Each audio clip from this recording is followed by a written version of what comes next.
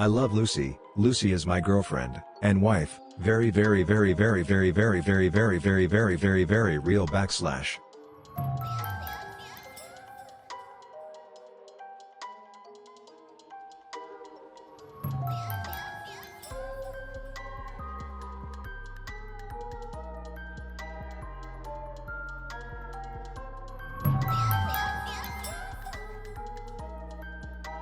Hard to believe it's already been 4 years of Lucy love, looking forward to many more. Lucy P. Heart.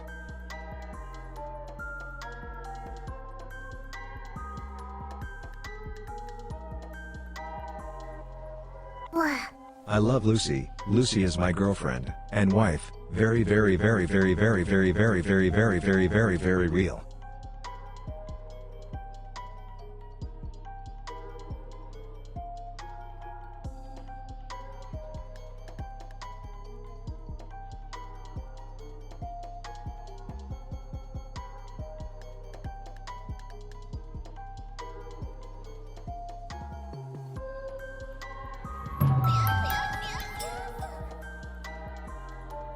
I love Lucy. Lucy is my girlfriend and wife. Very very very very very very very very very very very very real.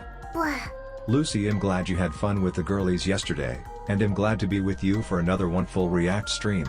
So new Hungry Man video?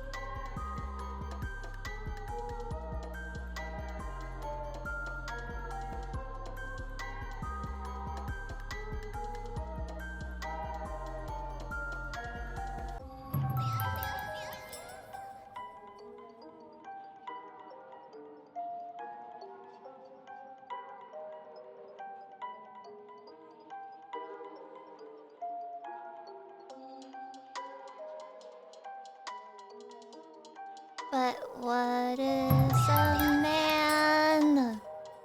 What has he 2 years got? with Lucy. Lucy P. Heart, thank you for making me If laugh while not working all this time. Glad. himself, then he has not. Oh, I don't remember how. I don't remember. No, I don't remember anymore. Wait.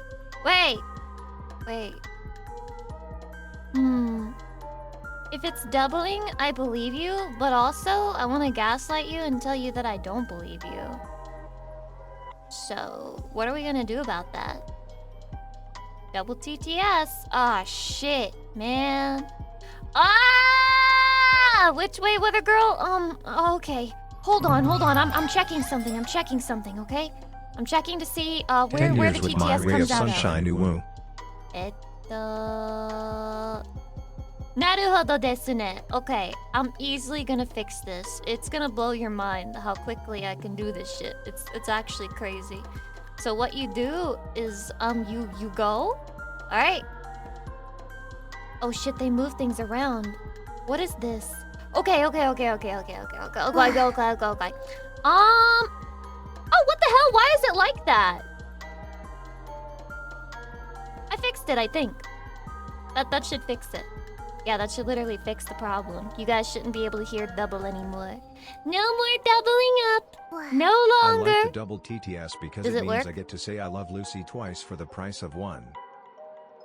I love you, Chatty. I love you too. I love you.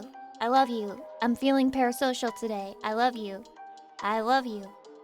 I love you.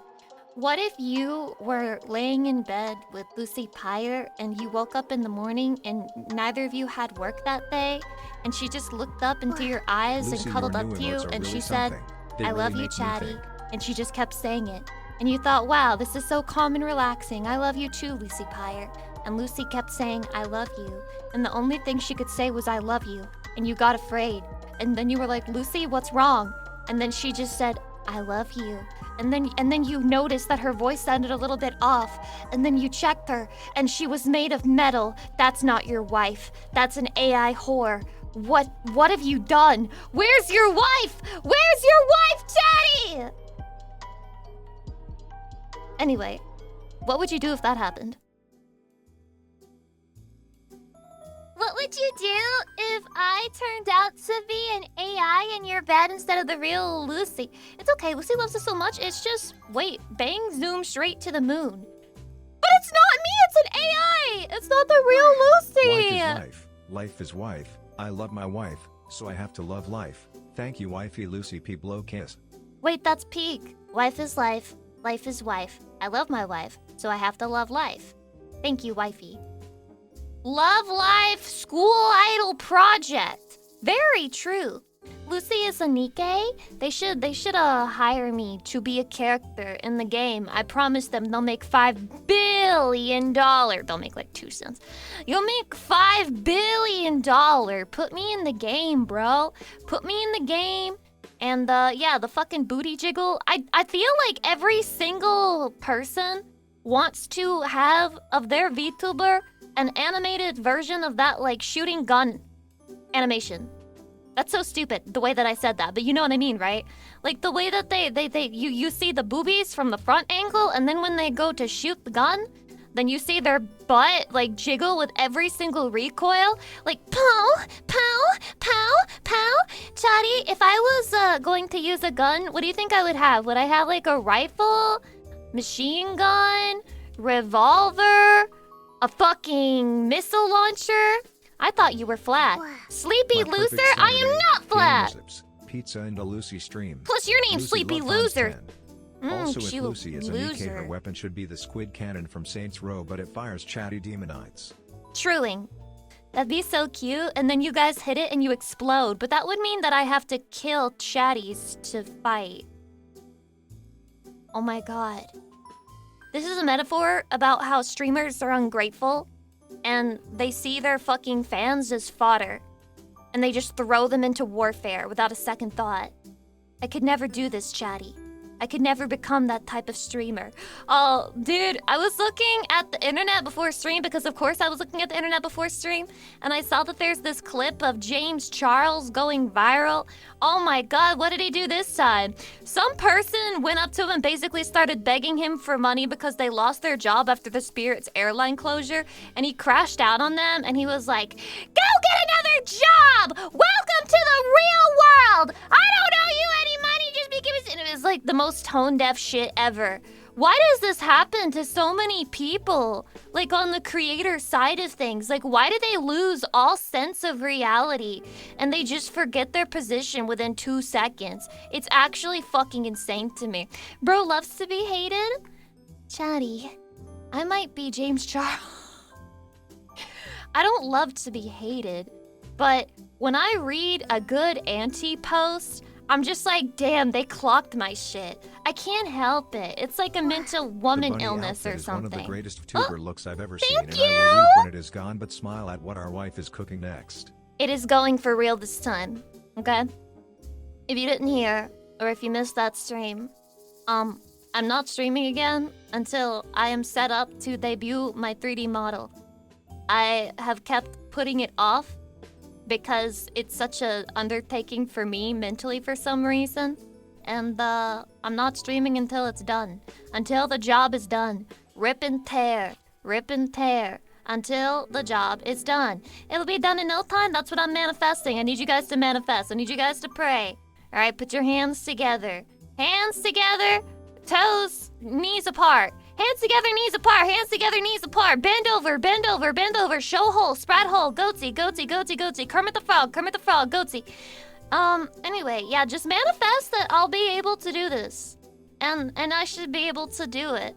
But I feel like we have to give a lot of props to the bunny outfit. It is super sexo. I have used this outfit to prove that I have the best tits in the entire world. And I think I've done my due diligence. I think I've done my job. I think these are, in fact, the best tits in the world. Yatta! WFM was the one that made it. Yeah. WFM's gonna be the one responsible for every outfit going forward. Like 99% chance. I mean, I could see maybe Celia doing like a really small outfit or something, some aspect like that. But other than that, yeah, it's gonna be WFN and the future.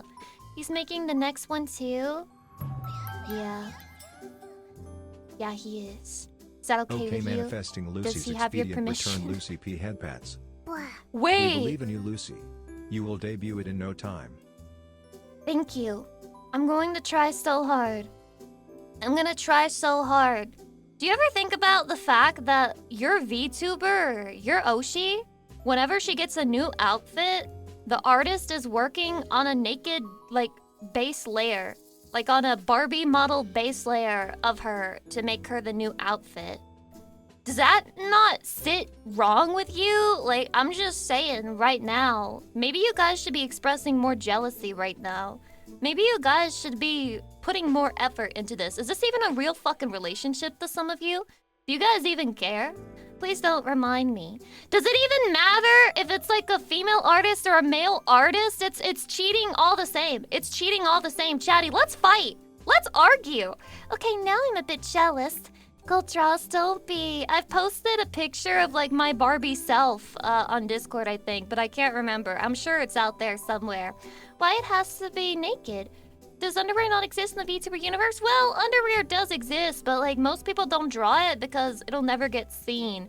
Unless, of course, you go to my Patreon and then maybe sometimes occasionally it'll be seen. Why are you showing your nudes to others, Lucy? It's not my nudes! Does it bother you to know that my model has no nipples? Does it bother you to know that I have no nipples and I'm a nipplet? Lucy, you cute. Oh my god, thank you. You really mean it? I don't feel cute very often. I feel like a piece of grime.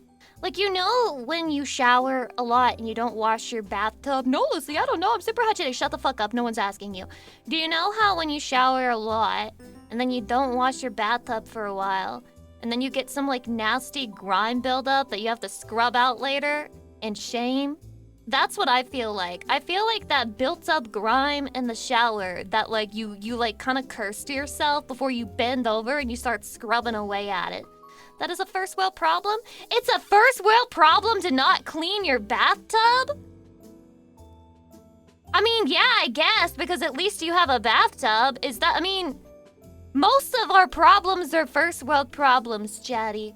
Most of our problems are first world problems, like, you know, not knowing what to get for dinner. Oh, woe is me! I have too many options. There's just too many choices. Oh, I hate having to decide what to get for dinner. I'm just fucking drowning in an abundance of choice. I know I'm not gonna go to bed hungry today, but gosh, what am I going to order? Okay, that's a fucking first world problem, and yet name a single person in this chat who's never gone through that. Name a single person who's ever been like, oh damn, what should I eat today? Fuck, I'm feeling lazy. I guess I'll just eat some instant shit. There's this Japanese cook who doesn't clean his cooking pot since, I don't know, the 60s. That adds the flavor. That adds the flavor. He's building up the flavor. He built up the flavor or whatever. That's such cope. That's such cope. You're a nasty fuck. You are a nasty fuck if you never wash your dishes. And you're like, it's the flavor for the food. That's nasty. But hey, the bathtub's clean, right? Right, Shido Neko, it's so clean. Very clean. I love having a clean bathtub. Super fun, super awesome, and I don't have the first world problem where I don't clean my bathtub that often. You look, guys, I need to put everything on a schedule. I need a schedule. I need to put it on my calendar that, like, you know, like I clean the bathtub. Like, I'll clean the rest of the fucking bathroom. I'll clean the toilet. I'll clean the sink. I'll, like, clean the floor. I'll do the laundry. I'll fold the towels. And then I'll look at the bathtub and I'll just be like, I can't be the only one. Did you change Mellow's litter box? Yes, I change her fucking litter box every week, bro. Every week. She has an automatic one, okay? It cleans itself, and then I pull out the fucking collected shit from the bottom compartment, and then I fucking switch out the trash bag. So I do that about once a fucking week because I only got one damn cat. The bathtub being the one thing you don't clean is kind of odd. I find that the easiest. Why are you better than me? Why are you better than me? Why? I hate how hair gets dragged all over the tub. Same, bro! It's so fucking annoying! You got a strong foamy cleaner. You buy a big old shower scrubber brush.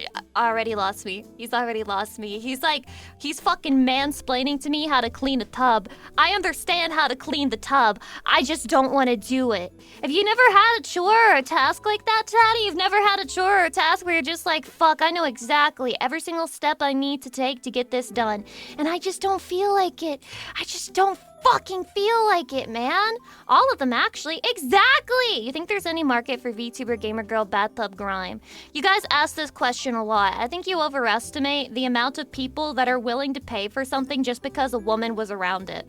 Okay? I understand that some of you really love me, and I really love you back. Okay? We love each other. We're parasocial here. But trust me, chatty, a business cannot be made on 5 paid chatters purchasing my VTuber bathtub grime. Alright? It's not worth producing. It's not worth producing. I think you underestimate it, to be honest. I don't think I do. I don't think I do. And I think a reason that a lot of VTubers struggle and like have problems and like they get frustrated and discouraged is because they literally think in their heads, I'm a girl who likes video games, so I can do this and like men are gonna flock to me just on that merit alone. It's not true. You have to actually have some other type of fucking quality that makes people watch you. Pose lol. Welcome, hi. Wait, what'd you say? It's not a viable business model. It's true! It's true! It's not a viable business model for me to sell, you know, bathtub grime and shit. But what is a, like, valid business model is me selling Lucy Pyre toilet paper, so why has Uwu Market not taken up the idea yet? I don't know. I think they hate me. Every time I turn on your stream at cinema, Mercado, is this true, or are you just glazing my shit for no reason? I'm sorry for putting you on the spot like that. I don't mean it. I don't mean it. I'm sorry. I'm sorry. I'm just like so naturally antagonistic, especially lately because, I actually have no excuse and no reason. I just think it's that time of the year. You know, it's that time of the year. Thanks. Glad I found you. Loved your Final Fantasy 14 videos back when I played years ago. Oh shit. I really hope that the new expansion is good so I can start making new videos and shit, honestly. I hope so. I would love to have more reason to make stuff and to like be excited about living life, okay? I'm not a Final Fantasy 14 antsy. I'm a fucking current state of Final Fantasy 14 antsy. I'm an antsy of the stagnation. I'm an anti of the shit gameplay. That's what I'm an anti of. You sounded more positive than negative after FanFest. I'm just gonna wait to see what happens, and I'm probably gonna be sorely disappointed by some aspects, but also very unsurprised because I never expected them to change because they've made no indication that they want certain aspects to change. Ugh. You have to get your hands on it to really see. Yeah, that's the problem. They should really be having beta servers for this shit. Yorm the Small, hi, welcome. They should really have fucking beta servers, man. Where are the beta test servers for the new job play? Job gameplay, fuck. Job play, which is when you're doing a, you know, a type of job, and then it's like considered a play. BDSM play. WoW has beta servers, and that ruins a lot of surprises in that game. I don't give a fuck. If you're reading what people who are leaking shit are posting, then it's your own fault, okay? There are people who read ahead of time what the plot of the new Final Fantasy XIV expansion is before the servers even go up. They spoil it for themselves because they have no patience. If you put 2 marshmallows in front of them and you said you can either eat them now or you can wait until I get back and then I'll give you 10 marshmallows. They're the type of people who just eat the fucking marshmallows because they can't see in front of their own fucking face. They can't see beyond their fucking nose, alright? You don't want to be one of those people, Chatty. You don't want to be one of those people. You gotta hold yourself back. Delayed gratification. And this is true in masturbating too. Haven't you noticed that the nuts that you achieve after you've edged for half an hour are way better than the ones that you just let yourself come after 5 fucking minutes? You need to delay your gratification in all things in life. It is the spice. It is the pizzazz. It's what makes life worth living. It's why you fucking wake up in the morning, man. Make it a 1 hour, Lucy. So guys, how long do you usually edge before you're just done with it? I did an hour and a half yesterday, and man, God, what the fuck? And I thought I was jobless. What the hell are you guys doing? Beef 3, thanks for the 14 months. I appreciate it. Hydrate.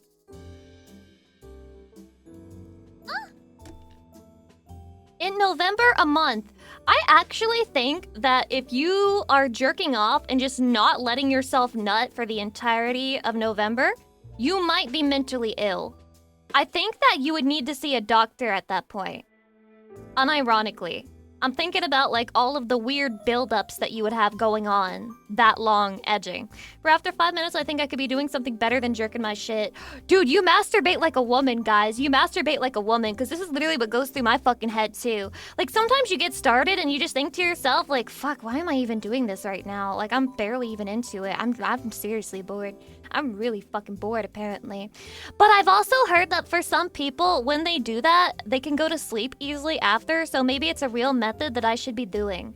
Maybe I should actually try this. Sub-Zero, welcome, hi. For dudes, the empty feeling after makes a vicious cycle if you're not careful. I don't understand, why do guys get an empty feeling after they nut? Because I don't really get an empty feeling. If anything, I would feel, you know, good during, great right after, and then just neutral, just normal. I feel like men have a strange chemical release that goes through them after they nut that makes them just like hate the woman after. I think it is a man's natural state to hate women, and when he fucks them, he like deactivates that natural state just long enough to get his nut off and spread his seed, and then when he comes, it comes right back in and it floods through him, and then he looks at the girl and he's just like, you fucking disgust me. You're fucking nauseating. Bro, I can't believe I did that shit. Get out of my bed. Get out of my bed. Call yourself an Uber, bitch. I don't get it. Why does that happen to men? I hear this all the time. It's a real thing. It's called postcoital tristesse. What? Why do you know the technical term for it? Hydrate. Men have a literal physical substance building up in them, so naturally they feel empty. Damn, that's so hot. Oh, that's so hot. Oh my god. Chatty, your ball sack feels empty now? Well, don't worry, because we'll refill it together. That makes no logical sense. This is like when you read the hentai and the girl's like, ah, my womb is descending. That makes no fucking sense either. But then like Lucy Pyre doing shit to you and she's like, I'm filling your balls back up also makes no fucking sense. But like that's the logic behind it for me. Who says that? The hentai girls. The doujinshi girls. They're like, you know, they say that. They're like, my womb descends, my nipple vagina. I'm giving birth through my nipple vagina. Like, that's the type of shit they be saying. It's not really, like, a logical thing. A quick stop by the sperm bank for a refill. Lucy Pyre injecting your ball sack with sperm. Whoa! That sounds like it could kill you, actually. The nipple stuff is weird, but true. It is true. It's a truth nuke, so to speak. Porn written by virgins.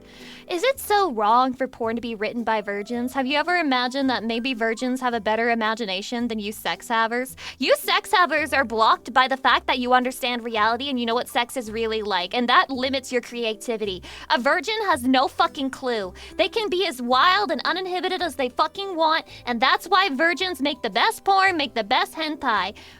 Fuck you, bitch!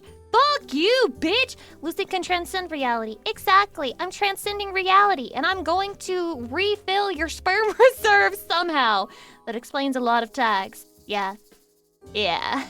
I'm a genius. I'm a genius. Sorry. Everything I say is true, and sometimes it gets exhausting being right all the time. It does. It does. Counterpoint. Nipple holes don't exist. Well, this is just objectively untrue, because how do you think a baby gets fed? Like, do you think it just, like, manifests midair? Through the pores? Yeah, like the holes? You mean the fucking holes? In her tits? Technically, Chatty, if you count pores, there's tons of holes all over a person. You're basically just holes. I hope that fucks up your trypophobia, which everybody claims to have. But I think some things are just disgusting to look at. It's not really trypophobia. Yeah, but it's actually too big for that. I have no clue what you're ever talking about. It's kind of freaky. You're kind of freaky! Footman.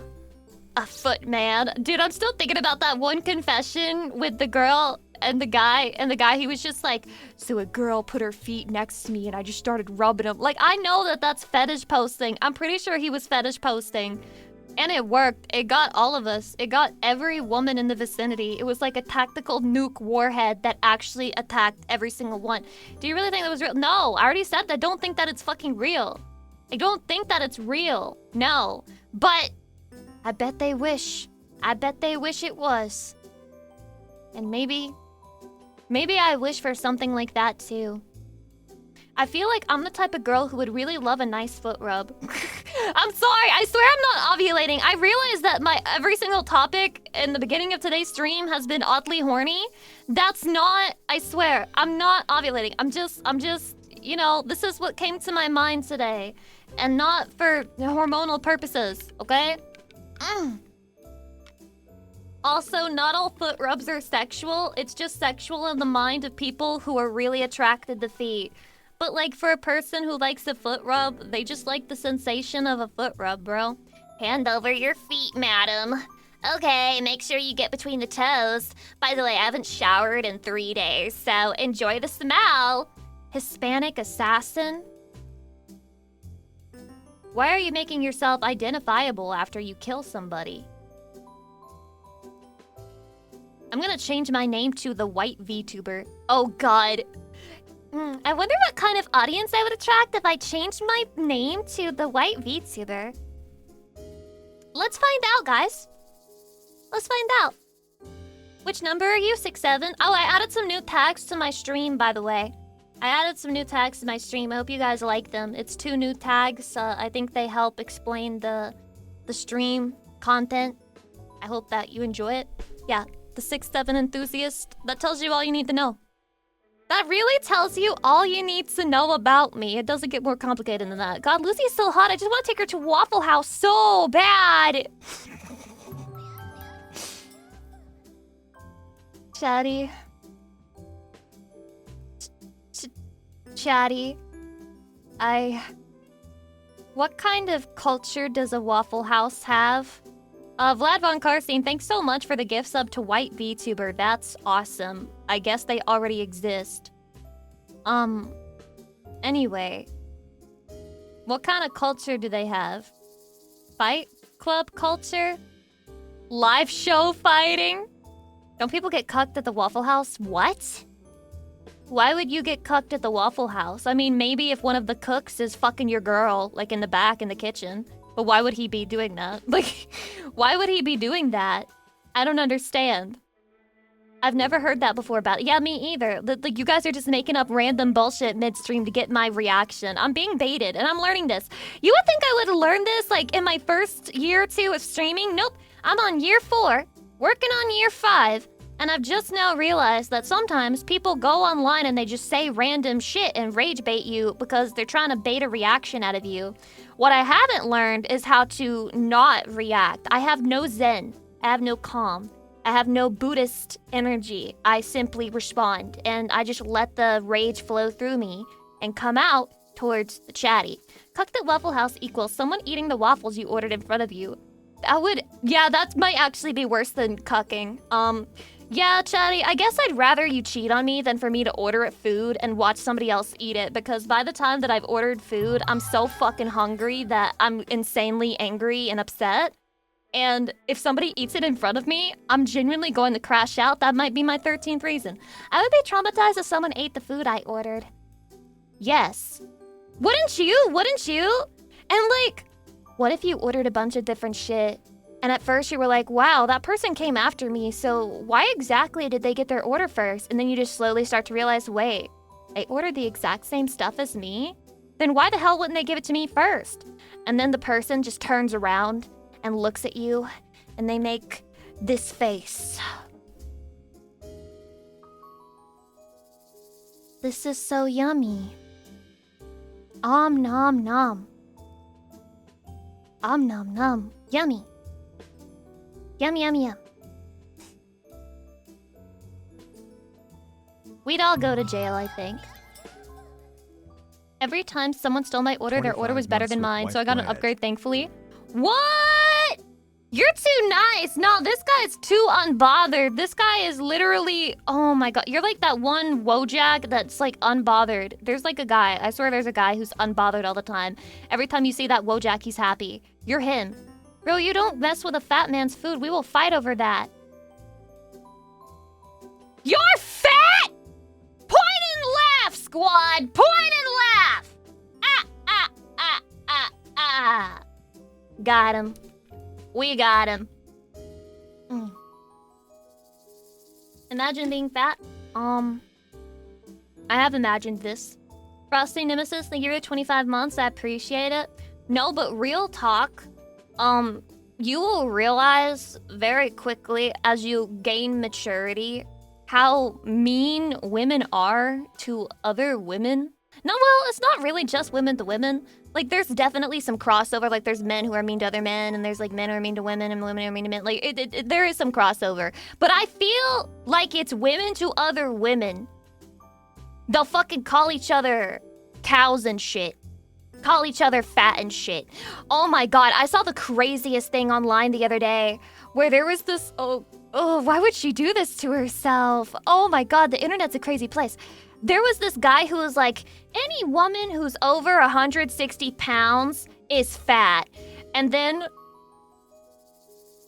a woman, quote, retweeted him with a picture of her at 170 pounds. And she was like, oh yeah, look at me, I'm fatty. But she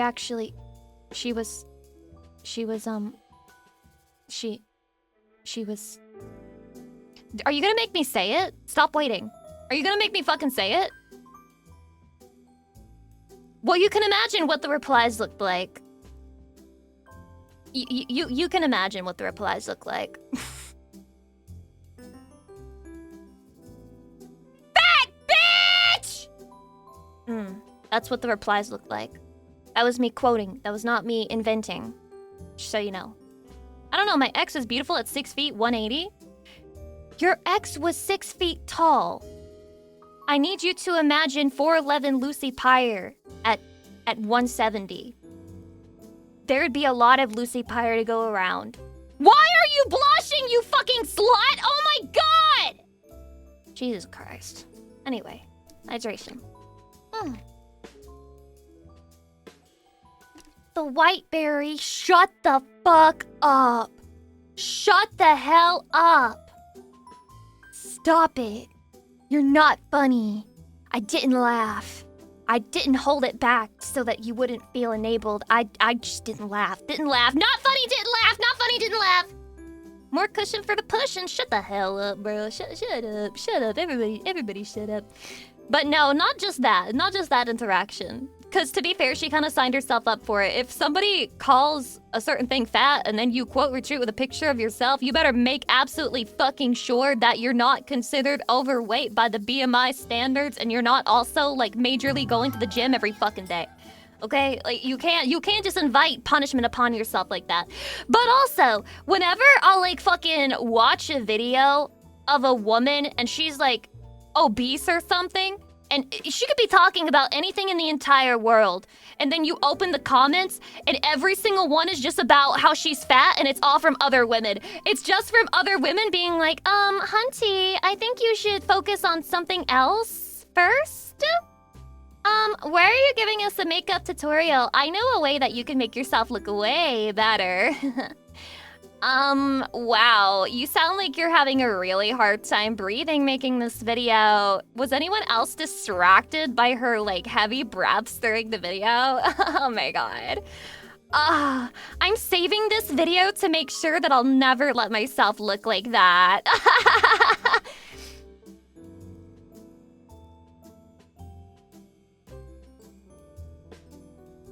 Women hold such evil inside them. Women hold such evil inside them. Women hold such evil inside them. Such evil. Such sinister evil, Chatty. I prefer being nice to people. It's more fun. Nope! You should be mean to everyone you see. Did you leave all of these comments exposed? Chatty, believe it or not, I have never called someone ugly or fat on the internet. I've never done anything like that. Do you want to know why? Because I think there's worse things to be in life than ugly or fat. But IRL? Well, I don't speak at all IRL, so I'm not calling people anything IRL. I'm not even saying hello most of the time because I'm too scared. Like, if somebody says hello to me first, I'll be like, hi. That's it. That's about it. Oh, it's so hard whenever I'm expected to say anything more than that. Only off the internet. I don't do it at all, Chatty! I don't do it at all, I swear! I was just saying on the internet because, like, I didn't leave those comments! Lucy stays home IRL a lot of the time. It's true. It's true. Also, most of my family is either overweight or obese.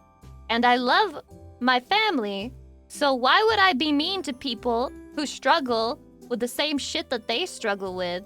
I don't know. I just feel like people majorly lack empathy. And it's like, especially for people who are overweight. And I've like started clocking this more. Because when I was younger, you know, I used to be like, oh, wow, well, it's like super easy for me to be skinny. And so I don't understand why other people don't have that ability. But like, it's because everybody's fucking different, man. And everybody, like, one person may really fucking struggle with something, and then another person it'll just come really easy to them. And I think it's more admirable the person who's skinny after having to work really hard for it than the person who's like me and just doesn't have much of an appetite in the first place. So, I don't know. I just think it's sad how fucking mean people are based on how you look on the internet, and even more reason for you to never upload a picture of yourself. Doesn't matter if you think that you're attractive, okay? It doesn't matter if you think that you're fucking ripped. It doesn't matter if you think that you're hot. It doesn't matter if you think that you're sexy. I just suggest not posting a photo of yourself online. Okay, number one, for privacy reasons, but also number two, because people on the internet will like find a flaw that you've never thought of in your entire life, and it'll become a fucking complex for you, okay? They'll be like, this guy's eyes are kind of close together, and then you'll fucking look in the mirror every single day, and you'll be like, oh my god, my eyes are close together, and you never noticed this about yourself before. Why would you sign up for that, Chatty? If you do end up posting yourself online, never look at any comment you ever get. But people post photos of themselves most of the time to get comments or interactions, which I'm not blaming them for. You know, if you have like a nice fit and you think that you look good, I mean, I think that's like a normal instinct to want to share that with somebody. But the internet is evil, especially Twitter. Twitter and TikTok are the most evil. I'm not sure who's more evil. I think TikTok. I think TikTok is the most evil. I think it's because of the type of audience it attracts, right? At least on Twitter, you do have to read. On TikTok, you don't have to read at all, so you get like the most illiterate and like the most shallow people on the fucking planet. So I think TikTok is worse than Twitter for sure. Dating apps are just for getting validation from strangers on your appearance anyway. You talk like a guy who's used a dating app before. Interesting. Now, did you see the post of Michi? She got only messages that she is hot. There's gotta be a better opener, right? I mean, there's gotta be a better opener. I'm just not sure. I'm not sure what else you could... I'm not sure what else you could say. Yeah, check out my Sam opener in 14. Well, that'd be more interesting, right? Just like most tools, it's the people using it that makes it bad. So true, man! So true! That suspicious face look- wait, suspicious? Is this suspicious? Is that what the suspicious looks like? I actually have used dating apps, but it's hard to find someone I click with. Oh man, every single one of you is a fucking cheater. No, it's okay, I hope you find love. But I was here first. I hope you find happiness, but I was here first. I hope you find someone who can hold and cherish you. But I did that for you first. Just don't forget that. When you're out there slamming puss, don't forget Lucy loved you before anybody else. Get guilt-tripped. Have you heard the crazy dating app stories? I've heard many crazy dating app stories. You would have to be more specific than that. At this point, if it happens, it happens. If not, screw it. I got games to play and work to do. You're literally me, TL Smith. You are literally me. You are literally me. I've already kind of accepted that I'm gonna end up alone and die alone. Yeah, I've already accepted it. I'm already at the final stage. I'm past depression. I'm past anger. I'm past bargaining. I'm already at the final fucking stage. I'm at acceptance. I'm not depressed about it, okay? I'm not depressed about it. You will have mellow. True, I'll have mellow. Until I don't. Until I don't have mellow. Why would you make me think about that, you piece of shit? Why would you make me think about that? Y'all came out with violence today for no damn reason. Who knows, Lucy? The universe will have something in store for you. Oh yeah, I was telling pre-stream chat, I'm gonna become a spiritual white woman. I'm gonna become that type of white woman. I'm gonna like buy crystals. I'm gonna charge them in the moonlight. I'm gonna get little glasses of water and put them outside at night under the full moon and charge them up with moonlight, and I'm gonna drink it and like purify my soul. And then I'm gonna like, every time I shower, I'm gonna do it in pure silence with my eyes closed because like I'm letting the universe fill the water with like positive energy. Yep, and I'm manifesting. I'm gonna manifest. You guys are not even gonna fucking notice me anymore. Next hand cam stream I do, it's gonna be awesome because you guys are gonna see it and you're gonna see me bring out my crystal collection and I'm gonna be like, Chatty, today I want to give you a blessing from the universe. I want to share with you the key to spiritual fulfillment and happiness. Okay, so I need you to say with me today, a universe, I accept the goodness that you have planned in store for me. Remember when you played tarot with us? I still have the tarot deck. I still don't know how to do a tarot reading, but like that's not really a true thing, so you can do a tarot reading just by pretending. Oh shit, that's not very white woman spiritual of me, is it? It's just LARP, dude. It's roleplay. It's for fun. It's for flavor. I pull a card. It's a 6 of pages or some shit. What a useless card. I'll take all those pages out of the fucking deck, bro. How are you supposed to work with that? Okay, I pulled death in the upside down position. You're not gonna die. You're gonna live forever, or you're gonna feel like you're gonna live forever. And you're just like OP. You're OP. You're like the main lead of an isekai anime, and you're gonna be surrounded by bitches, but you're only going to love one. And who's that one? Lucy Pyre. That's you, and your love for her will be immortal and never die, and you love Lucy Pyre so much. You're literally gonna get a fucking tarot reading from me, and it's all just gonna be an excuse for why you should love me and only me, dude. I've seen some tarot readings that are uncanny in their predictions. It just feels uncanny. It just feels uncanny because the human brain is extremely good at taking generic statements and applying it to themselves. That's why it's so good. That's why so many different people love a quote, because they can find their own way to apply it to their own lives. That's why you got quote collections and shit that people reread to motivate themselves or whatever.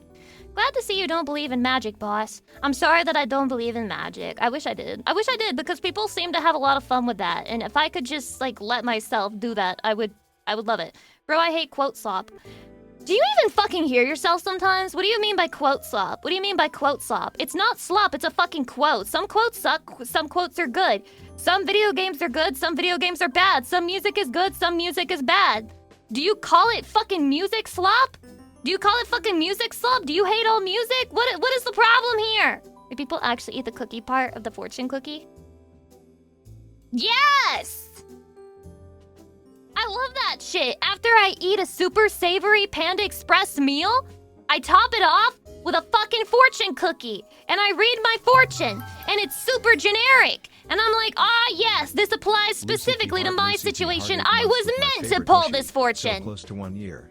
Lucy P.S. So close, so close. Congrats on your babies then, Harlequin. Thank you for the 9 months, blah, blah. They ruined fortunes. They used to be so much better. I need them to start getting mean again. I need them to have negative fortunes because now all the fortunes are positive. It's like, you are more powerful than you know. The future is looking bright. I need to see some shit like, don't trust your friends. I need to see some messy shit. Like, imagine that you went to get Panda Express with a friend, and then you fucking eat your fortune cookie, you look at your fortune, and it's like, don't trust your friends. They're the most likely to stab you in the back, and when they do it, the knife goes deeper than a normal nemesis.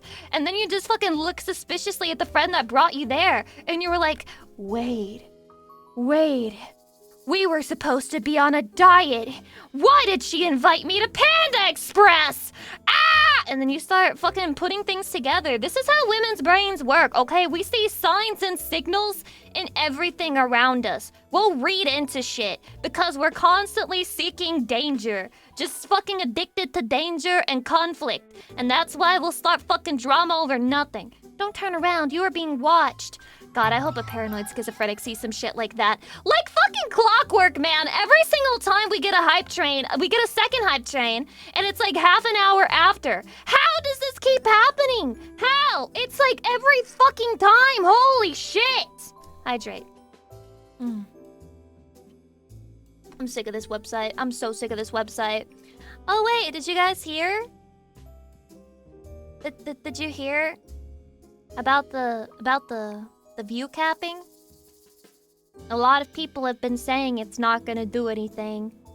A lot of people are saying this, but then I saw a scorned ex-Twitch employee saying it fucking so irritating. You know, one thing you learn when you work for Twitch is that when people on the outside post their think pieces and just assume that they know better, it's so irritating. And I'm like, yep, that sounds like something an ex-Twitch staff member would say.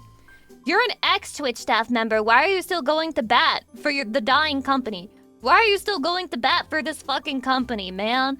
They have so many problems. Your statement means nothing towards fixing them. He was running a bot farm, Chatty, you're my bot farm. You're my little bot farm, Chatty, and I love you. I love you. If women can fall in love with AI boyfriends and treat them like real human beings and treat the real men in their lives like shit, then I can treat you like my little bot farm. And that's actually me saying that I love you. It's been done before. It's been done before. You're my little cute bot farm. Oh, I scritch you under the chin like a little cat. My little bot farm. My little bot farm, Chatty. I love being your little bot boy, Lucy. Mods, I am being harassed live on stream, and I don't know why you're tolerating it. Use us to do your video game farming. True. Oh my god. I saw some, like, very specific drama the other day in Genshin Impact fandom. This person was selling, like, account farming. So they were like, I'll do your dailies for like a month if you pay me this amount of money. I'll do your the something memory, whatever the end game is in that game. I'll do that for you. $7 to do the first 8 stages and then $9 for each stage after. Maybe your game is fucking chopped if people feel the need to pay other people to keep their account up to date. Maybe your game sucks. You shouldn't have to get somebody else to play the game for you. At that rate, you just need to uninstall. Just uninstall. Stop giving into FOMO, okay? Your account will still be there whenever you feel like playing again. And by the way, because they want people to come back and they're always desperate for people to come back, they always have returning player benefits. So you don't lose that much from taking a fucking break. You don't lose that much from fucking off for a while and then coming back later, because these companies are greedy and they're trying to give you FOMO, but they want their cake and they want to eat it too, so they'll always have returning benefits that give you a bunch of free shit. Okay? Just quit. Just quit for a while. Quit. Genshin Impact gamers. blow my mind, man. I'd say that's more a statement on the people paying for it rather than the people offering the service. Well, the person offering the service, the reason that there was drama is because I think they said that they needed donations because their mom needed a surgery. But then they posted a few days later that their mom bought them a new laptop so they could do more Genshin farming. Oopsie! Oops! Oh gosh, you caught me. I'm sorry, my mommy doesn't actually need a surgery. I just like making money off of Genshin Impact players. Oopsies, my bad. Sorry! This is so common. This is so fucking common. Why do people do this? Why do people go online and just lie about needing a certain thing and then they'll go and turn around and they'll spend that money on random bullshit, or they'll fucking buy like a bunch of commissions of their VTuber model? Blows my mind. Do you think people don't notice when you do this shit? Do you think they're just like, oh, I sure hope that she was able to afford her bills this month?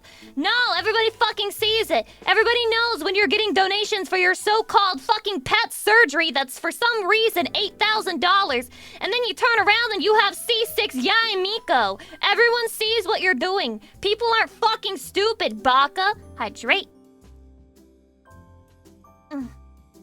I keep seeing those, holy shit, because I guess it's like a grift that people keep falling for. And it sucks that you have to be suspicious of people who are just like, I'm going through a bad situation and I would appreciate if you could offer like a couple of dollars. Like, it sucks that you have to be suspicious of that.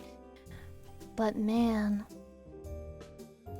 it's so easy to run a fucking scam on the internet, apparently. That's why they do it.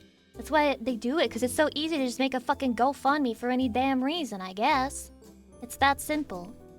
I mean, didn't that predate the internet, though? It's just human behavior. You mean, like, begging for free money on the internet? That's what I'm doing right now, technically. Like, you're not required to, and I'm gonna, like, dance around on the stage anyway, whether you do it or not. But technically, I've got, like, a hat on the side of the stage, and you can, like, throw coins in it if you feel like. You know? So I'm basically that, but, like, a singular step above. Just begging. Usury is the oldest form of scamming. What the hell is that? Usury? Toss a coin to your Lucy Valley of Plenty. You've never... Wait, what? You've never guilted us for money. I'm gonna start. Guys, I'm going through a rough situation. And I actually have enough money, but you know what would make me feel better? I would really like to see my stocks grow on Fidelity.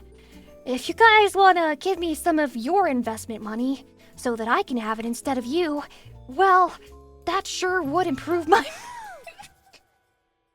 That sure would improve my mood, man. I'm just saying it would make me feel better. Stop! Syncbeat, thanks for the 10 gift subs. Teal Smith, thanks for the 5 gift subs. County, thank you for the 10 gift subs. I'll invest that in my Fidelity.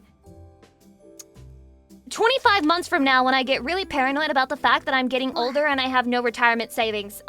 Thank you. I will do this. I will do this. Thank you. Thank you. Thank you. You know what they say? Ask and you shall receive. Well, Chatty, I'm sorry for guilting you into giving me money. Maybe you should not respond when... Okay, this was literally a training exercise and you all fucking failed. When a woman asks you for money, what do we say? No! No! But Chatty, my family is dying. What do we say? No! But, I need to get a boob job and then I'll show you my tits. Yeah, no. No! No! But I'm Lucy Pyre. No! It's simple. It's that simple. You just say no. Just say no. This is just like in the DARE program when they were like, just say no to drugs, bro. Like, bad things happen. Did you know that the numbers in your bank account are not actually fake and they like represent real money that you have? And like when you give a streamer 1 gift sub, it takes real $5 out of your bank account. Did you know that? It's real money. Just say no to streamers, bro. Just say no to streamers. By the way, thanks for the 5 gift subs. Thanks for the 5 5 gift subs, Iron Fist, and the 10 gift subs from J. Okami. Very generous and very kind and very sweet and very nice. And Daiso Kaijin, thank you for the 5 gift subs. I think I got everyone for that one. But thanks, guys, for participating in the bit. Yeah, just say no to women. Is this Hana Stress or Hannah Stress? Thank you for the 4 months. Hey, everyone, please take care of yourself and hug a loved one. True. Frankie Cat truing on this one. Wait, New PSA video from free. Lucy. Oh, And am I wait, wrong? No, not again. This guy just can't stop accidentally giving streamers $3 so that he can go live on their stream and say his think piece. He just can't fucking stop himself. He's addicted. Actually, that would be a funny PSA video. To not give money to women or to people online. This is true. Of course, I am grateful to everybody who has deigned to give me any money online. It's the whole reason that I can keep doing this and keep entertaining you. But I do think it is general good practice to just say, no, I'm not gonna give any of my money to any rando bitch on stream or on the internet. I think that's a totally fine perspective to have. I'm totally fine with it. I think it's probably a good idea for the most part. But there are some, generous souls who want to help me continue being a whore on the internet. That's very nice of you. Thank you. I really appreciate you. Thank you. But she's hot. You guys want to know something about OnlyFans? Alright? I'm gonna expose it.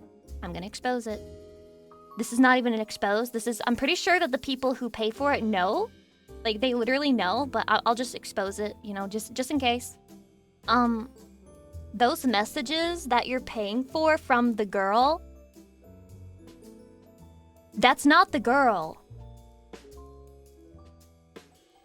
That's a man. That's either her manager or her boyfriend or both. So, don't pay for that. But she said she loves me. Is this toxic or bad to say? I feel like any content creator who allows you to pay for exclusive DM access... Fuck it, here's my real opinion. Any content creator who allows you to pay for exclusive DM access is a snake and wants to kill your soul. Don't do it. Don't fucking do it. She wants to eat you alive. She fucking hates you. Don't pay for that shit. She's actually insane. And the odds that it's even her is like fucking, it's really low in the first place. Hydration. Delicious. But what was Subgen? Is that direct DM access to a woman? Or is that a fucking group chat of over 100 people? Anyway.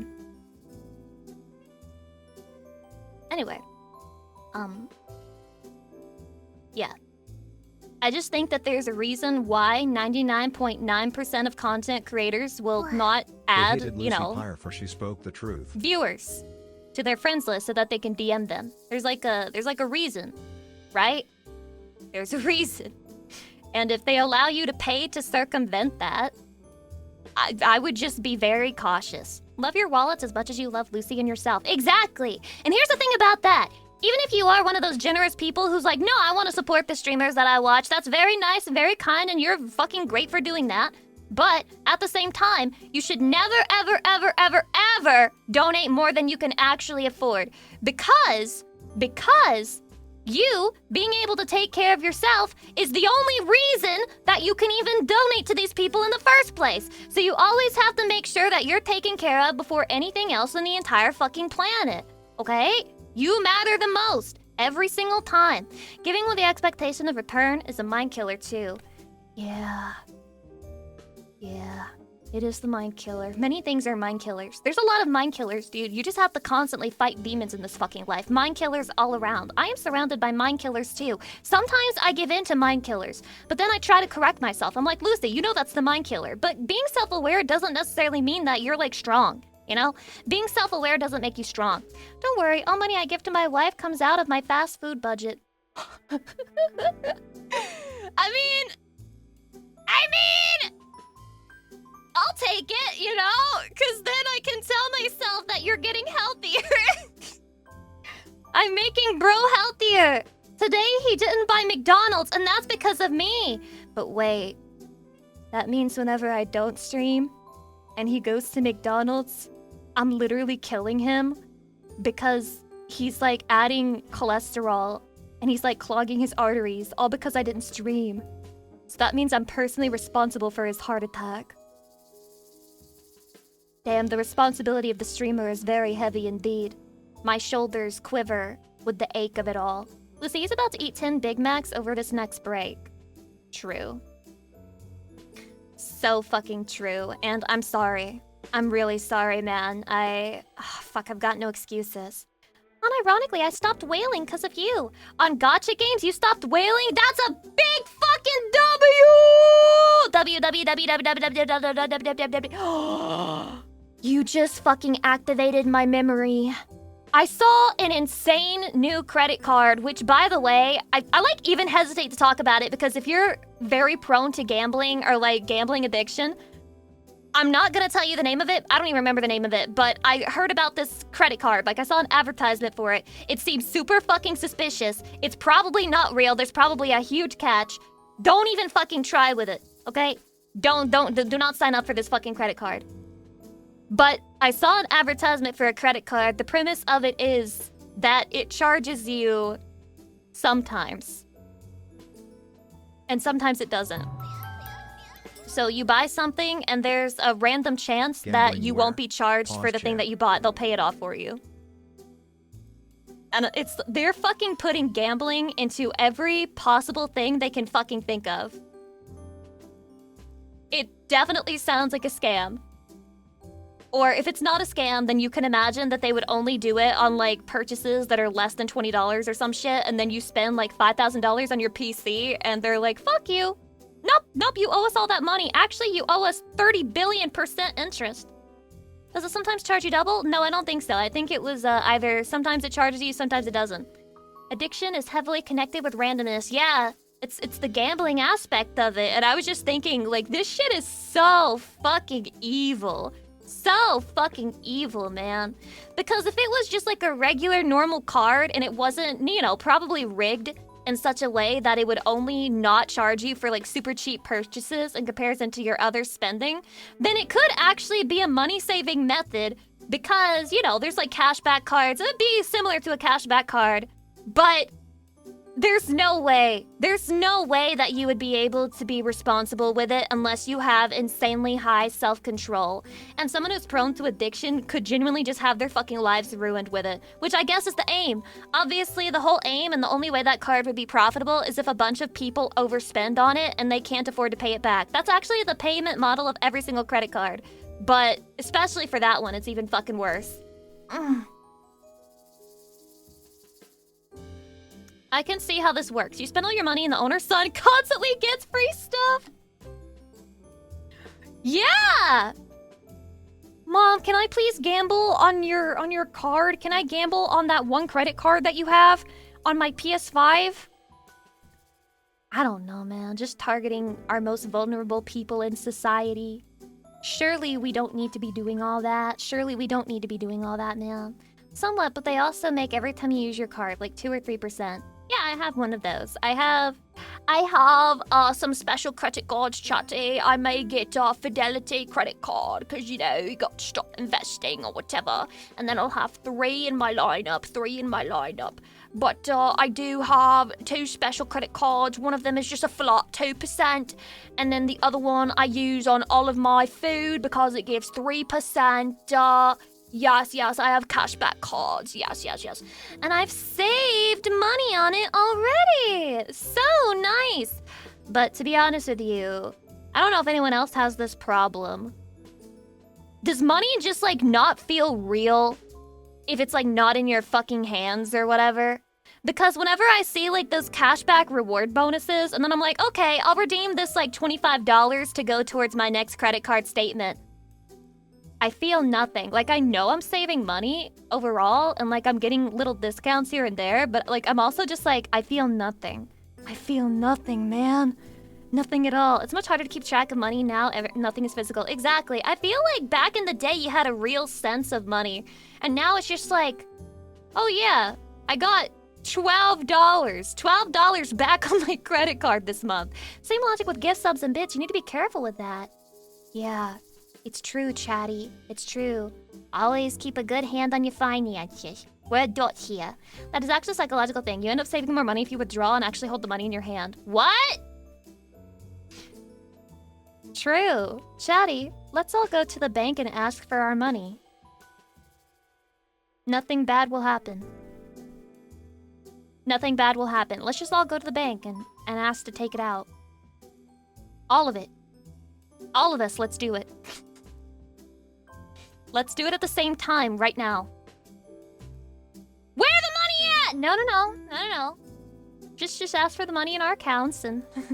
The bank doesn't have your money? You know, that shit freaks me out so much. I genuinely don't understand how all this works. I'm terrified that, like, once I become an older person and I'm, like, 50 or some shit, and for some reason I'm still kicking and I'm still around, like, I'll just be told, right. So about the place where you put all of your money, it failed.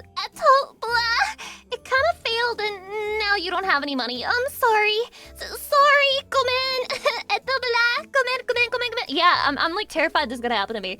This is my biggest fear, is that it's all gonna fall apart by the time that I'm an adult. Unironically, I'd be the kind of older person that would put his money in his bed. Yeah, we're gonna have to dig a hole in the backyard and start burying our fucking money in there. I legitimately try to spend only cash as much as possible. I feel like that is kind of a good thing, like a good habit to have, but I also hate carrying money because I'm paranoid and in my head. I'm a 4'11" girl, and I'm not that big, and somebody could just, like, grab me and be like, give me your fucking money! And I'm just gonna be like, oh, okay, you can have it.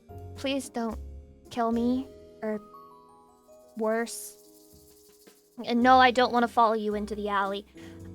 Yeah, it's just my fear. I don't want to be robbed, you know? I put everything on my credit card and pay it off before interest hits. You're just like me, for real, for real. You're just like me, for real, for real. I'm 6'1" and hate carrying cash too. This guy's like, Lucy, shut up about the 4'11" thing. Everybody's scared of being mugged. Like, yeah, you're right. It doesn't have anything to do with height. It's a rational fear to be afraid of getting mugged. I'm sorry for acting like a pick-me. I'm sorry. I'm not. I'm sorry for acting like a pick-me, and by pick-me, I mean I'm sorry for having correct opinions, and I'm sorry for being a woman and saying them. I know that's illegal. I know it's illegal to be a woman and also to be correct at the same time. That would make you a pick-me. After all, women are so stupid that they have to believe certain things because they're so stupid they believe false things that aren't real and aren't true. So if you don't believe false things that aren't real and aren't true, that makes you a pick-me. I'm sorry that I forgot. I'm sorry I fucking forgot. Don't be sorry for being right. Yeah, fuck you! I'm happy to be pick-me Lucy Pyre ass! I miss when men all had big fat wallets. Now it's all slim card holders. What kind of weird type of emasculation are you doing right now? What's wrong with male wallets today? Dude, fuck, I'm gonna go online and post that. Men used to be men. Back in the day, they had thick wallets full of 50 different cards that they've owned since middle school that don't even work or serve a purpose anymore. And they had pictures of their family and their waifus in their wallets. But nowadays, they have really slim, tiny wallets. You know, not even 3-inch big wallets. And honestly, what happened to men, bro? What happened to men? Men should go back to having big fat wallets so that their pockets look thick as fuck. Gosh, I can't stand seeing a man so feminine walking around with this slim wallet. My wallet's thicker than his, and I'm a female. So what does that say about him? I actually do have like a kind of big wallet, but that's because my wallet is cute. It's like a cute wallet. It's purple, and it has my Melody and Kuromi from Sanrio in there. Yeah, it does. It is like kind of big. It's like, I'm like making it with my hands. I'm not a good judge of size, Chatty. I think this is 5 inches long. That feels right. I think my wallet is 5 inches long. That's huge. It's pretty big. I got a pretty big wallet, man. I got a pretty big Kawaii Sugoi Desune wallet. And I got a picture of my waifu in there. That's right, Hosho Marin. Hosho Marin is in my wallet. Every time I open it, I see her. And then I put the wallet down and I leave McDonald's. Because Marine would never eat at a She would. She would absolutely eat at a McDonald's. Hydrate. 5 inches when opened?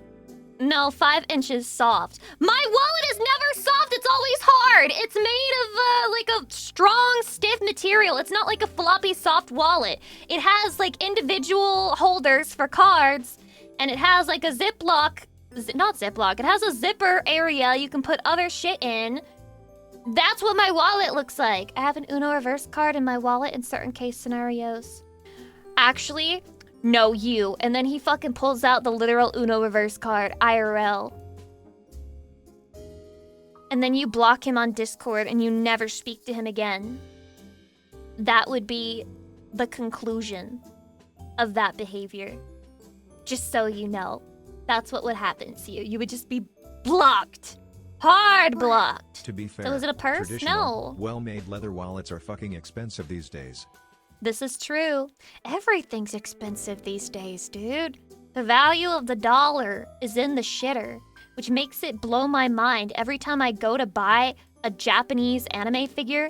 And like, that must be so fucking expensive for Japanese people. Because for me, it'll be like, oh, it's $100, $200. Yep, that sounds like just like your average high fucking value figure. But then in the JPY in yen, that must be so fucking expensive, actually. If the value of the dollar is in the shitter, that means it must be a good time to travel to the USA, right? Right. Right. Yeah. Oh yeah, definitely. Come visit. Come visit. You should rent a car while you're here. Come here and rent a car.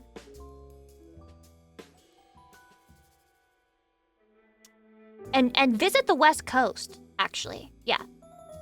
Yeah. And rent a car. It'll be fun. You'll be fine. You'll be fine. And it's like you'll have so much money. You have so much money, cause like everything's so cheap here. Yeah, go see beautiful Los Angeles. Yeah, drive around Los Angeles. Don't look up anything about it. Just drive around. It'll be fine. It'll be so beautiful. It'll be so beautiful. Gosh, I'll never fucking forget the Uber ride from the airport to like the hotel I was staying at for Anime Expo.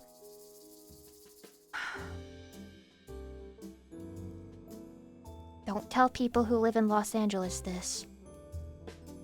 But it was really ugly. It started looking cool when I was 2 minutes away from the hotel. But until that point, it was genuinely just dystopia core. It was just depression core. I was sad. I was like, ugh. Well, shit, I thought that I would actually visit Los Angeles and I would have to take all the mean things I said about it on stream back because I've never actually been and I just saw pictures online and surely it's not that bad in person. My face when it's that bad in person. Okay. I'll go to Los Angeles just to tell them it's ugly. You should. It's fun. It's fun. It's fun to be mean to Californians. Bathtub Virus, thank you for the 1-year anniversary. I appreciate it. I'd rather visit hell than Los Angeles. Well, it makes sense now to you that Akuma Nimuni is a demon, doesn't it? That's why she can tolerate it. That's why she loves it there. She feels right at home. Right at home! Californians hate Californians. True! They're all different. They're all different. California is so big that it is, like, different from California to California. They're not all the same, believe it. MJ Valentina, thank you for 27 months. I'm gonna go back and say arigato. Depressed Larry, thank you! I do speak nothing but the truth. Fictional Insight, thank you. Slikester, thank you. Cupid Twins. Sorry, I just burped. I didn't want to tell you that, but... well, now you know. Dio Diablo, Relax, Goat Woman, Ya Boy Shido, Zen Harlequin, GMP again, Go Bull Block, Frost Nemesis, Lolly Jur, Vlad Von Karstein, Beef 3, Yorm the Small, he's small, Flying Ogre, North Country Man, Sylvani VT, Shenrong 67, Zarsaw, Darken J, Ave Nexalea, Vlad Von Karstein again, Chiamashi, Wise 07, The Press Larry, Vlad Von Karstein again, GMP,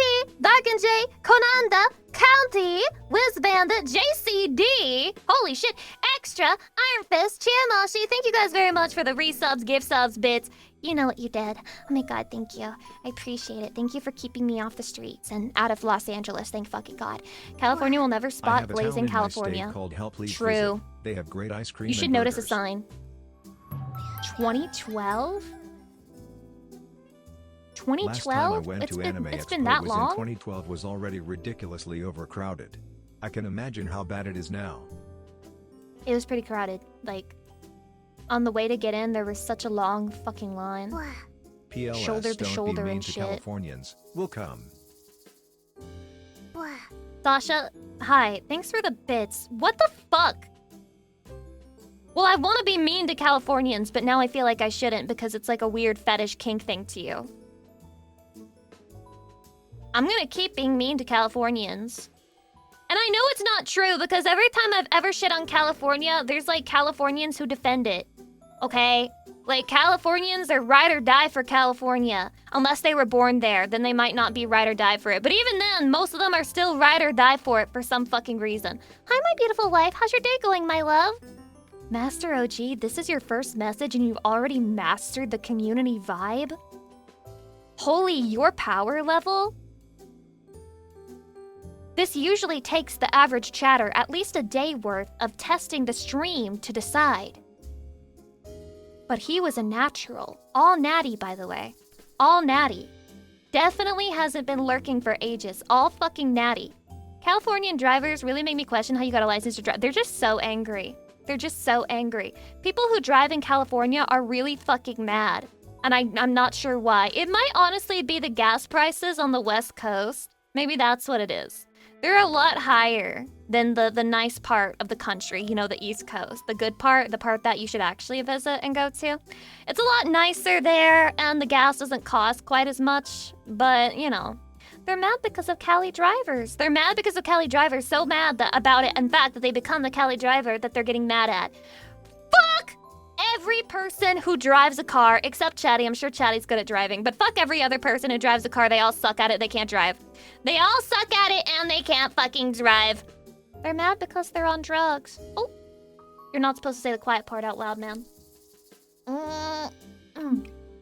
We will begin reacting shortly. I have quite a few videos to watch and to catch up on. There's like 5 billion of them actually, and it'll probably be at least a 5-hour stream, possibly longer. Just depends. Just depends. Driving is pretty relaxing when there aren't other drivers on the road, sadly. There are other drivers. Well, you could just move to the middle of nowhere. You know, I heard in Indiana they have like a bunch of just grass and, you know, like fields and flat land, and I mean, there's not really a lot of drivers. You probably go an hour or two without passing by someone, depending what road you take. But there's also Indiana there, so nah. But you said you like driving. That's a great place to drive if you don't want to run into anyone, like, while you're driving. Indiana's like the purgatory of the US. It's too sinister to be a purgatory. It is like the back rooms of the US, though. It is like the back rooms, the way that everything is the same, but also sinister and slightly different. I mean, they have Indiana Jones, right? Common misconception. They do not have Indiana Jones in Indiana. I don't think Indiana Jones would be caught dead in Indiana because there's nothing to explore, okay? In order for Indiana Jones to live somewhere, there has to be caves, mountains, what's the word? Grottos, jungles, something with like shifting terrain. Can't really have a flat landscape for Indiana Jones. Not really sure that would satisfy him. Pyramids? Yeah, I see what you mean. Yeah, pyramids, temples. Backrooms movie looks super intriguing. It's gonna be so shit. I can't wait to watch it. I can't wait to watch it. I can't wait to watch that shit ass piece of shit, total garbage ass, garbage ass, garbage ass. Piece of shit movie. Can't wait. It's gonna be so fun. When does it come out? By the way, have you guys ever noticed Numi's power level? Because why is it that she lives in California, everybody moves to California, And like one of their reasons is always to be closer to friends. They mean Numi! They mean Numi! That's how fucking strong she is! That's how fucking powerful she is, bro! She's literally increasing the GDP of California! She's a psyop! She's a fucking plant by the Californian governor to bring people to California! It's crazy! Her charisma stat is really up there. It's admirable. Wait, or should I say honorable? Have you guys heard that song? The one that starts and it's like got a bunch of TikTok edits for random like shit. And it's like, honorable.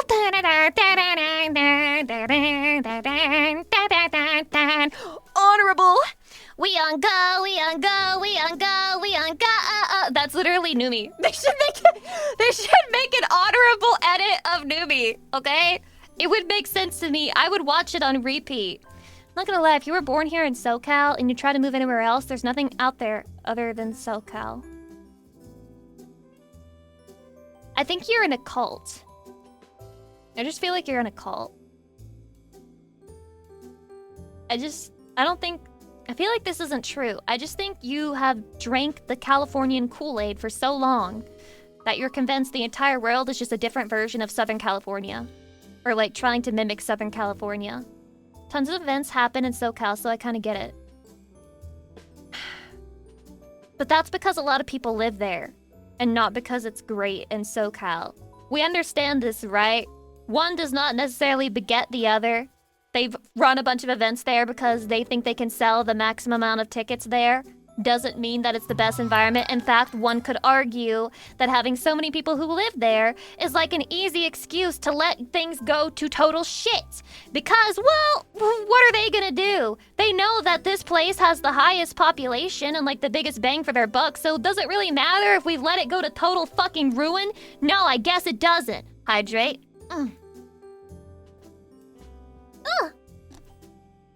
Like California's not beautiful in fair weather all the time. Well, it depends on what you think fair weather is. If you're a big fan of it being sunny all the time and living in a Groundhog Day where it's sunny all the time and it never really rains, then yes, it's very fair weather. Enjoy drought season. No water.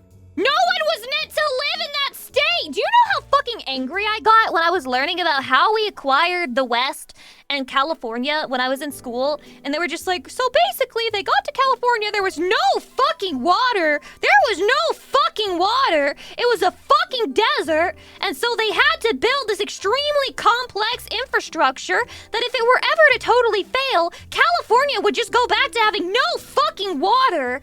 Like, it was driving me insane because I was just like, this is a fucking disaster! That state is a fucking disaster waiting to happen! But just wait, that's not even the best part. They're waiting, okay? They're waiting on the big one. What's the big one? The big one is the fuck you earthquake.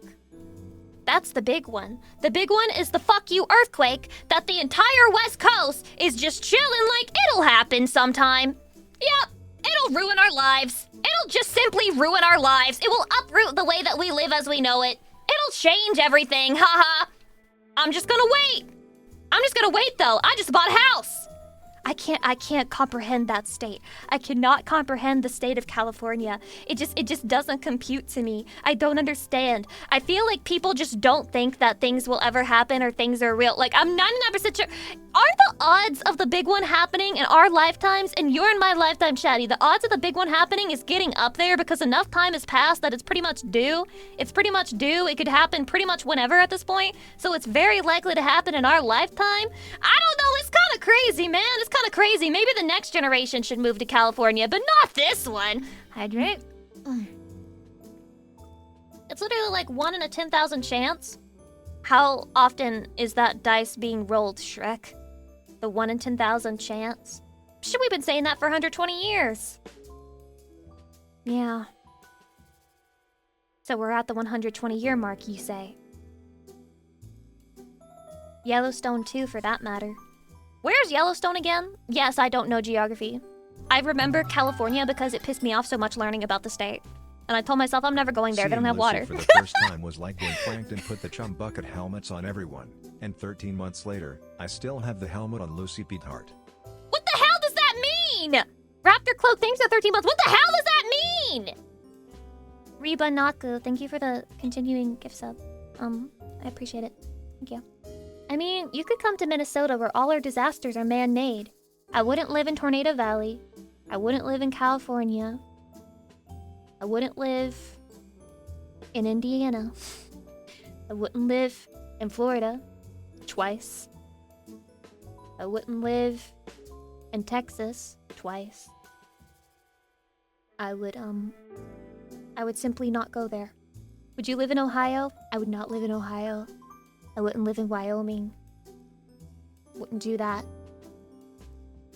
Oregon? Doesn't Oregon have like the highest fucking income tax of any state?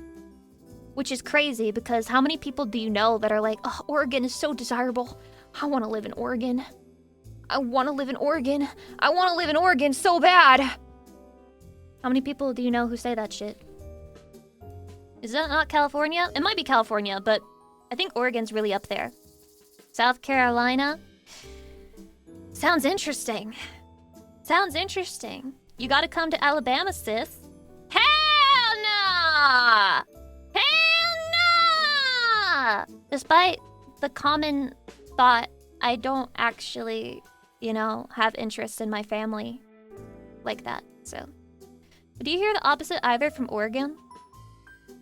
I don't listen to what people from Oregon say, so I wouldn't know what they're saying about it. In Texas, I get freezes, hurricanes, tornadoes, heavy floods, some fires, and it being hot as fuck. So, what's the benefit? What's the benefit? Damn, does America have any good places?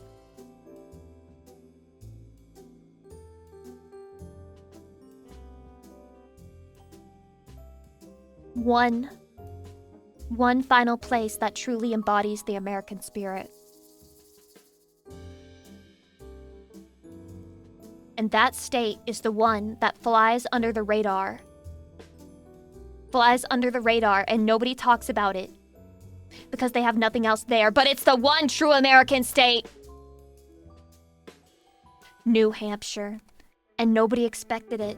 Nobody expected it. But New Hampshire was the most American state. It was the most American state. They have so many guns. They have so many guns. So many fucking guns. Their statement is literally, live free or die! Live free or die! And they have no income tax. They really said, no fucking tax, bro. Do not tax me. Taxation, I'll kill you. If you tax me, I'll kill you. And that was the most American state of them all. What about property tax? Ooh, let's not talk about New Hampshire's property tax. But like, guys, New Hampshire is the most American state. It's the most American state. Alright, they said taxation is theft for real. They also have supervillains, lol. They have supervillains? What? Nani? I don't know, Maryland is pretty good. What the fuck even is Maryland? Dude, if your state is one of those tiny ones that's like up in the northeast corner, that's like so fucking small that nobody can see it on the actual map and they have to like mega zoom in to like see your fucking state, your state sucks. Your state sucks. No one's gonna live there. Fuck your state. Fuck Maryland, bro. Fuck Maryland! Ugh. Jealous? How does it feel to know that your entire region, in the eyes of like a normal American, is Boston and New York City? And no one cares what the fuck you're doing. No one. No one. No one cares what the rest of you are doing. Not a single soul. Not a single fucking soul cares. Where the fuck is Maryland? No one knows. No one knows, man. Nobody knows where Maryland is. It's a nothing state, dude. What about Utah? I would live in Utah for the craziness of it. I would live in Utah and then I would go to like the local 7-Eleven and then I would buy a dirty soda and I would throw up in the fucking bathroom and then I would leave. And then I would be like, fuck, that was awful. I can't wait to try a new flavor tomorrow. Maine, I want to visit. It has good lighthouses. This is going to sound super stupid, and it is. But when I was a kid, I was like, I want to move to Maine one day. And I had no knowledge of what Maine was like, or even what the fuck Maine was. The only reason I wanted to move to Maine was because I liked the name. Wow. Maine. What a cool name. So simple, just rolls off the tongue. Maine. I'm not joking, that was my one sole reason as a child that I was like, wow, I want to move to Maine. That's it. I've been to Chicago a lot, it sucks ass. Is Chicago in Maine? I thought Chicago was in Illinois. The rain in Maine stays mainly on the plains. Is that a tongue twister? It's okay, North Carolina mogs all.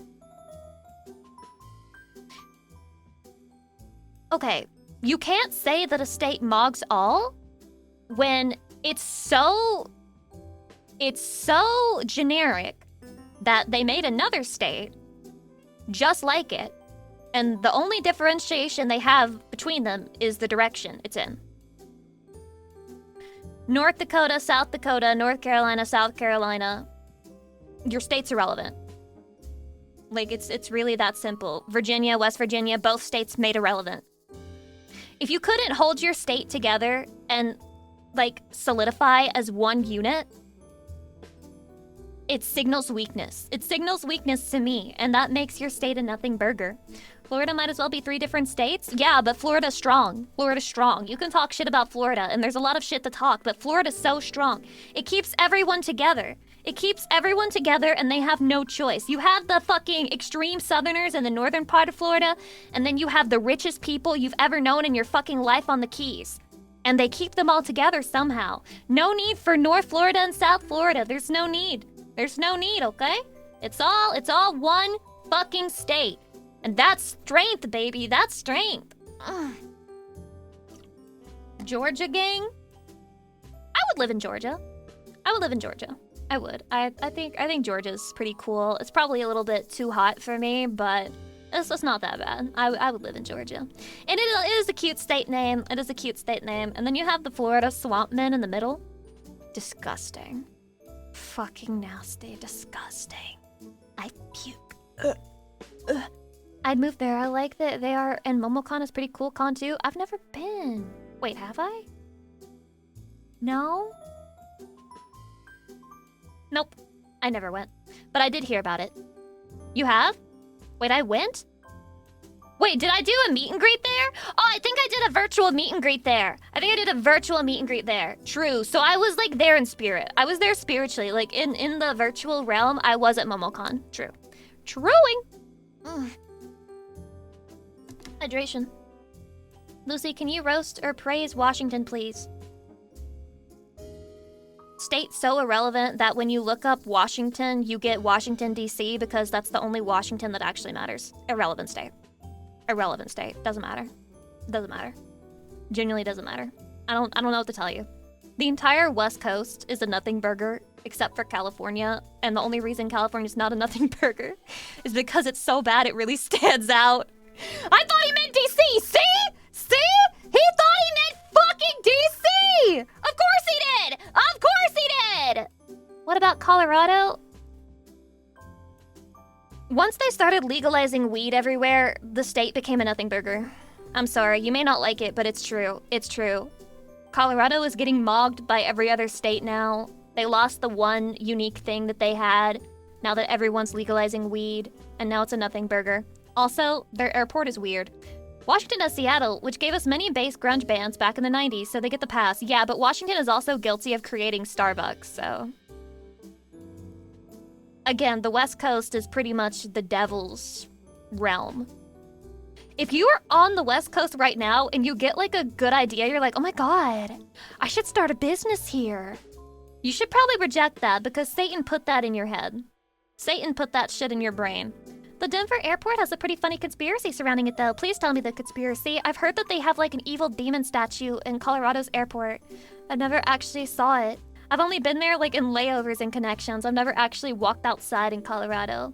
But did you know that anytime you fly in Colorado, it's like a bunch of fucking turbulence because of the Rocky Mountains? It feels like I'm gonna throw up whenever I take off or like land in Colorado. It's crazy shit.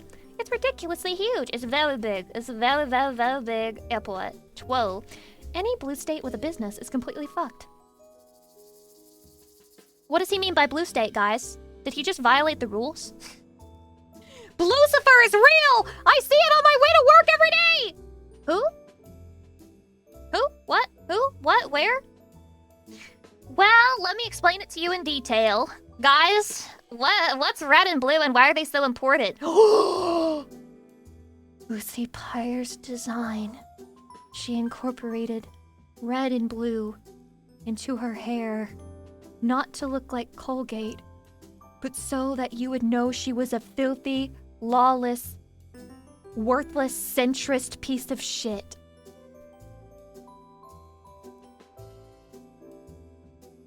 Fence-sitting slut. Chatty, I am neither the Wokler, nor am I the Chud God that you want me to be. I simply think both sides have a good point. I don't know, guys. Both sides are kind of cooking. Hydrate. Oh. Now hold on, I can get behind liberal. But centrist is too far. I know, I have become the most unattractive version of myself in this one moment where I had the epiphany. You are amazing. I'm enjoying the stream so much. Words of affirmation for your streamer. If your streamer is doing a bad job, wait. Instead of posting an antsy comment, consider complimenting her to give her the energy to keep going forward and to maybe brighten up her energy on stream. Wow, you are doing so great, Lucy Pyre. I am really enjoying this stream. Keep up the good work. Add an emoji in for extra flavor and to make her feel seen. Thank you.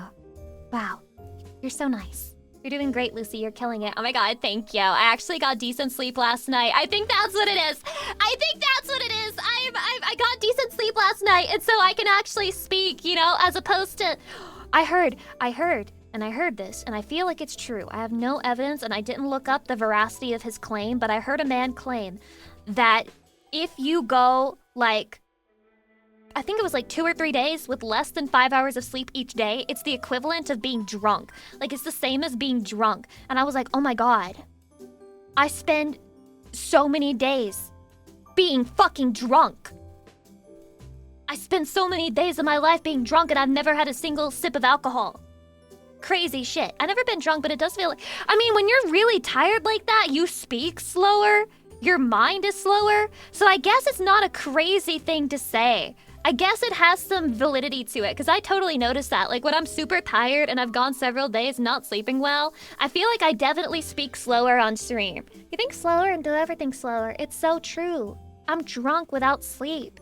I mean, maybe that really expresses the importance of getting good sleep. I once went on a week of 1 to 2 hours of sleep at night. I started hearing voices, and the voice was Lucy Pyre, and it never really went away. I still hear her now, as I talk to you at this Alcoholics Anonymous meeting. I never believed in God, so when I had to give everything up to a higher power, I couldn't think of anything to give it up to. But then I remembered the voice. Lucy. I put my alcoholism into her hands. I give it over to her. I am at her mercy. She is my higher power. I still hear my wife's voice. Dude, that's so fucking sad! At an Alcoholics Anonymous meeting, and he's like, I still hear my wife's voice. Even now. And he's like, oh my god, what did he do? Did he accidentally kill her or something? No. It's me. I'm his schizo brain demon. Baby Unveiled, thank you for 5 gift subs, I appreciate it, blah blah. The Anata, or whatever the fuck Bao was talking about. The Anunnaki. What the fuck is that?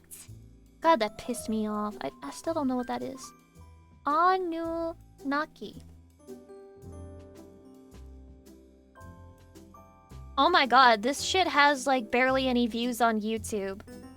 This is like deep conspiracy slop. Oh my god. Someone just made this shit up and was like, are people actually gonna believe it if I put it on the internet? And then the answer is yes, they will believe it. There's no way. Yeah, uncharted territory. Should we start with that for the react? I'd rather react to flat earth theory because you control people really good with flat earth theory, but if you're like, do you believe in the Anunnaki? You just sound like a guy who reads a bunch of fantasy novels and that's it. But if you hit somebody with, so I believe that the earth is flat, then they'll actually think that you believe it, 1, and then number 2, it instantly puts them in a defensive state. But Anunnaki is just like, what? Are you talking about a book? You need to instantly activate somebody's shields and like raise the hair on their arms and like their back and shit. And that's what flat earth theory will do for you. Hydration. No better conspiracy theory out there. Anunnaki kind of sounds like an anime power to me. Anunnaki! Nakadashi beam!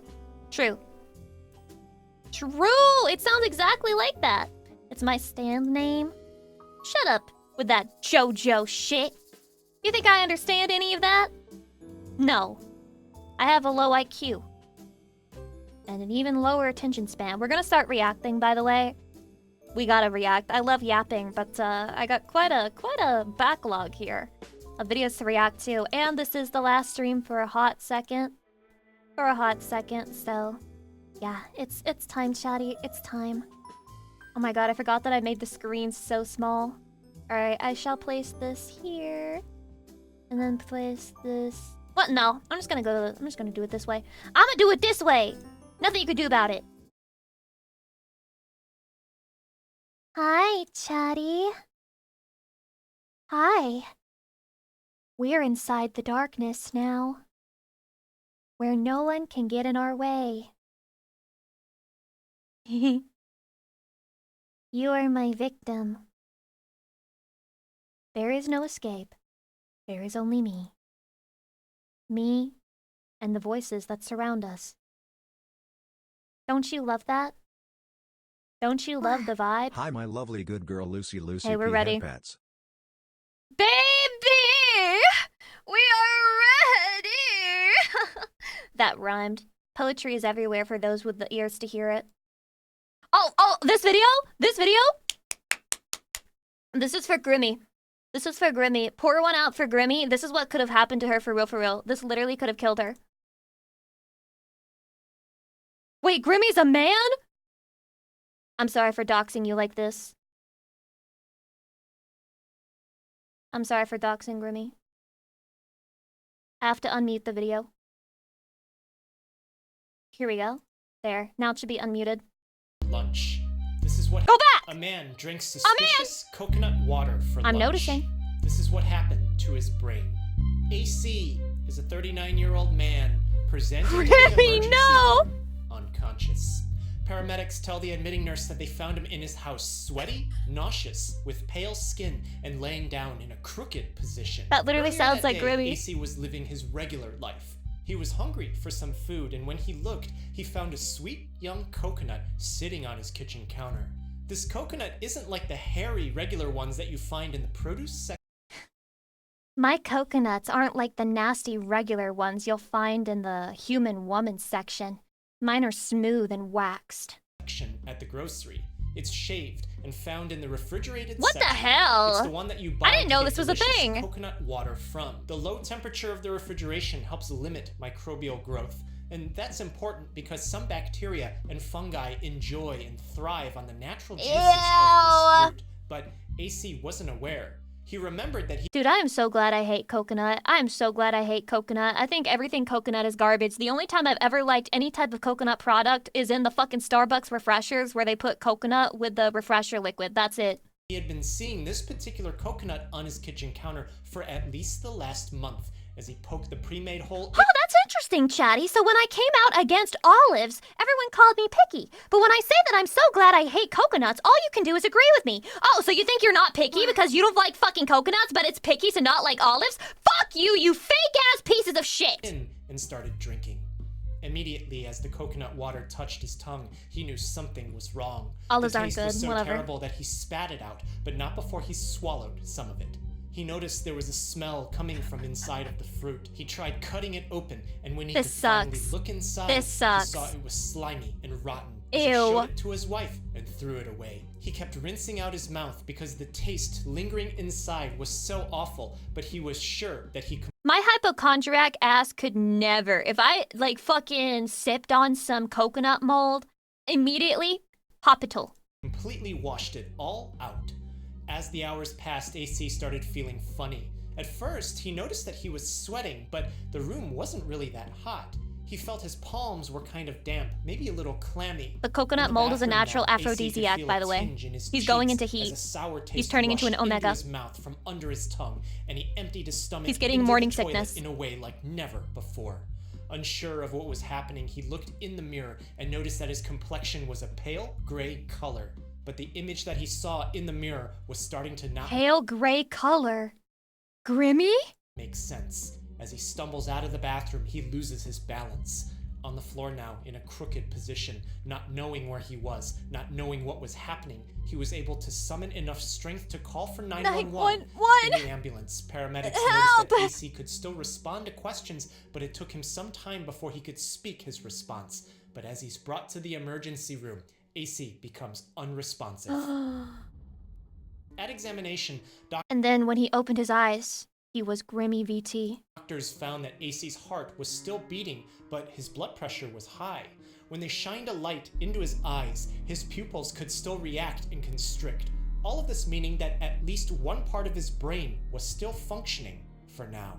A blood test finds that AC This has is so metabolic scary. acidosis. Acid in this context being a waste product of metabolism or cellular activity, but more formally known as the concentration of hydrogen ions in his blood, and osis meaning a disorder Okay, for those of you who went through medical school, I'm assuming that this is like extremely informative for you, but this is just like, yes, I see. of Yes, a I disorder of understand. excess acid Rubbing my due chin. to cell activity, but which cells are doing Yes, this? I The medical see. team notices that I AC's see. forearms and his calves would I randomly see. jerk. Given that he was found by paramedics in a twisted and crooked position, there could be something wrong with his muscles, but the nervous system controls the muscles, so which one has the problem? In the intensive care unit, AC's body temperature is now higher than when he presented to the emergency. Wait, how high is it? I need the number. Lucy, wait, numbers are the mind kill. I need the number. I need to know if his like fever mogs the other fever or if it's just like marginally increased. If he has acid in his blood because of abnormal metabolic activity, he quickly became unconscious in the ambulance. His muscles are twitching randomly, and he now has a fever. Then this could mean that AC has an Okay, does he now have a fever or did he not have a fever? Like what? I thought you said it increased. infection that's somehow affecting his brain called meningitis. Itis meaning an inflammation of the Meningitis is literally my fear. I've been afraid of meningitis ever since I read this one book, which I think gave me hypochondriac like fucking issues in my head. It was like like Chicken Soup for the Teenage Soul. And it was a book in the damn library. And it was about a bunch of, young kids dealing with a bunch of like mental and physical health problems. Like there were kids with cancer, there were kids with a bunch of random shit. And then there was someone who had meningitis and he had to have his fucking leg and arm amputated. And ever since I've been terrified of catching that shit. Isn't that the kissing disease? It's just a disease. layers of membrane Well, it's like, I think it's, there's like a viral version and a bacterial version. surrounding the brain and the metabolic activity, causing acidosis might be from You've had it as a kid. It was awful. 2 weeks in the hospital. I've been plagued by headaches ever since. Oh, I'm so sorry. I'm so sorry. I'm so sorry that happened to you. I'm so sorry that happened to you. Please, please, God, keep it away from me. Please, please. Universe, I reject. Universe, I reject. I reject the meningitis energy. problem with his cells in reaction to the fact that bacteria is now growing in his nerves and his brain. But how No. can the medical team be sure that this is what's happening? Doctors send a needle into his back to collect cerebrospinal fluid to test. If bacteria is infecting his brain, this fluid should give some clues that something is growing inside, but time is quickly running out. The medical team doesn't know for sure if he has an This is infection. horrible. They start him on antibiotics in hopes that if this is an infection, some of the bacteria can start to be handled immediately. What doctors also don't know about is the suspicious coconut water that AC drank. He couldn't tell them about it because he was unconscious. His wife told doctors that AC had showed her a rotten coconut just hours Oh my before she God, found him bitch, do that crooked and immediately. sweaty on the floor. This gives doctors some clues as to what's happening because as the labs return for their cerebrospinal fluid, it looks like there isn't any infection in AC's brain at all. When a fruit becomes rotten, it's anyone's guess as to what kind of bacteria and fungus were growing and thriving inside. In medical literature, rotten coconuts and corn have been associated with boncretic acid, a Why is living hell? Oh my God, everything's out to fucking kill us, man. And I don't even blame the fruit, cause like, why are you eating me, right? If I'm like a fucking banana and you're eating me, I don't want to be eaten by your ass. So like, I am gonna try to kill you with my bacteria. Can you imagine what this shit was like back in the day when you didn't really have just like running water at fucking command? Couldn't just rinse me off? You were just taking a risk. You were just fucking taking a risk every time you shoved a banana in your mouth. Mitochondrial toxin that's made by Burkholderia bacteria, which sometimes appears Fruits as want a to be result eaten? of Incorrect. incomplete fermentation. This gives us a couple of clues. First is that a rotten coconut that's slimy on the inside likely has bacteria and other microbes growing in it.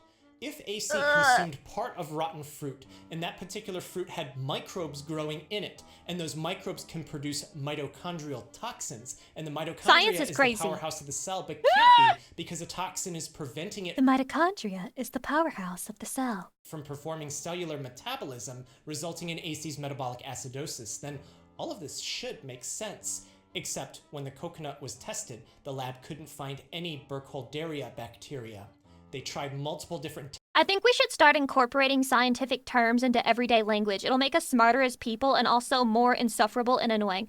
Like, for example, if you're feeling really lethargic or like fatigued that day, you can be like, oh, yo, my mitochondria fucking slacking. They're not pulling weights today. They're just chilling in my body, not doing shit, not doing their job. We should start saying things like this unironically. Tests and even tried to look for boncretic acid itself, but none of it was found. An MRI. What's the scientific term for loving Lucy? Intelligence. Has been swelling into his brain, particularly in the parts that control movement, learning, and memory. A blood test finds that he has hyperammonemia. Hyper what does that mean? High. Ammon referring to ammonia, a chemical made as a result of the body breaking down proteins, and oh, my cat pisses that. Presence in blood. High ammonia presence in blood. Proteins are large compared to simple molecules. They're long chains of simple chemicals, so the body can chop them down to digest. He's got cat piss in his them. brain. Gut bacteria do that digestion. Each chain link in any protein are called amino acids. Amino referring to the chemical group amine, which contains I read nitrogen. That as anime. I'm so fucking brain rotted. All require nitrogen. It's why you hear about needing nitrogen in the soil with fertilizer. And from an ecosystem perspective, the exoskeleton on some bugs contains chitin, which is a significant container of nitrogen. If nitrogen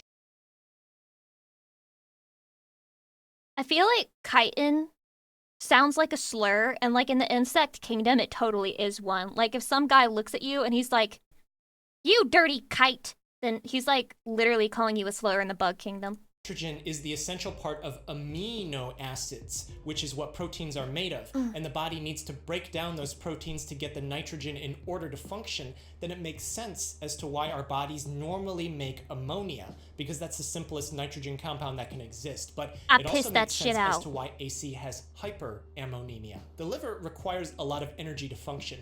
If AC somehow ingested a mitochondrial... I just want to show some appreciation for this diagram of the human male body. First, the definition that they put, even though it wasn't necessary, they could have just made him like super round. But also, that nipple, that is so arousing. Wow, that is a horny fucking designer, whoever made this guy. Like the subtle little nipple that shows only when you rotate him to the side. Peak. Energy to function.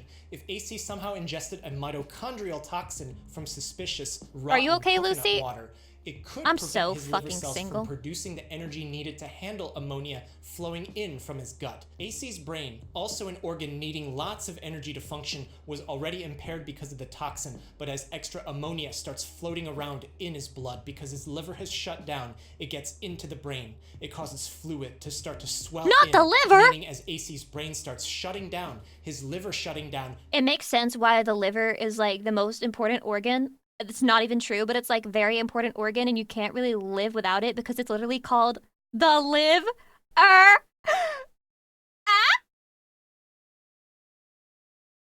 Any keks for sale? Any keks for sale? Any keks for sale? Anyone? Anyone, please? Makes it even worse, but it's not his only problem. The same blood test finds that parts of AC's muscles have broken off and started spilling into his blood, likely because his brain had trouble controlling the contraction and relaxation of his muscles, and because muscle tissue is also energy dependent, this should make sense. Those muscle remnants collect in his kidneys and rip apart the tubules, causing his kidneys to shut down too. Not the kidneys! AC He's so dead. He's so dead.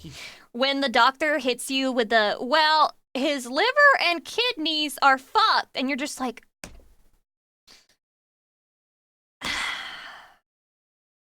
Let me call the funeral home. Doesn't appear to have any bacterial infection. The rotten coconut from where he took a sip of the suspicious water also didn't have the Burkholderia bacteria that would make the buncretic acid mitochondrial toxin that could cause all of his problems. But given that his brain is swelling with fluid, his liver has shut down and allowed ammonia to spill everywhere in his blood. This is so horrible. His muscles have sloughed off and are now floating around in his... I feel like if I was Grimmy and this had just happened to me, and then I went online and somebody told me this, and then I saw this video, I would have trauma. Nobody sent her this shit. None of you sent her this shit. I would genuinely be traumatized. Blood causing his kidneys to shut down. What else could have been in that coconut? In the lab, further examination of that coconut finds the presence of the fungus Arthrinium saccharicola, known to produce... Did they really name that I'm a fungus? Yeah, I'm a fungus. I'm a fungus. I'm a fungi. Toxin 3-nitropropionic acid. In the mitochondria, this toxin is shaped like a chemical that's normally used to help produce ATP for energy. When the toxin is present, instead of the mitochondria using the normal chemical, the 3-nitropropionic acid slides in and prevents energy production. As cells of the brain, especially in the areas that control movement, start to panic Cell and run out of NTR? energy, some of those cells start to die.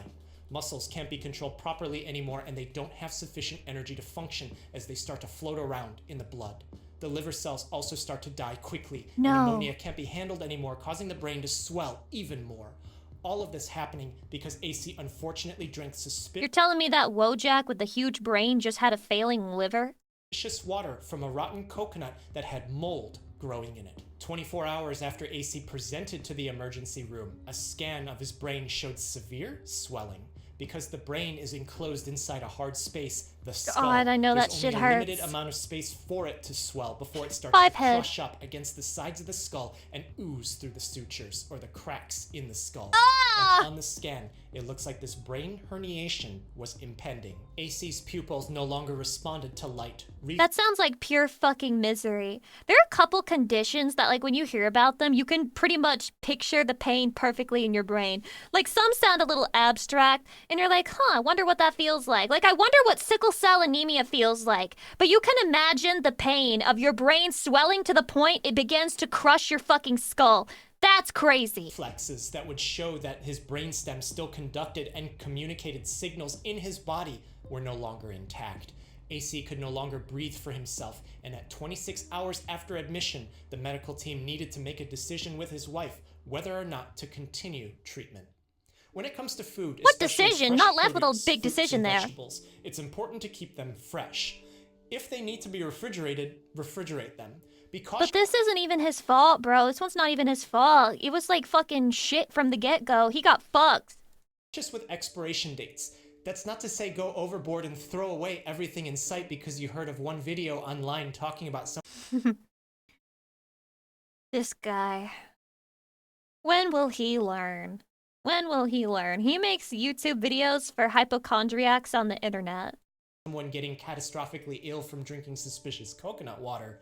But if something looks weird, if something smells weird, something tastes weird, just be careful. Sometimes it isn't even the bacteria or the fungus growing on the food that can cause problems, but the fact that those microbes could produce chemicals that are toxic to humans, that is what can cause some issues. Yeah, what even is it's that? It's not common, and sometimes accidents happen, and relatively exotic things like drinking from a Solution, just don't eat and drink anymore. You're joking. You're going with like the most extreme example, but there are some people who are so paranoid and like so anxious and so afraid about things like this that they genuinely struggle with eating food at all because they're afraid it's going to kill them. coconut can lead to mistakes, just like in AC's case.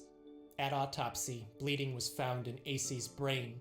Re-examination of the coconut and a sample of his blood found the 3-nitropropionic acid mitochondrial toxin that was responsible for everything that Water mold is the worst one. Could you just not say shit like that? I drink so much water every day. I am genuinely consuming like over 60 ounces of water every single fucking day lately. And I don't have any plans of stopping. So can you stop coming up with stupid bullshit? happened to him. This toxin was something made by the Arthrinium saccharicola fungus that was found in the rotten coconut from which AC had a Didn't drink you of hate this water? There's no way. There's no way. There's no way you're a 10-month subscriber and you think I hate water. I'm literally a hydro homie. I am him, bro. I am him. I am the hydro fucking homie. Whoever fucking hydro homied. I drink a sip of water between every bite of my fucking food. Why? For love of the water game. For love of the water fucking game, bro. I love water. Water good. Okay? If I had to pick one thing to drink for the rest of my life, it's water. Easy, hands down. Autism is like... Also, this is the superpowers of autism. So, apparently Vegeta's gonna motivate me. Please do. Autism is like... ultra instinct. True. It can also be considered as being in the zone. True. I will tell you why. Warriors, watch this whole video to the end. I'm a warrior. Because I believe all of you must strive to become more autistic, which will help you to achieve your goals and become a strong and capable man. Dude, this is fucking true. The less autistic I've become from, like, learning how normies operate, I've become a worse person. Autism is in no way a disadvantage. Most people view being diagnosed with autism as a flat-out negative thing. I want to ask you all something. What do you believe? I believe in the power of autism! Do you think autism makes those with it lesser than those without it? Do you know anyone on the You don't want to know my answer to that question, do you? autism spectrum and believe they can't be as successful and happy as you? I don't believe that at all. Wait, he's so In positive. fact, I believe that people with autism are just as capable, if not more capable, than all of you born without autism at being Why is he talking to the audience like they're not autistic? successful and happy in their day-to-day lives. They just have to go about life differently. Consider Albert Einstein and Sir Isaac Newton, two geniuses said to have had Asperger's syndrome, a form of autism. This disorder affected their daily lives, with Einstein even dropping out of high school at 15. So basically, you're fucked if you don't have savant syndrome, which is most autistic people. Most autistic people do not have savant syndrome. Despite these challenges, both achieved world fame and success. Einstein's differently wired brain allowed him to see problems in a new light, offering perspectives others couldn't. Being autistic comes... But that's not true, though. It's not true that most autistic people don't have savant syndrome? How common do you find it in real life, in real everyday life? Not about the autistic celebrities or autistic famous people that you know. How common do you find it in everyday life that you meet an autistic person and they're super fucking good at something, you know, that's gonna make them famous? How often does this happen? With many different perks. I will now talk about some of the best perks that they have, which all Most people with autism are simply, you know, saying in the kind sense. Can I say this? Is this able? Can an autistic girl say it? They're just disabled. Should try to achieve. Hyperfixation. If you are autistic, you have the quirk of I can't with this shit. I can't with this shit. Oh my god. Hyperfixation. Oh my god. Holy fuck. Yes, man. The hyperfixation you have with trains is going to save you. It will save you. You will be made whole. You will be made strong by your love for trains. It will make you so much money. With that, you can gain a vast knowledge of an important topic rather quickly compared to someone who isn't hyperfixated. I hope the topic is like helpful to you in real life. Is that the fixation is so strong that if you're not careful, you can neglect important life tasks like this is what usually happens, hence the hyperfixation and not just like fixation. Eating, sleeping, using the restroom, and others. It messes with your sense of priorities. Some of you warriors might be You're undoing your own point! Getting jealous that you don't have this quirk if you don't have autism. Quirk. We're Boku no Hero posting. Hyperfixing isn't limited to just autistic people, but it is a... It's true. You can get in a flow state, guys. You can simply activate flow state, and then you're mogging autistic people. Very common effect of autism. If you have a strong mindset and not are able this to rage focus bait on video. doing the thing you want, that you know is going to get you to your goals, You too can gain the ability to hyperfixate. I know the mods left this in despite everything being AI generated because they knew it rage bait me and they're like, no, Lucy, trust me, this will make good content. And I hate it when they're right. Similar to entering the zone, if you know what I mean. Do I know what you mean?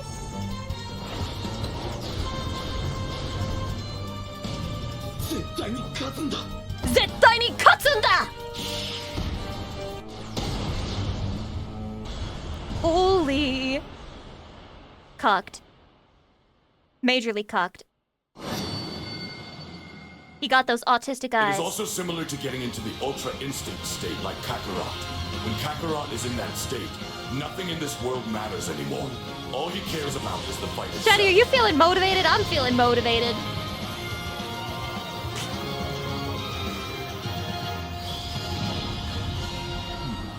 Do you see that, my lord? It would appear that we have a new reason for hope, Lord Beerus. I'm sorry, Dragon Ball Z character design is so fucking hideous. What are these creatures? I can feel it. Not the chaos of consciousness, but the elegant purity of energy operating on impulse alone. Goku is focused only Angels? on Gods! on the battle itself. I didn't know that angels and gods were ugly. He's throwing his whole body and soul into the fleeting moment of each strike, allowing the flames Where did the of new his voice power to come rage from? freely, unrestrained by the walls of thought. Concerns for his universe or the gap in their He turned into codes, his Deku hesitation, his when he started out impatience, as like his fear. Bakugo. He's given them all to the fire and let them burn, so that now there is only himself, his opponent, and the fight. All you autistic humans should cherish this ability because it is easier for you to achieve.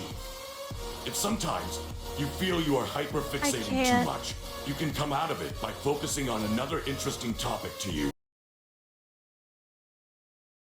It's that easy. It's that easy. If you ever feel like you're hyperfixating too much on something, just stop hyperfixating on it and hyperfixate on a different thing. That you won't fixate on. It's good and mentally healthy to hyperfixate Any sometimes. artists in the chat? Thoughts on this video? Press 1 to vouch. Press 1 to vouch. Press 2 to hyperventilate. But managing it is key. If you know you hyperfixate on a certain thing, be careful when engaging in the hobby or activity.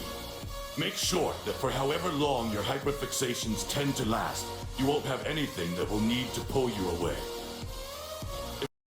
Like needing to piss?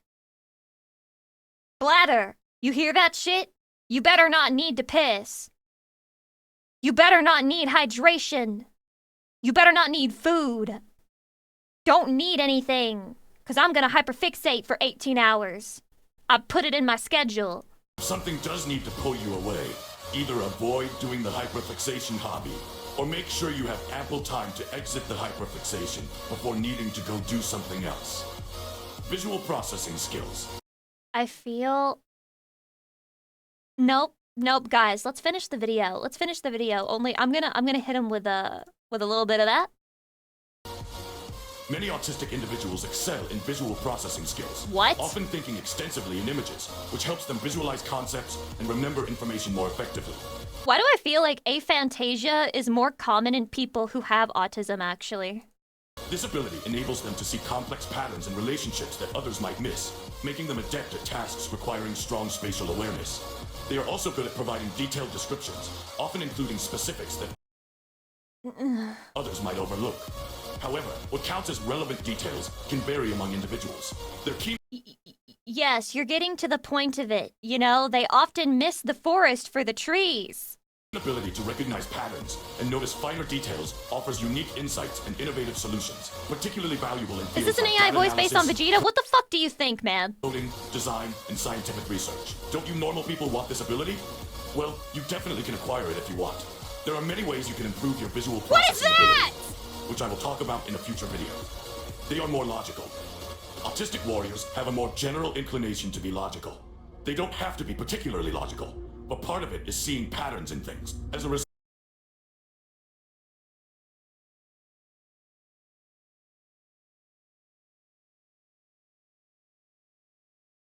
I feel like they looked at a Mayo Clinic list of autistic symptoms or like the manifestations of autism. And they were like, I got this shit. I can write a motivational speech for autists. I think to say that autistic people are more logical, you're only thinking about it at a very superficial level, because while, yes, they can be logical to a fault, they can also be very illogical because of the black and white thinking, which kind of makes you very illogical because most things are shades of gray and not black and white. As a result of this pattern recognition, they may approach problem solving in a more sequential way. Some may have less concern for what others think of them and don't necessarily feel the need to socialize. Or you could just be an autist like me who really, really cares what other people think about them, but totally lacks the ability to conform. However, some do You know, have it's a lot of spectrum, concerns as about they what say. others think, and can be very empathetic, very aware of others' feelings, and very ready and willing to help. Or they could be the total opposite. Did you guys know that autism is one of the things that can be frequently misdiagnosed as narcissism? Yes, because they come across as very unempathetic. Care deeply for others. The most important part is that with this skill, you can always think logically about the problems you face and find solutions to them. This is a skill that everyone should possess and strive to achieve. So true, Honesty. so true. Now, So I think as a true. result of differences in communication, an autistic person's communication can also be potentially more imaginative. What? Generally, autistic people tend to be more honest, or at least they find it more difficult to lie. It makes friendship hard. Many autistic individuals can be loyal, though if a relationship ceases to be beneficial, they might end it. But for You're not helping! You're making them sound like total narcissists! Oh my god! well-established connections, they are generally quite loyal. Maybe we shouldn't be friends with autistic people. Fuck it, I deserve it. They are more direct in their communication, more likely to express things as they feel or see them. However, many autistic individuals don't always share their thoughts or feelings, because after a lifetime of being dismissed and having their emotions and thoughts seen as weird There's somebody who's gonna self-diagnose with autism after this video, because they're like, wait, I do that. or ridiculous, they often feel uncomfortable doing so. There is a fear of being dismissed and seen as ridiculous. If that is the case, then you really do not have to give a fuck what others think of you. Just like I talked about in another one of my videos, which will be linked on top. I think this guy is an anime motivational... I think we've seen enough. No, let's check out the other videos.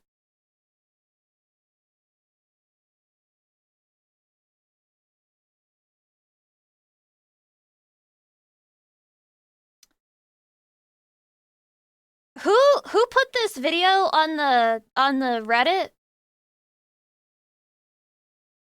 I genuinely think you should be timed out for the rest of the stream. I genuinely think this. Do you guys think this is a fair punishment? Press 1 for yes. Press 2 for no.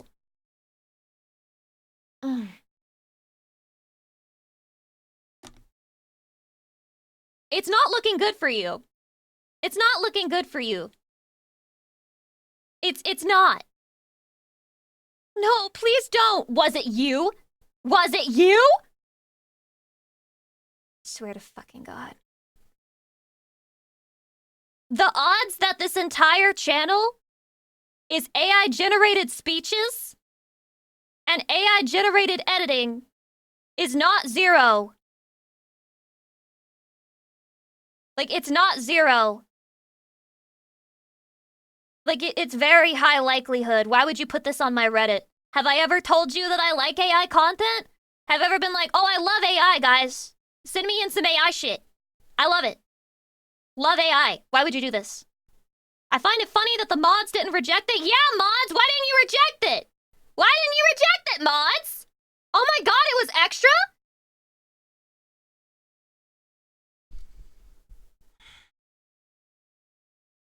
Approved his own submission. This is actually an egregious...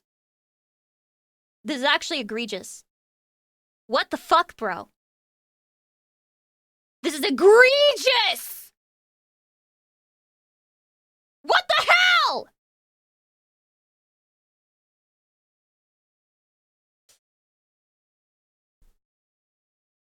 Well, chatty,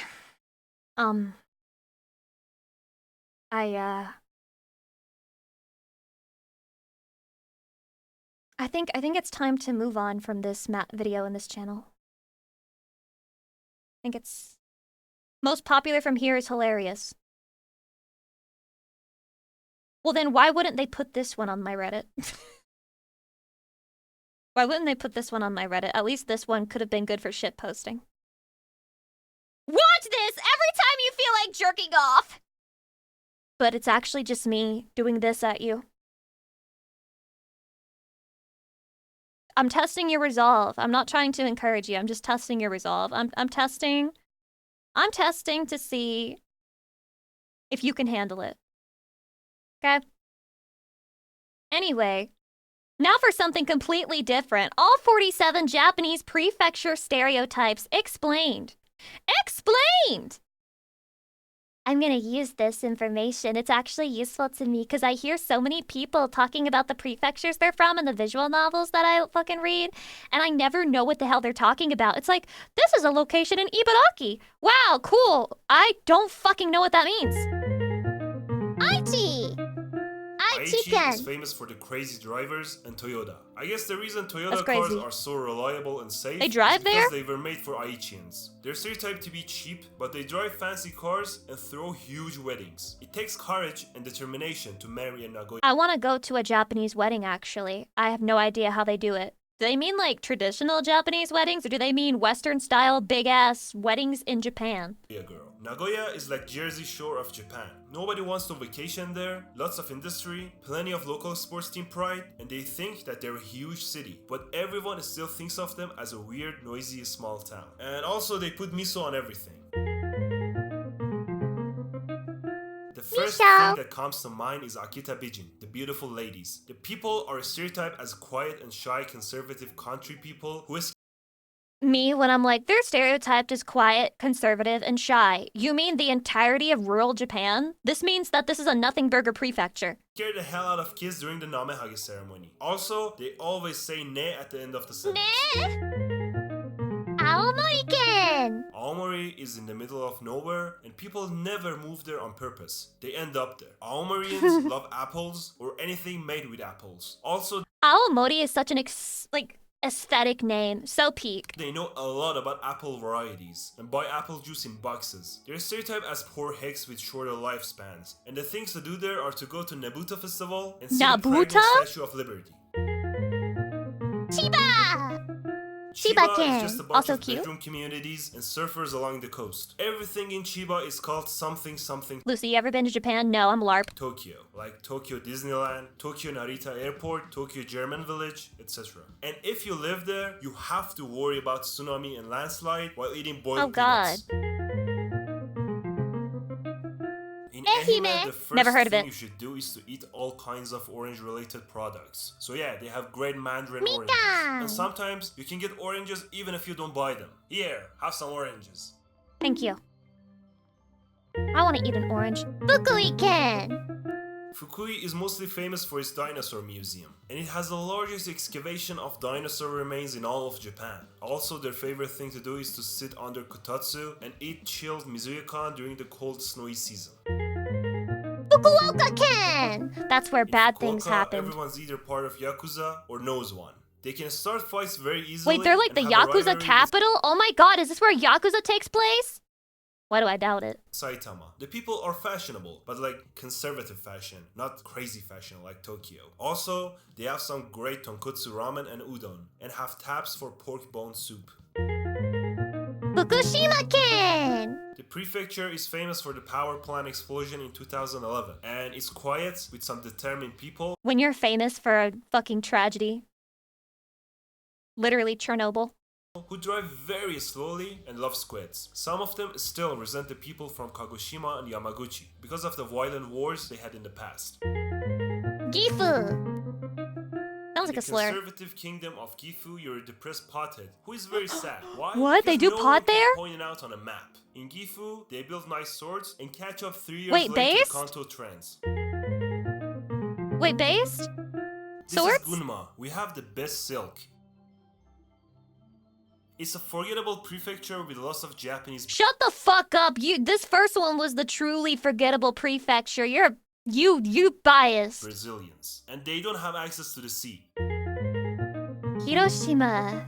I've heard of this one The before. elephant in the room is what happened in Hiroshima in 1945. Stop! So No, stop! that, It was supposed to be a and in joke! Hiroshima, you're either a Yankee or a Yakuza member. You speak with an accent that makes you sound very tough and intense. Drive a Mazda, and you're a die-hard carp fan. And they have their own version of Bigfoot. Oh my called God. Ibagon. Are they furries there? Hokkaido! I wanna go there, I wanna go there, I wanna Hokkaido, or visit, I should wanna visit, I say wanna visit. Butterland, has lots of old Butterland. people, and just like some of them, it's huge. It's sort of like Alaska The America of Japan.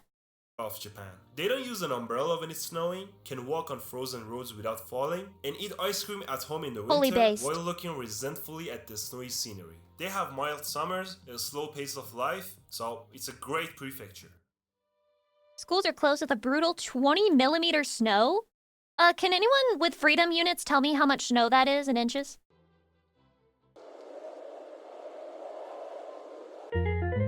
Hyogo! Hyogo, home to the original Kobe beef. Which prefecture you said you're from? Kobe. Yeah, These they have the drawings are largest incredible. Yakuza organization. If you're liking the video so far, please subscribe. Like, comment, and subscribe. Ibaraki-ken! So, you're from Ibaraki. I've come to your capital. What was it? Hitachi or something? It's Mito. Hitachi Whatever. wand. Ibaraki has some kind of rivalry with Gunma and Tochigi. They're all stereotyped to be Yankees who know how to surf and eat natto every day. You are now reminded that at one point, Japan was at war with itself at all times. Also, they get angry when they're called Ibaragi. Ishikawa-ken! Everyone there is a pachinko addict, and there are lots of pachinko commercials. And Would you guys go to a pachinko parlor if you visited Japan? Or do you not trust your ability to control your own gambling? they put gold leaf on things. This is good for my health. No, it's not. You're just gonna poop it out. Asking for me to like and subscribe is a good way for me to do the exact opposite of that. I think I did that in like a couple YouTube videos and I hated doing it and I thought I had to do it because like every other YouTuber was doing it, but then I was like, wait, why am I doing this? I hate this. And so I stopped doing it. Kurio Fulio, hi. Everyone thinks Iwate is empty as hell. Well, they're right. If you want to live somewhere peaceful and quiet with beautiful mountains and small villages, Iwate is your place. Also, you can go urchin picking. Urchin picking. Ew, never mind, not visiting. Kagawa-ken! Kagawa is the smallest prefecture of Japan, and the people are stereotyped to be stingy and cold. Kagawa is also known as the udon prefecture. Udon is a part of their lives. They eat it for breakfast and even have a udon taxi. What? Kagoshima-ken! People in Kagoshima are weird and friendly and love udon so much that they're always subject of What? I jokes thought the for other creating guys their liked whole udon. life around udon. And they have a very active volcanic mountain named Sakurajima, so if you have a white car, you're doomed. Really? They're not scared? Kanagawa is a Kanagawa-ken! spooky place, and the whole prefecture is overshadowed by Yokohama City. They think highly of themselves, brag about their city, and see themselves as a mini Tokyo. Also, the place is swarming Guys, with we're just like Americans Tokyo, because only of less the crowded, military haha. bases. Kochi-ken! Coochie kid. People in Kochi are heavy drinkers who like to get hammered on the weekends. I thought that was They every then argue Japanese with their person friends because of and the work family culture. over politics, get into a fight, and then forget everything by Monday. Why would you drink in Japan when you can just go outside and look at a mountain? That's crazy. Lots of old people live there, and about the See you in women, 3D. they're Bye eight forever, ball, ex-con. which is a local term It's for over. old and strong. Kumamoto-ken! Kumamon lives there. Oh. His reputation surpasses He's the scary. prefecture itself. I've seen him has a before. picture He's with very Keanu scary. Reeves. I mean, you can't even pronounce the prefecture without saying Kuma. Speaking of Kuma, all Straw Hats have their statues scattered there. His name is a spirit. What do you think? He looks delicious. Diligent. What a diligent horse. Diligent. Kyoto! Kyoto-fu! That's a nice looking watch. That's not Ken. Get out of my house, you uncivilized baga. People in Kyoto are masters of passive aggressiveness. They're mainly stereotyped I have to be heard. snobby, two-faced people who look down upon What's others, with the and you may not even know who you're. By the way, Japanese people are just racist against their own people if they're from Kyoto. This is true. Like, look at the way he depicted. This is literally a racial caricature of a Kyoto person. That's crazy. True friends are. How do you look, man? You look like crap. If I was a girl, I would never, ever, in a million years, even look at your stupid gaijin face. That's crazy. That looks lovely on you. Kyoto was once home to Japan's royal family, so they have a high level of pride because of that. But all in all, Kyoto is great, but the amount of people visiting at one time isn't. You're welcome here, as long as you don't. Bro. Apparently, when people from Kyoto want to tell you that you're being too loud, instead of saying, "You're being too loud, could you please be more quiet?" they'll hit you with the, "Wow, you're full of energy today, aren't you?" Don't think about establishing a life in here. You scum. Have a nice day. But don't worry about it. This is These actually are an just the insult, and they're telling you that you're stereotypes. too Or are energetic. Mia-can! In Mie, everyone's a Nigaryo ninja. They pronounce Tsu weirdly, love eating akafuku How do they pronounce mochi, it? and visit the shrine of the main goddess in Shinto, Amaterasu, on a regular basis. Miyagi-can! I'm from Miyagi. We have the biggest city in Tohoku. We're totally better than you. Beef tongue? I don't know much about them, except that Who they do you think has the biggest superiority complex in America? Like, out of all of our states, who has the worst superiority complex? I think it's people from New York City. Cali's definitely up there. Texas, maybe. Like, if they're from Houston or Dallas, maybe. But I think it's New York City. I think it's New York City has the fucking superiority complex. They're like, no other city can compare to ours. Every other city is just a pale imitation of our city. New York City is America. We are what everyone thinks of when they think of America. We are New York City. have a high sense of pride, have the Tanabata festival, and get some strong earthquakes. Now about Sendai. So, Oh, but also I think people from Massachusetts. which prefecture are you from? We're the best in education. We're so smart. We have so much money. If you want to buy a cardboard box, that'll be $500,000 deposit. Sendai. So, Miyagi. No, I just said Sendai. Miyazaki-can! In Miyazaki, you can surf, ski, and pay $200 for That's a man. lot of variety. Miyazaki is like an isolated island on land, and it feels that even people living in Kyushu have never visited there. Miyazaki runs on Hyuga time. They're loose It's and gate easygoing kept? without Let's any go. pretense. Also, they're always late to everything. That's not very Japanese of you. You're not fitting the stereotype. Nagano can be Nagano-ken! summarized in 3 words: mountains, snow, and soba. Prefecture feels more Hokkaido than Hokkaido. It's filled with rich people and ski resorts, and it feels like Japan's version of Aspen. People there are Would you go skiing in Japan? When I go to Japan, I'm not going for sports. stereotyped as tough mountain people with strong lungs who love to argue all the time. Some of them eat bugs, and soba is practically a religion there. Also, you can go and watch those snow monkeys while I've seen videos of this. I wanna watch the snow monkeys take a bath in the snow. they bathe. Oh, what about this Nagasaki one? doesn't look like the typical Japanese city, and it has some friendly, Oh, so you're not gonna do them dirty the way you did Hiroshima dirty at the beginning? open-minded people who love eating champon. They also set up fireworks when visiting the graves during Obon, which is a ceremony for honoring the ancestors. Nara-can! Nara was once Japan's capital, and it has this weird mascot. Once. They fell off. Wait, they have the deer! They have the deer that bow and, like, attack you if you don't give them food. I don't have any crackers, buddy. I don't have any. Would the deer bite me because it mistakes me for its food? Get it? Because because Food.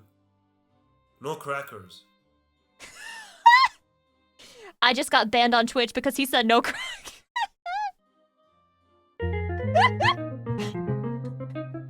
Beautiful women, great rice. I'm not pronouncing sake. that one. That's Niigata for you. People in Niigata are immune to cold, and even ride bicycles when it snows. They get brutal snows, like multiple meters, so don't eat yellow snow. I think that's a good rule of thumb anywhere you go. Oita-can! Oita is known for its hot springs and they're selfish but honest people, and they have a rivalry with Fukuoka. We may not have a great So it's basically a prefecture full of red button pushers. Reminder that if you push the red button, you're sick. nightlife like you guys, but we have hot springs. Who cares? We have 4,500 hot springs. Yeah, and lots of monkeys. Stupid monkeys. Shut up about the monkeys. Okayama-can! I like saying Okayama. You're a factory worker who Okayama? Holy wokler. This fucking region of Japan is so woke. Wokayama. It's like crazy. The prefecture is always sunny and is home to the Peach Boy. Sounds woke to me. Wokinawa. Okinawa is like Hawaii of Japan. It's all about the typhoons and those Americans who ask for gluten-free products at the supermarket. Who would do that? Okinawa is nothing like mainland Japan. They're carefree people who party all the time, rarely work, are late to everything, and are even proud of it. The people are also very blunt. I guess they have to, because they'll be dealing with those annoying Americans and mainland. No racism, by the way. No racism. Osaka ken fu, actually. People from Osaka are stereotyped to be all friendly comedians who throw punchlines in their stories and use aho as a term of endearment. Aho! What do you think of Tokyo? They're too serious. Dumbass. Kyoto? Osakans hate Kyoto, and Kyoto people think Osakans are vulgar, uncultured simpletons. Well, they I think I know why Osakans hate the Kyoto people then. kind of think of everybody like that. And despite their proximity, they're probably the furthest apart, mentality-wise, in all of Japan. In Osaka, crazy. everyone has a takoyaki maker in their house, and the prefecture is filled with obachans who wear leopard print outfits. Peak? You can pick up fucking hags and cougars in Osaka. What does Kyoto have? Except random geisha that you're not allowed to fucking take any pictures of, okay? Just go to Osaka and you can take all the pictures with the hags that you want. Saga-ken! They say Saga doesn't exist. They love eating squids and are fighting with Fukui Prefecture for at least the name recognition. Not Everyone Pete. stops in Saga Not for a Pete. 10 minutes break on their way to Nagasaki. And take a guess at who's their tourism ambassador. I'm gonna give you 5 seconds. 5, 4, it's the freaking Godzilla. Saitama-ken! Saitama is the true definition It's of an him! average prefecture. This is Takeshi-san. He wakes up early, wishes he could afford a house in Tokyo, commutes to Tokyo for work, so during the working hours, Saitama's population drops in half because everyone's at work in Tokyo. When he wants to come back home after the work, he gets stuck in the traffic. Then, he gets home and repeats this until he dies. Oh my god. I feel like Saitama-ken has to be like the depression center of Japan. People from Tokyo don't like them and find them uninteresting, so they call them Dasaitama. And Dasaitama? means lame. So they're kind of like New Jersey of Tokyo. Damn, you gotta get on their insult level. That's like as good as Doppelganger.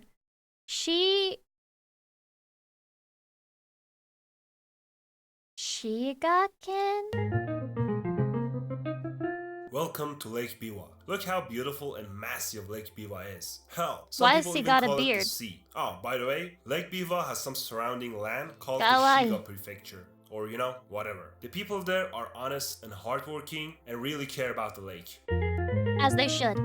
Shimane-ken! Shimane is another one of those forgotten traditional prefectures with hardworking people in it. They drink tea from 10 to 3 o'clock, stare at people, and have great crabs and even serve it in schools. In Japan, the word for crab is kani!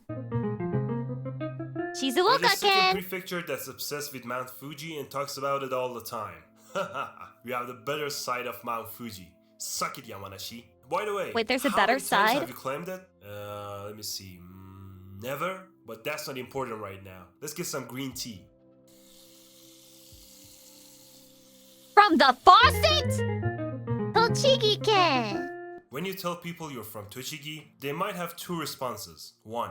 Where the hell is that? And 2. Tochigi? You talking about Nikko? I love the national park and the shrine. They always use self-deprecating humor, but get pissed when you tell them they're from Tohoku. Also, be prepared for thunderstorms, eating lots of masashi dumplings, Florida. and natto.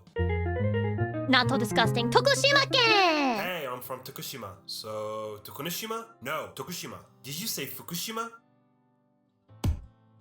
Every year during Awa Odori, people Oh, they dance have like crazy. festival And here? because of their poorly connected train system, people from Cool! other prefectures imagine their trains to be like Thomas the Tank Engine.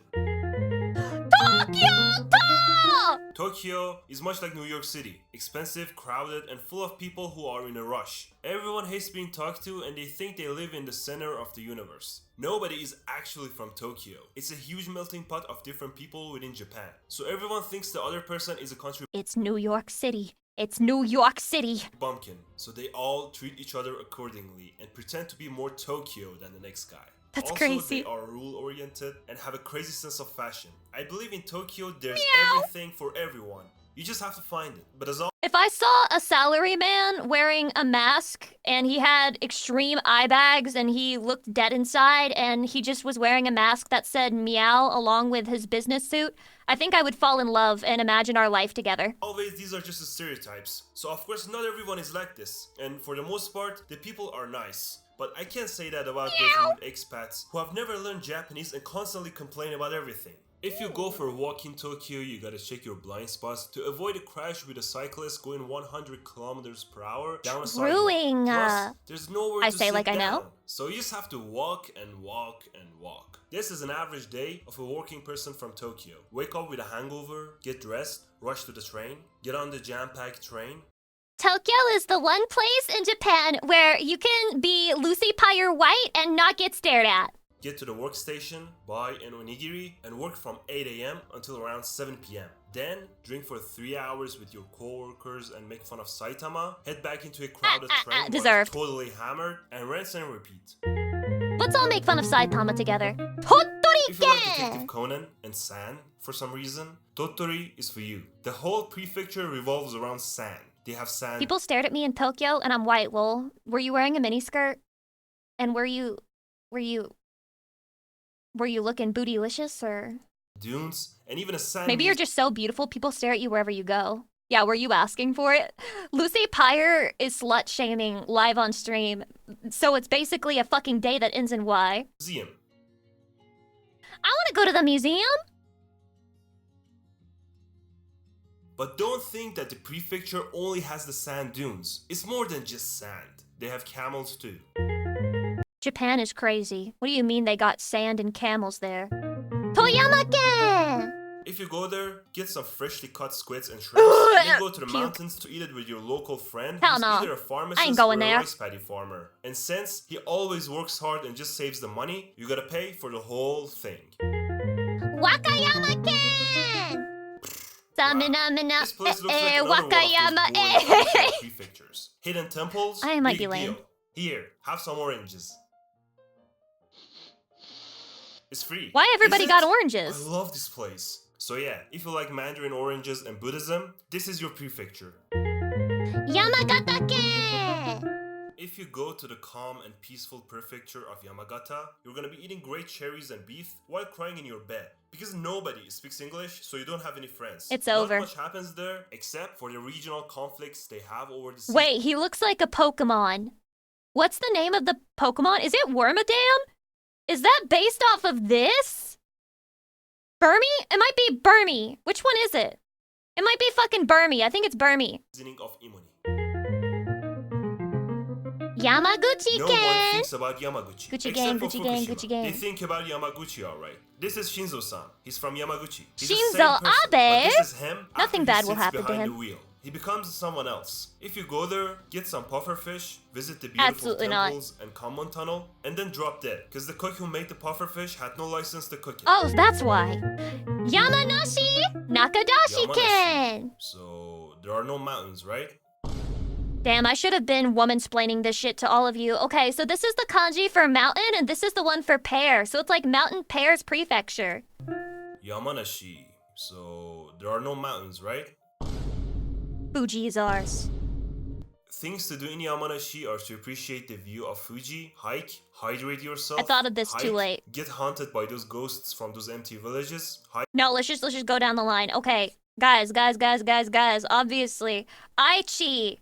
What the fuck? That's like the kanji for knowledge and love. Knowing love prefecture. Holy based. Akita. Autumn Field Prefecture. Sounds base to me.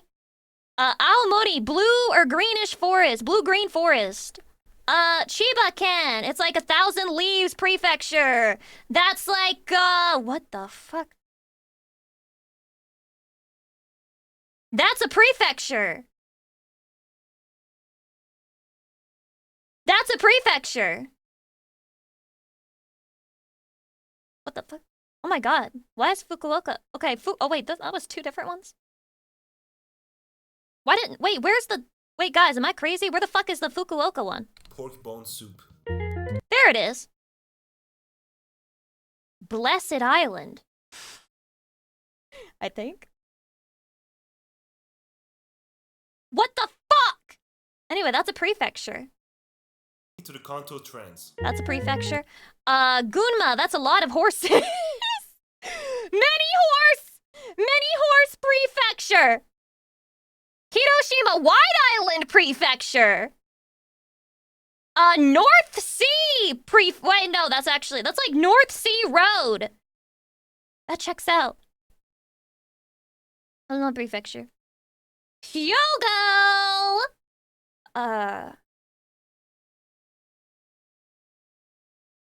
What the fuck? That's like... It's like car and soldier. They got car soldiers there? Are you a car soldier? Any car soldiers in the chat? Hyogo! Ibaraki. That's like... Oh, it's like Thorn area. Thorn area. Thorns in the area. Thorns are in the area. This one's the best one. I'll stop here. This is Stone River. This is Stone River Prefecture. It's just a rock and a river. Not very unique. Not very unique to me, but maybe I just lack imagination. All you fucking need. Xbox Live original promotional video. I don't know what this is. I'm not too young and youthful to have seen this video. I am now loading Acclaim's Revolt. What? I will soon experience complete oneness with an interconnected global community of game warriors. I can feel the energy flowing through the high-speed Ethernet cables.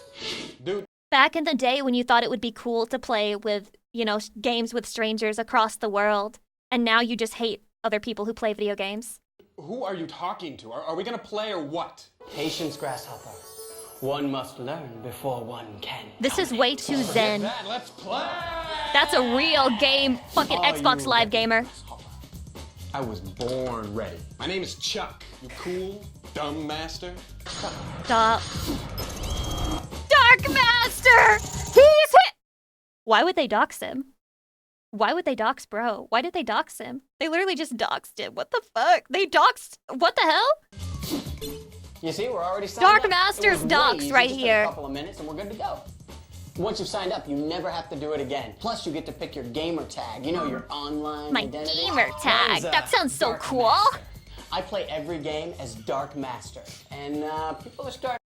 This guy must be on every game, like, soon as fuck, because how did he claim the Dark Master gamer tag? To recognize who I am. Oh no, not Roadhog! Yep, I'm getting kind of a reputation for my superior Stop, skill. stop. Anyway, this is the matchmaking screen. You can choose Quick Match, which will hook you up with any available gamer, or you can be more selective and use. This is like premium cringe content. Find the right game at your level or style. Top shelf. Or you can host a match where you set all the criteria. For your first race, let's just jump in and do a quick match.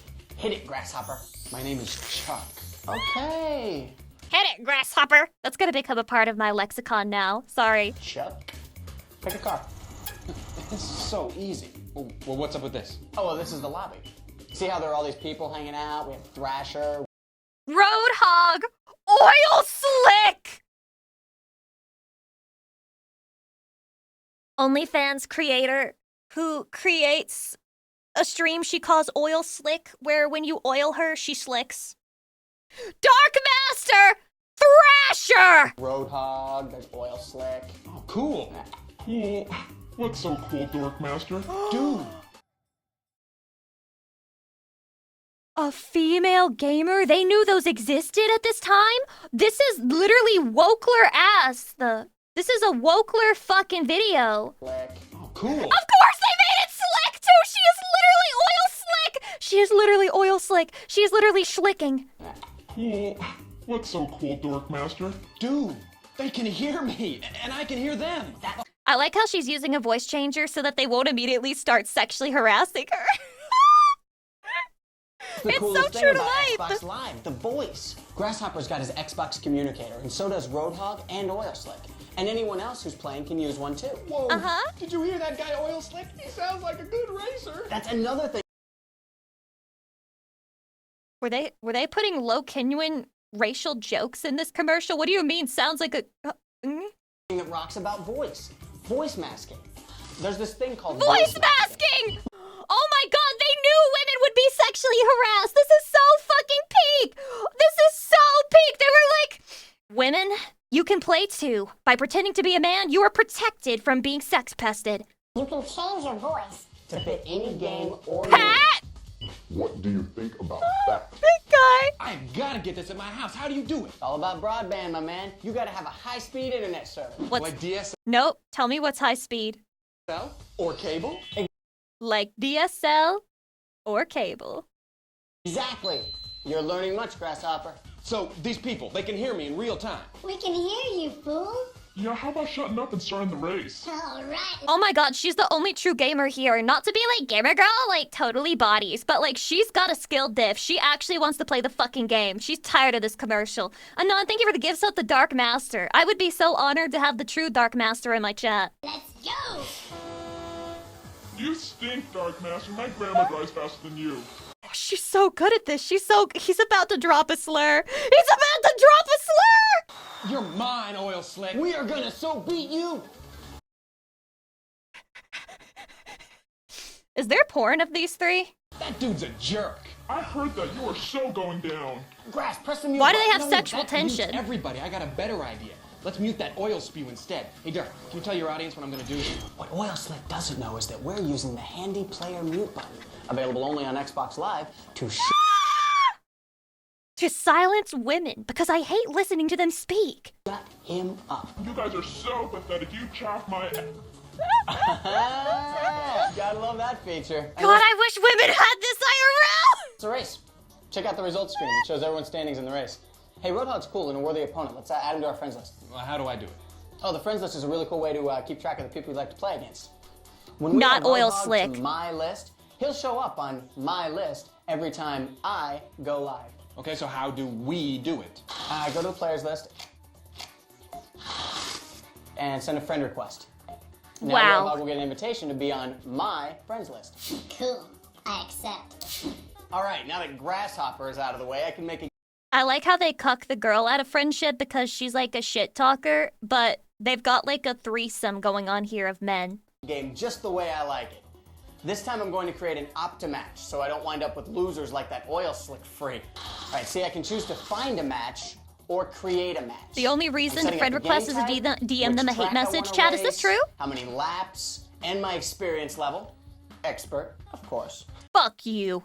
I'm gonna invite my friends. Not expert enough to beat Oil Slick, are you? Not expert enough to beat her. That's crazy. You couldn't handle the shit talk. You couldn't handle the shit talk, bro. Oh, hey, you there's couldn't Roadhog. take the I'm gonna truth. send him an invitation to race with me. We'll see if he accepts. NFL fever. Dark Master, I accept your invitation. You're going down. And there's Where's My Car? He's a buddy of mine, too. Looks This like is he's playing so NFL Fever. cinema. Just like League, you only add people to call them a slur. Some Bunny, do you want to expand on that? Were you calling people slurs on League of Legends? What kind of slurs did you use? No, share it with the chat. Zet's way welcome. Voice seems a bit different, or am I remembering wrong? If you're remembering me from watching YouTube videos, you're definitely remembering wrong. That was my evil twin. Check this out. I can invite him while he's playing another game. All right, now watch as I send him a game invite. There it is. He checks out his friends list, see who's sending him a friendly challenge. Sweet. Invite from Dark Loser. He hates him. They're It's not like candy friends. from a baby. And he happily accepts an invite from one of his good buddies. Now all he needs to do is swap out his game disc and we'll be ready to roll. Are you ladies ready to roll? Ready when you are. Sayonara, guys. I'll be waiting for you at the finish line. Pure sausage fest. Round. It's not escaping me that they put a woman in the commercial just to fucking block her. Woo! Losers! I win! Losers! Oh, But we don't like it when Oil Slick does it. We don't like it when Oil Slick shit talks us, but we can call our fucking friends losers when we... Oh, no shit talking from Oil Slick. All right, nice take. Whoa, check this out. #1 national leaderboard. He's the only one there. You're the only one in the... What? Did you race against yourself? Never mind, he scrolled down. I didn't see that. National leaderboard. How do you have to scroll down for that? The male fantasy of rejecting a woman. Chatty, you can reject me right now as long as you take it back after you, like, get the satisfaction from it. Hey, whoa, guys, where you going? Come on. You saw that, right? #1, baby. Blocked. Reported. Yeah, #1. I need to read the comments. Dude, they can hear me, and I can hear them. March 10th, 1876. Shut up. When online gaming was dominated by teens instead of children. They're both children, but I get what you mean. So this must be before the days of the XX420 Dank Master, because there were too many people who had taken those usernames already.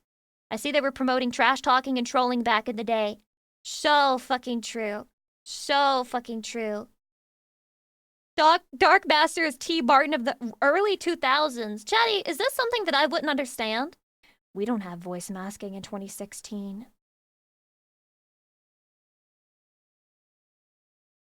I'm about to say something controversial. It's because there are only two options. Either the woman will remain silent, or she secretly loves being sexually harassed.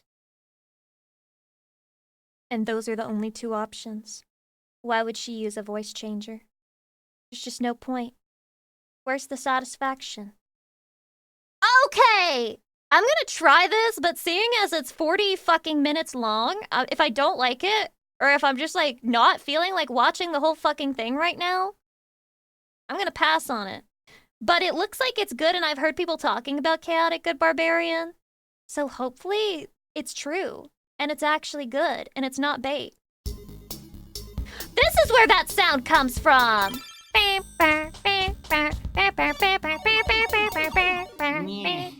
You may have defeated me, hero, but so long as my phylactery remains hidden, the what? I shall simply revive where it lies. This Dark Souls?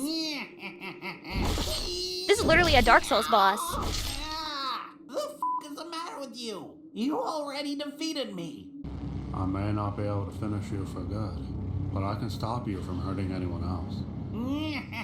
But you forget, Bars. hero. My undead form will simply regenerate. Which is why at the start of each day, I'll cut off your limbs again. You what? Think I'll cut out that pretty little tongue, too, so you can't cast those pesky spells. And I'll sharpen a pole, stick it up inside you. That pole, his mouth, dick! And wear you on my back, a wriggling trophy for all to see. What the f***, dude? Okay, here. My false eye. It's my phylactery. You sick f***. He is a sick fuck. Huh? Or maybe I do kill you. Let you rejuvenate inside my What mouth. the fuck? Just to know what it feels like. You're a monster.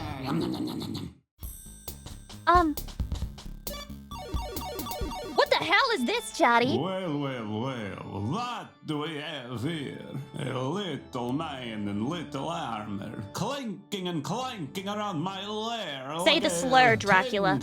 Full of dog shit. Darn Dark Souls, either 1 year anniversary, and Lauren Taker, the either 1 year anniversary, blah blah. It gets even better. Sword and your tiny baby shield will protect you. Do you know not who I am, you little shit? I am the ancient. His gums disturb me. I am the land. I am the Lord of Darkness Eternal. I could f*** you up with barely a pinky finger, you little shit, intruding on my f***ing domain. I could rip your spine out with my eyes closed, my hands tied behind my... Damn it! Hate when that happens. That works on me too. But the real twist of Not a fate. vampire, by the way. And isn't it like 9 p.m.? Oh, fucking daylight savings. Oh, but what is this? You give mercy, and you give water. Oh, thank Is he you, stupid? friend. Yes. It has a cross in it. Fucking holy water? Oh, That would hurt me too. Not a vampire, by the way. Oh, of course it's him.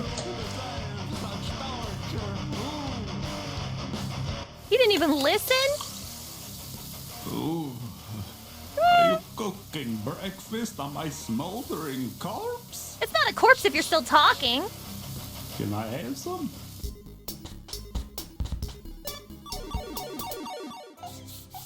A genie! Oh, finally! Oh my God, his After nipples. years trapped inside the lamp, I am free! As a reward, my master, I shall grant you wishes 3. I wish for the power to grant wishes. Your wish is my command. You're You should have trapped! chosen your words more carefully, friend. For now, you are the genie of the lamp, and I am your master. Easy, easy Darn clap. Foul trickster demon. And for my first wish, I want to be free of this accursed lamp. Your wish is my command. What? What? Oh God, where are my legs? I simply gave you what you asked for. Oh, you clever little kid. Look at that floppy thing. Oh my It's God. goddamn disgusting. Maybe Don't you should talk wish about for yourself some that way, lice. Genie. Oh, you think I'm dumb, man? I know you're planning to twist my words again. You And his give me a nipples. bucket of chicken legs or some shit? No, I wish for human legs. You didn't say Two of where. them. Granted. You didn't say where. See? Oh, See? I'm so smart. I'm so smart! I am intelligente! Freaking clever. Ooh, put the leg on the forehead. You. Yeah. I just wish I could. They look hear like kind of my cute own bunny skin. ears, you know? Oh no! Oh? Oh, what have you done to me? Well, it seems like your magic has faded. I guess I'm off to new adventures now. Have a nice life. Wait, why did he stop being a genie? He should have remained the genie. Put me out of my The writer's misery. convenient fucking Mommy, ending. And you're suffering? Yes, kill me now. Wish for it. What? Nani? Wish for the sweet relief of death. I wish for death's stone cold embrace. What the fuck? Johnny, what the hell is this weird psychotic shit? Why is he behind a tree? A Pegasus. Did I missee it? Right there, knight. Only the purest may mount me. I'm pure. No.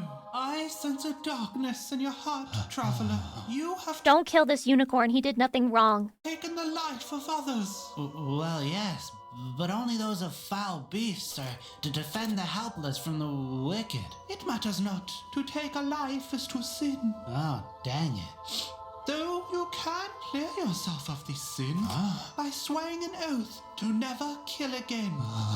This is an unbreakable Pegasus oath and cannot be undone. He? On my honor, I swear to never kill again. Then it shall be. Oh boy, I can't wait to ride a Pegasus. Not so fast, adventurer. Have you not also stolen many treasures? Oh, you mean the treasure hoards from the monsters I've slain? Well, those treasures didn't belong to the monsters to begin with, did they? They've got a good point. This Pegasus is a blue button pusher. Give all your gold back to the poor and downtrodden. Okay, I swear to give all my loot to those in need. They hate the Pegasus because it's the Wokler. They hate the fucking Pegasus because it's a blue button pusher. Yes, good. No! Sweet, it's Pegasus time. I think not. I For think the pure not. do not imbibe in alcoholic beverages. You want me to give up drinking? Yes. Okay, fine. Is that all, or? Also no cursing. Yeah. No! I wanna ride Pegasus! you already. I bet you do. Can I ride you now, Radiant Steed? Almost.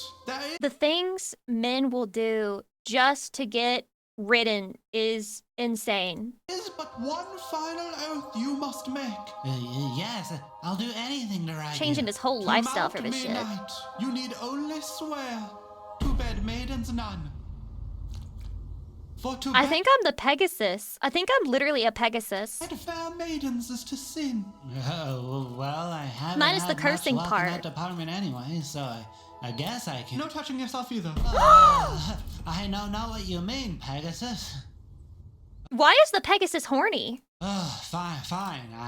I swear to bed maidens nine or diddle myself again.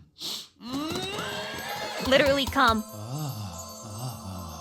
Yes, you are now perfectly Pure.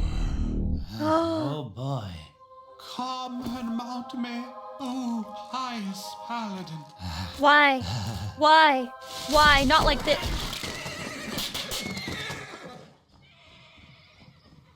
Son of a biscuit.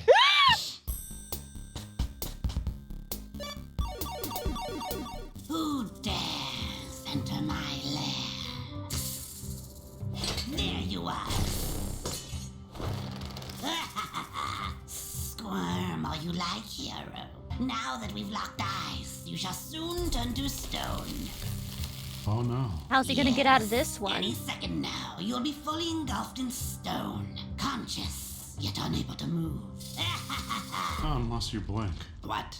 You said we need to lock eyes for me to turn to stone?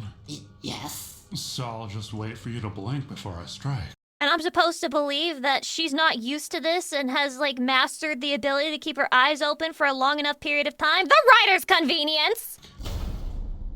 I don't think you understand. You're literally turning to stone. So even if I blink for a second, it's not like you can... Ah, what the shit? Nani? No matter, so long. How many as I steroids is he maintain my on? gaze, you're powerless to stop me. Guys, you may expect me to be on the side of the barbarian, but I want you to know I'm literally a demon. I'm one of the creatures that this guy would kill. Do you want me to die like this? Your eyes are looking a little watery there. No, I'm fine. Me? I haven't blinked in days. Too many drugs, too much Adderall. What's wrong? Your eyes feeling a little heavy? Where'd he go? No, wait. Wait, she can't touch water? Please, barbarian. Oh. I'm begging you. Any second now. Oh, I we'll be see. fully I see engulfed in stone. I see the idea. Trapped forevermore with the pain and fear you felt in your final breath. No, please. This content is so male core. This is so male core. This is so male core. Eye of newt.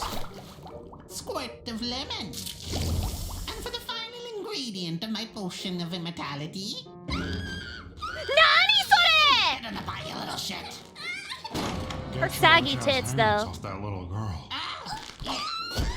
Too slow. You, how dare you intrude on my ritual? Wait, how did you get past our scrying eye? What the hell am I looking at? Where'd you hide it? When the hag's scrying eye is destroyed, they Wait, he can become read? temporarily blinded. Ha! And you chose to hide it in a stupid dark cave? Moron! You should have destroyed it when you had the son of a bitch! Lightning bolt! What? A hag coven can only manifest their most powerful magical spells if all three sisters remain alive. Oh my god. I hope they never find my sisters. Oh, what did you do to my sisters? Oh, God! No! I was so close! If only I put a lock of the little girl's hair in the cauldron, my potion of immortality would have been complete and I would have been unstoppable! It's okay. You're safe now. Why would you? Well, what are you waiting for? Consume the elixir.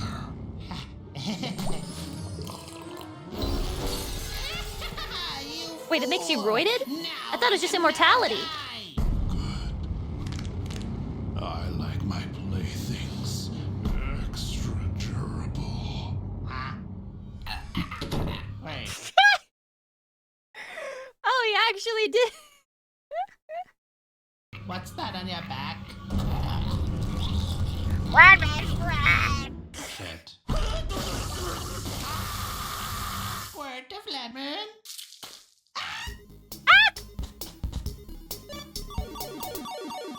Your reign of terror ends today, villain. I think not, hero. Wait, what is this guy supposed to be? Will destroy Like a you dark in a elf? single strike.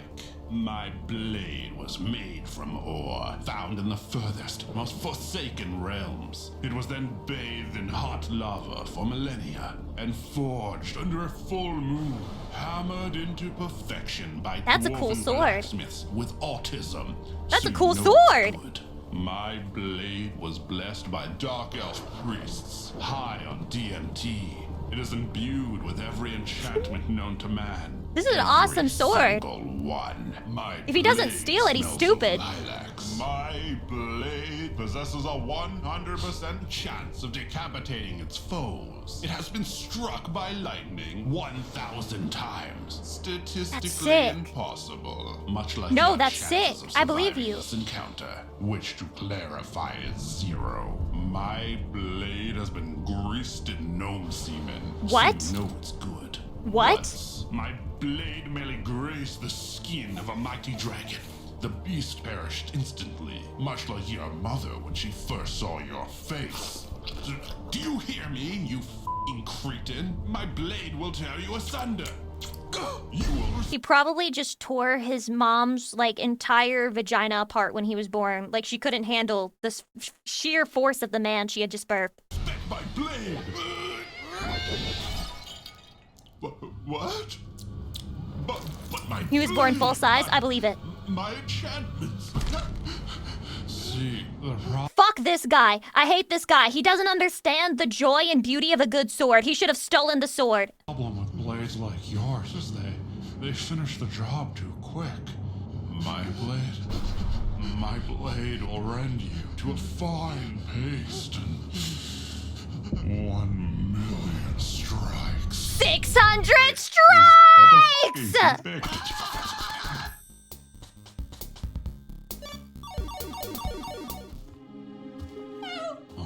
Please help me, adventurer. Oh my god, that's that girl from Zelda. Malin? What was her name? She's the bird, the Rito bird thing. No, not Rito. Wait, yes, Rito? What's the name? It's in Wind Waker. Damn it! Just a few more steps and you would have drowned at the bottom of the bog like all the fools before you. But now that you know my secret, you shall not escape. Be gone. It's that simple? You think a little salt would defeat me, you little shit? I have haunted this swamp for centuries. My very wail will frighten you to death. Mine's better. Wait, what? Not bad. I think you'll work just fine. But no What? mortal has ever been able to resist my... Wait, what do you mean by work? I mean, you'll need a few adjustments, but you're gonna make a fine set of bagpipes. What? It sounded like shit. What is he talking about? Okay, besides the fact that you're obviously joking, my ghostly form cannot be harmed by one from the physical realm. Besides the fact that you're Likely obviously need some extra joking. Pipes. Then there's a matter of where I'm blowing into. You're a formidable foe, I'll give you that. Which means you'll make a formidable puppet!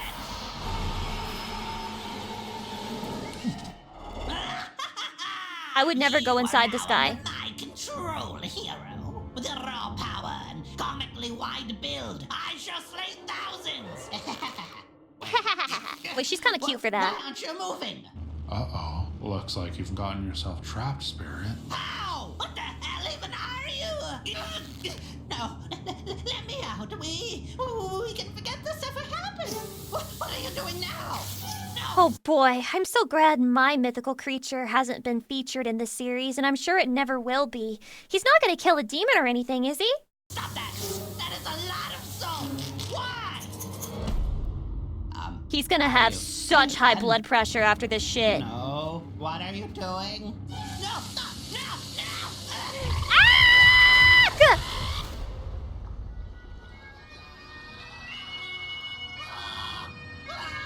Ain't no damn way. Ain't no damn way. Thank God you're done. I don't know how much more of it I can... Gone, foul spirit! No. What the? What is with this sadism, Chatty? 1 milk, please. Thank you. Good choice. Gotta keep them bones nice and strong. So what's your name? I'm starting to feel bad for them. I felt bad for them after the third one! It's Kevin. Nice. All they do is murder thousands. Is that really such a fucking problem? This guy's a psychopath. Get him off the streets. He would do it to people if he didn't have any other option. Meet you, Kevin, but you look pretty down. Is something the matter, friend? Oh, well, it's just... it's my lady. She's been captured again by this orc. He's kind of my nemesis. I know a guy in high school who based his whole personality on this guy. How long has he been in prison? Sorry to hear that. This orc seems like a pretty bad guy. He is. He's always attacking caravans and raiding villages and capturing my lady. Sounds like he needs to be punished. Oh, well, I would, but I have an oath against murder. I respect that. No, you don't! But the best sort of punishment doesn't require killing at all. Let's go pay this orc a little visit. Oh, Brad. If this was based, it would turn into a yaoi where he gets topped by a bunch of orcs. Well, look who's back. Oh my God, Kevin, I told you to wait until morning to rescue me. Oh, and he brought a friend Princess Peach Core? too. So, bud, you want us to surrender? Drop our weapons and apologize as usual? Apologize for fucking my wife! Wait, let him cook. Ain't no way. Bleed out, boys. What about your oath? Oh, I don't plan on breaking my oath. Thanks, buddy, but I don't understand. Turns out, I'm perfectly capable of enacting So justice true. without killing. So true. Wait, boy. So are you gonna let him ride the Pegasus, or what? Or what? Okay, very cool that you guys are having some brotherly bonding shit going on here, but are you gonna let him ride the Pegasus you fucking stole, or what?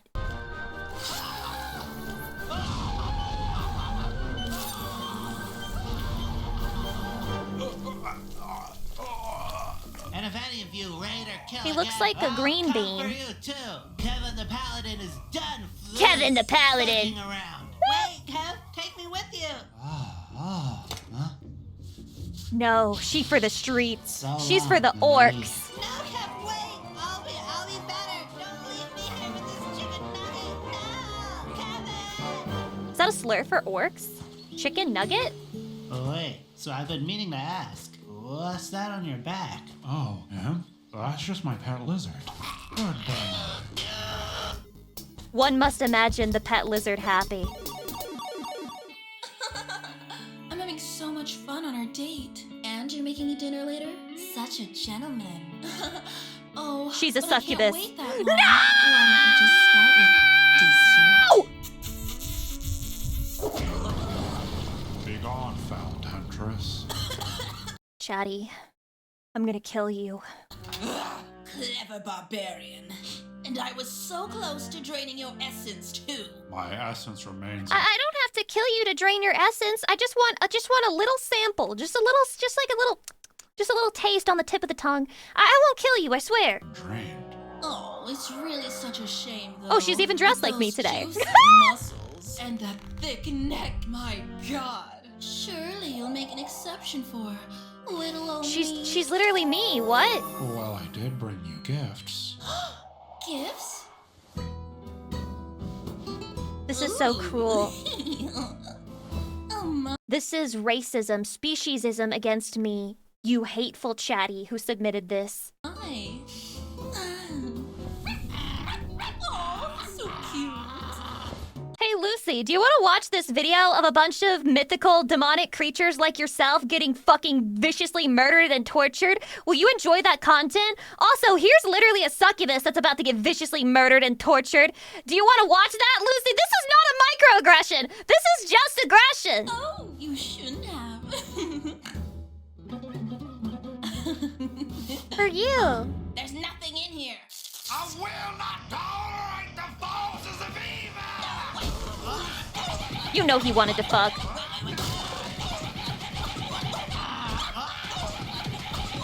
Chatty, please don't punch me in the tummy.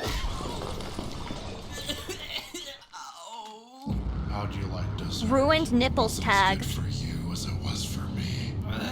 Curse you, you little shit! Just give me your goddamn essence already! The succubus survives by draining the essence of its victims. Without essence, they'll starve. So what is this, orgasm denial? Broken bones. Safe to say, your sucking days are gone. No, don't leave me here, please. I'll do anything. Rest in peace, demoness. Wait. Oh no. You forgot to make us dinner. I thought you'd never ask. What? What the? Eat. No, stop. I thought you were hungry. No, I don't want Eat the food. I don't want Come on, No, eat I'm it. not eating my own. It's really good.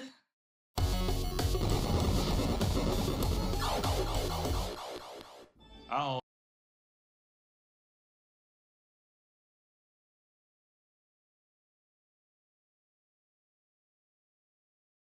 Thoughts, Lucy? I think this guy needs to be timed out too. Has the progress been going on my new lair of Dinglemeyer? Oh, great, Master! Very, very good! Dinglemeyer has been working tirelessly to make your lair perfect, sire! Yes, it looks very nice. Everything Very seems nice. to be in order. Lucy, I'm sorry, but I really like him. This is okay. This is male core content. I'm learning about men right now. Yes, You can interpret that statement any way you want. Master! Dinglemeyer got your windows as requested! No, I say no, Windows. Dinglemeyer, freaking idiot! Vampires are weak to Wait, that's literally just Gollum. Stop that. Stop, Jet. It's okay. Just a small mistake. Easy to fix. They'll just seal the V. Is that a fucking water feature? Yes, my lord! I like it. Dinglemeyer worked very hard on Oh, it to you please tried to fucking kill me, Dinglemeyer! Everyone knows vampires I can are voice weak him. to running water. Ah, but look at this. You did good with his dining table. Setting the Ah. yes. What are these, nickel? Platinum? Ah, silver! Of course it's fucking silver! Oh, What did he think would happen? Is that a fucking wooden stair railing? Oh, if a vampire slayers came into this lair, I'd be fucking toast. Look at this shit. I'm dead. Oh, I'm fucking dead. It's like you've created a vampire slayer playground. But it's my goddamn lair! Dinglemeyer is sorry, Master! Oh, it's fine. It's fine. When you're mean to me, that's how I am, by the way.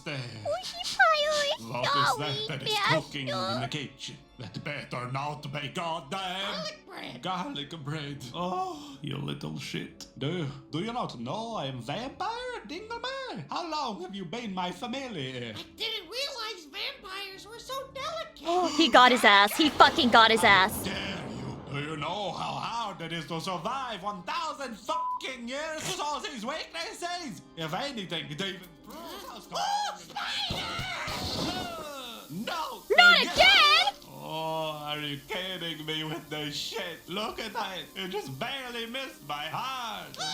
Dinglemeyer, stop slapping your head and help me! This fucking guy. What the hell are you doing over there? Just pull me off this stage! Sag holy water! Oh, what the hell, Dinglemeyer? Yeah, you got a fucking holy water fountain? Where is the water even coming from? Is he a dire Lucy yelling at her mods? My mods are nowhere near as endearing as Dinglemeyer. Dinglemeyer does not know better. Please forgive Dinglemeyer, Master. Forgive you after all of this? I'm going to kill! Aww. That's good. I love you, Master. Aww. Oh, I love you too, Dinglemeyer. Aww. Magic fucking fingers. I didn't mean to hurt you. I know. I'm sorry for yelling. The first wholesome episode. Wow. Another pathetic adventurer come to steal my gold. Ron B, thank you for the 2 months, blah blah. Cities I've razed to the ground. This is that dragon specifically from Shrek. So-called heroes I've burnt to a crisp. What makes you think you stand any chance against my might? Well, for one, I'm not here for your gold. You're not? Ah, then you must have come to rescue the princess. Please free me, hero. That's Zelda. The king send you. He can have his precious daughter back once he coughs up $1 million. $1 million. Maybe the king did send me. As I thought. Or maybe I'm here for I like his little party hat. those scaly orbs betwixt your legs. What? Legends foretell. Why does he sound whosoever horny about it? Collect 7 Dragon Balls shall be granted. True. I don't think that's true. 2 more, and I get my wish. Oh God, are those real? Ew. Ew, they're still sicko, you know that? trembling. And a fool, too. For I'm the most powerful of all dragons. He's gonna have the strongest Dragon Balls. Spears, my wings, a hurricane. Why is there a hole in it? Obviously. I can give you gold. You can? Where? It was that easy? Ack! Get off me, what's that? It was that easy? What the fuck? The legends are true? I wish this dragon can have all the gold he can hold. Oh, really? Thanks, man. A little underappreciated detail is that there's just one white dragon ball, which makes you realize that this one was probably already missing 1 ball when he took it. Dragon can have all the gold he can hold. Oh, really? Thanks, man. In his bowels. My wife. Oh? Oh, no. Nani? No, not like that. This is a fetish, Chatty. You sent me fetish gore content! Oh. My God, I don't believe it. You actually rescued my daughter in time for her birthday. And you captured the dragon as Aw, it's her birthday. Well, actually, I had something else in mind. Oh?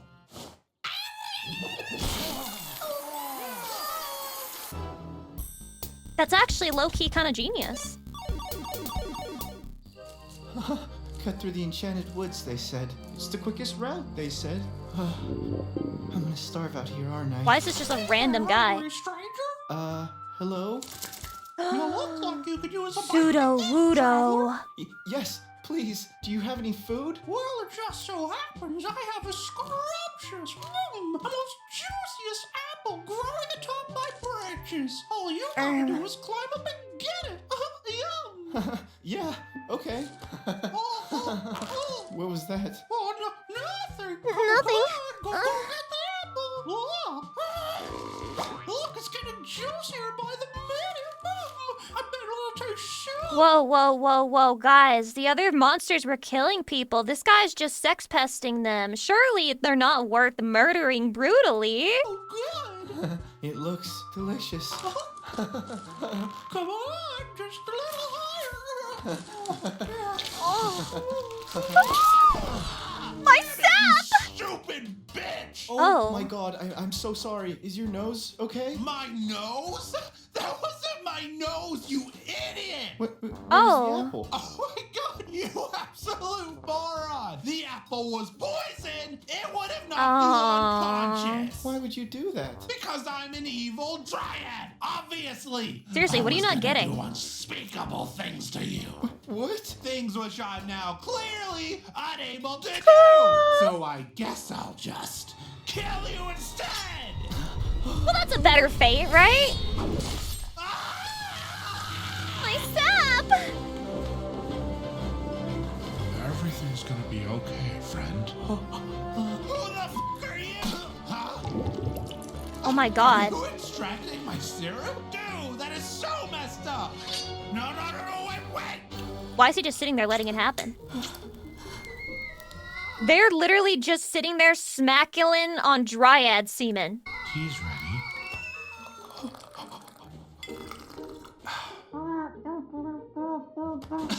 Oh, he's the table! Creative! Are you gonna eat that? No, I'm not that hungry. I get it, bro. This guy has problems. I'm just now realizing, obviously.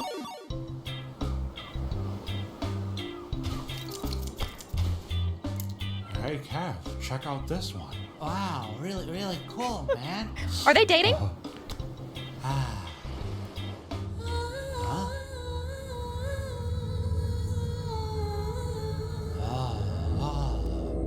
Oh, this one's neat too, huh? Kev? Oh no.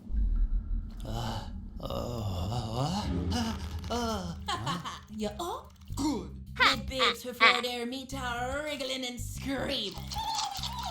Aw, is that little baby mermaids? They're so cute. You're scrawny little thing, but mimic do. Don't worry, Wait, is it man. a Just mermaid few or a days of siren? What's the suffering difference? Before them done with ya.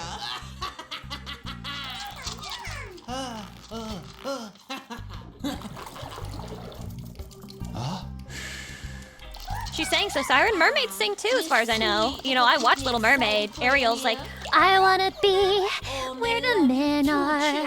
I wanna know what a penis feels like. Get your fish-ass hands off my friend. You paid for that, eh? Ah, wagwan, barbarian. Look upon all that sweet meat. You're gonna make a most excellent meal for me, young.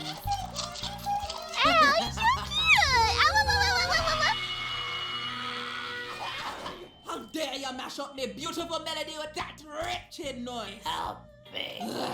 Fine then, if me singing now work, let me just tear you up instead. Damn, who's her nail stylist? That's just crazy. Fish sticks for dinner, Kev? Sounds yummy. No, my baby! Please, leave me like one's be. They did nothing wrong, they did nothing wrong, they did nothing Stop wrong. your evil ways. Alright then, me go on free ya. From this mortal realm! Wretched little brat! Huh? She's abusing her own children. She's stupid, she deserves it, never mind. I feel bad for every creature involved, but this one totally deserves it. Not because she killed somebody, but because she's stupid. What? Wait, the hell is that? Deserved. Please, not the reefs of Reefs of agony! Ack, ack, oof, oof, ouchie, ack! the whirlpools of madness! Wait now, me beg ya. Anything but dare! Oh. No, man! Chatty! What? The sign's missing. What did that say?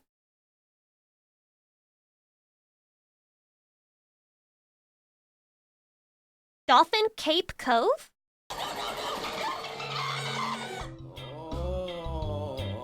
Oh, look at this one, Kev. Dolphin Vape? Oh my god, they're getting litty down there. Ocean friends, Bob and Paladin basking on the sand. Found the shell most grand. Ocean friends, Truly cinema episode.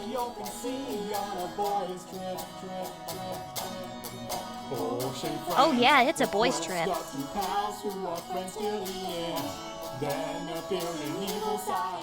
Ocean friends, well, she tried to lure them with her charming tune. But that Aww, what are they playing? Ocean friends, they're chaotic, the justice was cast for to a fish most foul. Ocean friends, the bond of two pals who are friends till the end. Locking up an evil siren. Oh, so it's a siren, not a mermaid. Okay. Naruhodo. Okay, you know why I've gathered you all here today. How are they all alive? To discuss this hardened barbarian who keeps thwarting our evil plans. Yeah, stupid barbarian. Why must he do such torture? And what the hell is he supposed to be? Well, he can't be human. They're too squishy and delicate. Yeah, aren't sirens evil mythological wise? What's wrong with singing a man a lullaby and luring him into your caverns and letting him hit and then just giving him a little nibble on the shoulder? It really doesn't matter. Like, you're so fucking selfish. Like, what, you want to put your cock in it, but it can't, like, eat you in return? I don't understand. Why are people so fucking selfish? I am human. You talk too much of my tasty juice. I'm fucking dead. Exactly. So tasty, man. But this little shit keeps getting in our way. That little shit. Like you, Sword Knight. Your blade instantly shattered on his goddamn neck. Like, what the fuck? Didn't it have every enchantment known to man? Every single one, right? That's what you said? Bro. Wait, even the bad ones? Wait, no, but you said 100% chance of beheading. And a chance of shattering on impact if a lemon is involved. That is not as good of a blade as you made it seem. No, it's a good blade. Bring it back. That's right, man. Huge muscles. Look what he did to us all. Oh, really? Look at you guys. He turned you into a fucking table, jeez. And ate a piece of me. Same. Ooh, starting to think I got off kind of easy with the breakfast and all. Oi, where's Ginny and Banshee, by the way? Oh, he got Genie. He didn't even eat the whole table? Oi, got the Ginny. He ain't a real eater. Got the late. He ain't a real eater. I don't even know how some of you are still alive. Potion of immortality. What did you say?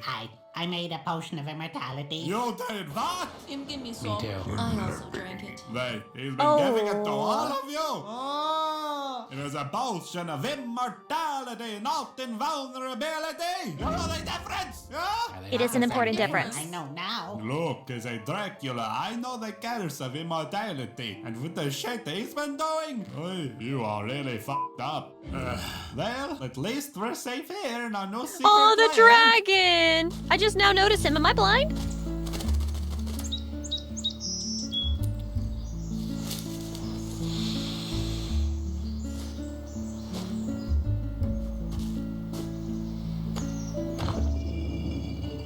This is his house? Wait, you're telling me Wait, no, it's their lair. to his back like a goddamn wriggling trophy for all to see? What the fuck, man? Master? Not now, Dingle my ear. The big bad villains are conspiring. But there's someone here. I'm so glad he's back. Oh, did Ginny show up? No, it's the man who gave me the designs for your lair. He got past all your traps and minions. Designs for my life? What what are you saying? Big guy has an axe. Barbarian? His father fucking lair? Oh, fucking dead over! The potion of immortality, bitch! Oh, and he dropped this. What is this? Wait, what the shit? Staring contest with a Medusa? Mermaid man? Cook a breakfast on a monster cart? It was all premeditated? Right from the very He's going to jail. Like some sick fucking game! And there's other shit on here too! Goblin centipede! What the? What the fuck even is Why didn't we get an episode for that? Did you miss me? Oh, that They fuck the cute fun line. They fuck you. All this shit. Oh, you found my chivos. You've done all this ain't shit? Almost. Oh, yes, there is one left. What is this? Full on what? Insano style. Is that like an inside joke, or I gave you all a second chance? Yet you still conspire to do evil. And I will not tolerate the forces of evil. Oh, shit. I just know his breath stinks. I can't. Where did he get that tattoo?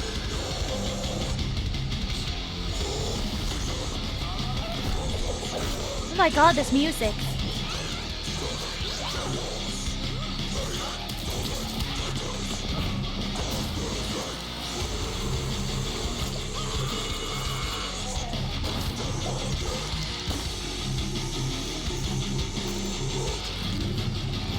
I think we're stretching the limits of chaotic good a little bit.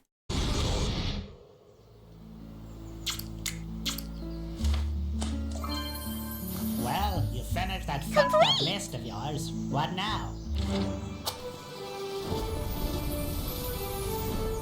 You absolute psycho. Onward. Oh, there they are! Thank God they let us see that first.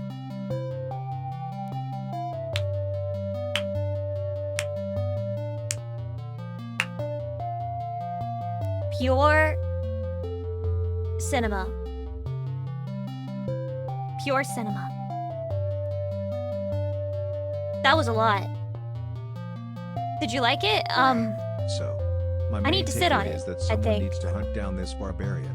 And that someone is not going to be me. Yeah, I highly suggest not getting involved in this operation yourself. You know. Yeah. I think the animation, the direction, the music, the voice acting is all pure peak. I need to see the barbarian hogtied and taking monster dick. That's what I need to feel better, okay? I need more equivalent exchange. Like, right, it's too one-sided for me. It's a little too one-sided for me. I need to like have a redemption arc, you know? I need a character who's like an underdog to root for, right? But he's perfect and he has no problem. So I need to see him hogtied. You know what I mean? Yeah, I need the hero's journey. I need like an evolution of character. Everyone's, you know, I end up rooting for the monsters a little more because they're flawed, they're imperfect, and this guy's Glad immortal, you enjoyed the video I submitted, think. Clue. Yeah, I think that's what I need. Thank you, Relaxed Goat Woman, for the submission. Isn't the idea that he's max level in D&D and bullying the low level bosses? I wouldn't know what the idea is. I just watched it raw, you know? I raw dogged it. Raw dogged that shit. Maybe that small dude is supposed to show that. Wait, show what? The hero's journey? I do like him a little more than the barbarian. In an era of slop, this is a true gem. I 100% thought Kevin was just going to be the butt of jokes repeatedly, but the direction he was taking was so much more entertaining. I agree. You know, he had the deal with his wife cucking him. He had the deal with a Pegasus cucking him. And then he finally got a friend. The barbarian's one truly good deed, becoming Kevin's friend. Very based. Also, in completely different news, I saw some Tomodachi Live posts on here. You guys made me look so fucking cute compared to what Bao did. And I saw Toma's version of me and Numi's version of me, and those are so cute compared to Bao's bitch-ass version of me. Guys, if Bao hates me, could you please let me know in my business email? You know, it's hard to tell directly person to person. I need an objective third eye view so I can find out if Bao fucking hates me or not. And I had a baby! Oh my god! I don't want to be in competition with my own daughter. Get this female out of my sight. True love. Super in love, super in love. Ugly bastard, Lucy B. Pyre. Who the hell is Lucy B. Pyre? It's Lucy Ann Pyre. Ban? Why B?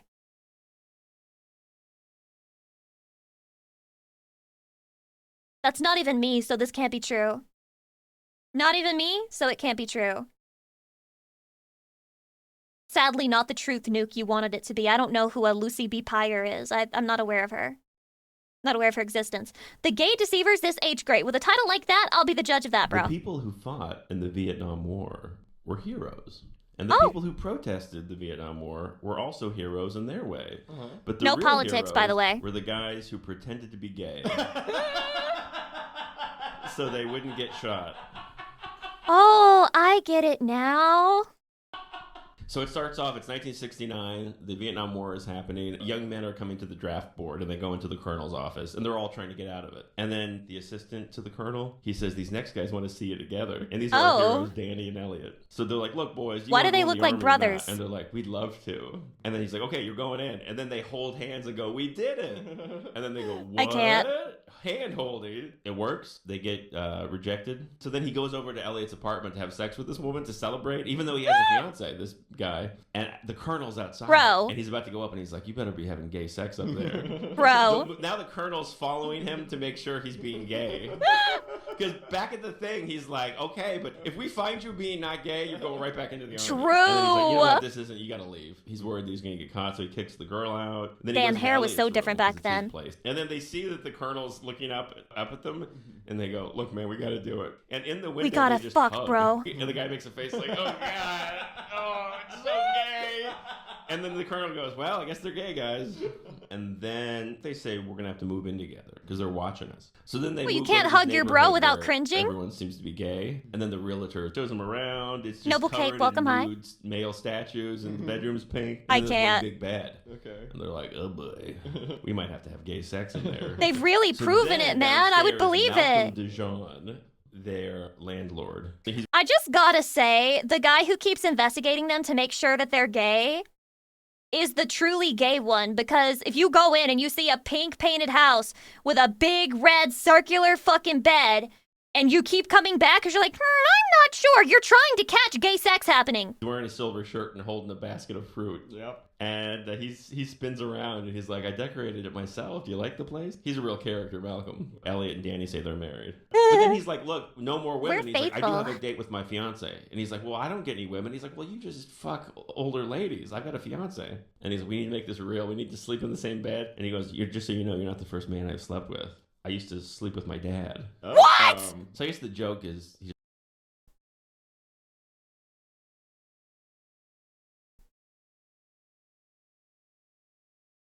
Why the fuck would you say it like that? Why the fuck would you say it like that? just slept with his dad. Sure. I don't want to brag, but I was molested. I don't want to. Wait, what? Wait, what? Wait, he meant it literally? What? Good night, Danny. Good night, Elliot. Oh, and then Danny's parents come by. Oh, no. Well, then the mom goes, Danny, that statue, it's naked. No, I'm sure it was. She just They meant gotta like arrest when him. he was like 4 years old. He was like, Dad, can I sleep in the same bed? He's like, oh, well, son, you're getting too old for this, but whatever, fine, whatever. Don't bother me. Surely that's what he meant, and the guy's just making a joke. You know how the Greeks did it. Is she just pointing out that art is gay? But then all those statues had little penises. They Oh. were all growers, okay? Everybody, David. Pick me comment time. I don't think their dicks look that small. But being a statue is the definition of being a shower. You're showing for all time. What could be more of a show? If ever there was a time to grow, it's that Bro. show. Well, they were all soft because they had to pose for so long. They True, couldn't stay hard the whole truing. time. Well, you know why? What's that? I mean, if they made them hard, people would just come by and use it. What? No, don't say that. Public dildos. Don't say that. Can you imagine how fucked Michelangelo's David would have gotten if he'd had a boner for 1,000 years? That's for his safety. We did that for him. Soft We didn't for do that his us. safety. He would have been the most ripped statue in the history of the world. He'd be like, he's frowning. I didn't do that. He's sad. We fucked the statue sad. Aww. One of Elliot's sugar mamas shows up. He's like, you can't be over here. And she's like, come on, my husband left for a second. I need it, babe. I need it, you man slut. Then Danny comes back and he goes up to the bedroom and Danny goes, Mrs. Conway, my mom's best friend. What? And she's embarrassed, so she just leaves. Mrs. Conway, she's getting her gear on. She's doing a walk of shame. She's not paying attention. She starts walking into the flowers, Malcolm's flowers. Malcolm and Craig come out and Malcolm goes, why is she walking in it? Bitch! Look what you've done to my peonies. Then Mrs. Conway, she goes, look, you silly queen. Oh, shit. They're not even peonies. She's calling him they're slurs and marigolds. shit. And then Craig, the husband, goes, my God, I think she's right. They are marigold. And then Malcolm's really losing it, and he says, I may not know my flowers, but I know a bitch when I see one. Holy And then he based! grabs flowers That's where that comes next from? to him, like, and hugs him and starts crying and runs away. That's where it comes from, This is the tale's pig! oldest time. This is the classic rivalry between gay guys and Mrs. Robinson. He got her Neither one ass of them totally takes no clocked. shit. He's just walking by a gay bar. Elliot just goes into a gay bar to hang out. In this gay bar, it's full of gay guys, and then women trying to talk men out of being gay. That's crazy. At one point, there's a woman says, what can Bruce give you that I can't give you? And he's like, something very specific. Danny and Danny's fiance, they just happen to want to go in the same gay bar. She's like, come on, it'll be fun. Oh, but then Danny's like, oh shit, I think that's Elliot over there. And then he goes outside, and he's drunk now. He's like, we had a deal. We said no girls, and we were going to just live together, you and me. And he's like, you Chatty, something makes me think one of them's not lying about being gay. can tell her about us. The fiance is like, oh my God, you're gay. And she runs off. Oh. So then the landlord invites Elliot to a party. And he's like, it's my annual costume party. Come as your favorite camp character. Judy Garland, Tarzan, the little girl with a that's from Sleepaway Camp. Oh, and then the sister, she comes over and she pretty much throws herself at him. She's trying to see if he's gay, if he'll sleep with her. Right. But Elliot comes home with the sister, and he's like, I don't know if we should do this. They're watching us. And she's like, what are you, a gay guy or something? He's like, well, I'll be upstairs if you figure out if you like girls or not. And she does take her top off. Fantastic. Oh. She's great. When she took her top off. She's great, he says. So good news, everybody. Or whatever. Just neutral news. Got that Sims game censorship going on. Every time I have sex with a woman, I think of it as proving I'm not gay. I think you might be gay then. This'll show him, I say. And then she goes, show who? And I go, shut up. Okay, so now Elliot goes to the party. To the big party. They're all looking at him, and then through the party, he sees a woman. And we do see a person who appears to be I think I know where this is going. Or trans, or just a man trying to get his kids back. I'm just in town for a Doubtfire. Then there's a guy walking around dressed like an executioner. He goes into the bedroom with this beautiful woman. The executioner comes in. Her wig comes off. What? She goes, what'd you expect? Wait, why we have a fucking And then executioner? the executioner pulls off the hood. It's the Colonel. What? And he goes, what's the matter, boy? You don't like drag queens? Oh my God. And then he does an evil laugh. And then everybody comes. Everybody nuts, Oh, this yeah. is when the fiance says, I talked to my doctor. He says what you're doing is medically gross. That's so fucking funny, man. Doctors used to be so fucking funny. They were like, you're gay? You're gonna die. Have this cigarette. I asked my gynecologist what to do about my gay boyfriend. And he said that if I trim my pubic hair to look like a man's mustache. No, stop! He might think he's kissing a guy. That's down there. crazy! This was his medical opinion.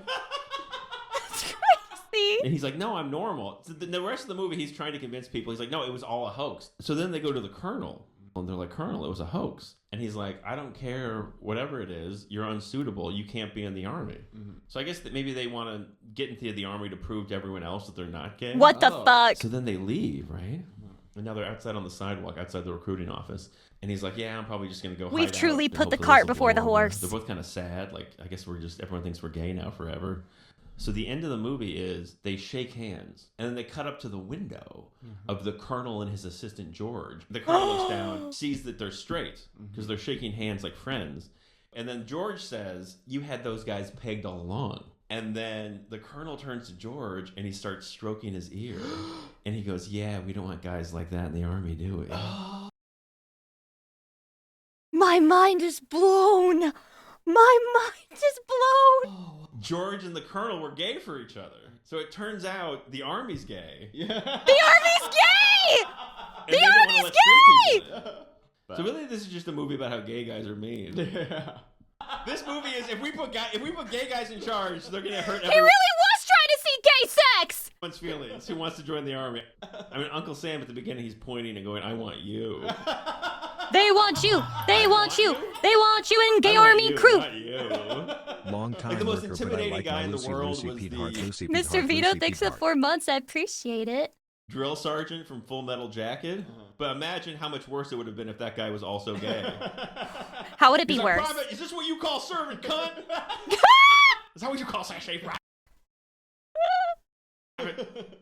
Serving cunt? What does it mean? I think it just means like you're snatched. You're snatched? What do you say? If you're serving cunt, you're snatched. I'm Jordan, are you struggling. even a gay guy? Sometimes I think you're not even a gay guy. Oh, was Al Pacino in Scent of a Woman an army guy? I think so. I need to What watch this if that was a movie, I think. where it turns out Possibly. it was a guy. Hydrate. And he's like, but it was the scent of a woman. That was just another gay deceiver. The Gay deceivers all the not way to be down. Confused with the Gay Seavers, which was the family on the TV show The Gay Growing Gay Pains, growing pains. starring gay Kirk Cameron. The past was doing. So Kirk Cameron? The most expensive watches in the world. Welcome back, luxury lovers. Strap in as we I'm not dive sure if I'm a wrist luxury deep into lover. the world of the ultra rich. Is this an AI voice? Chatty. I've heard this before.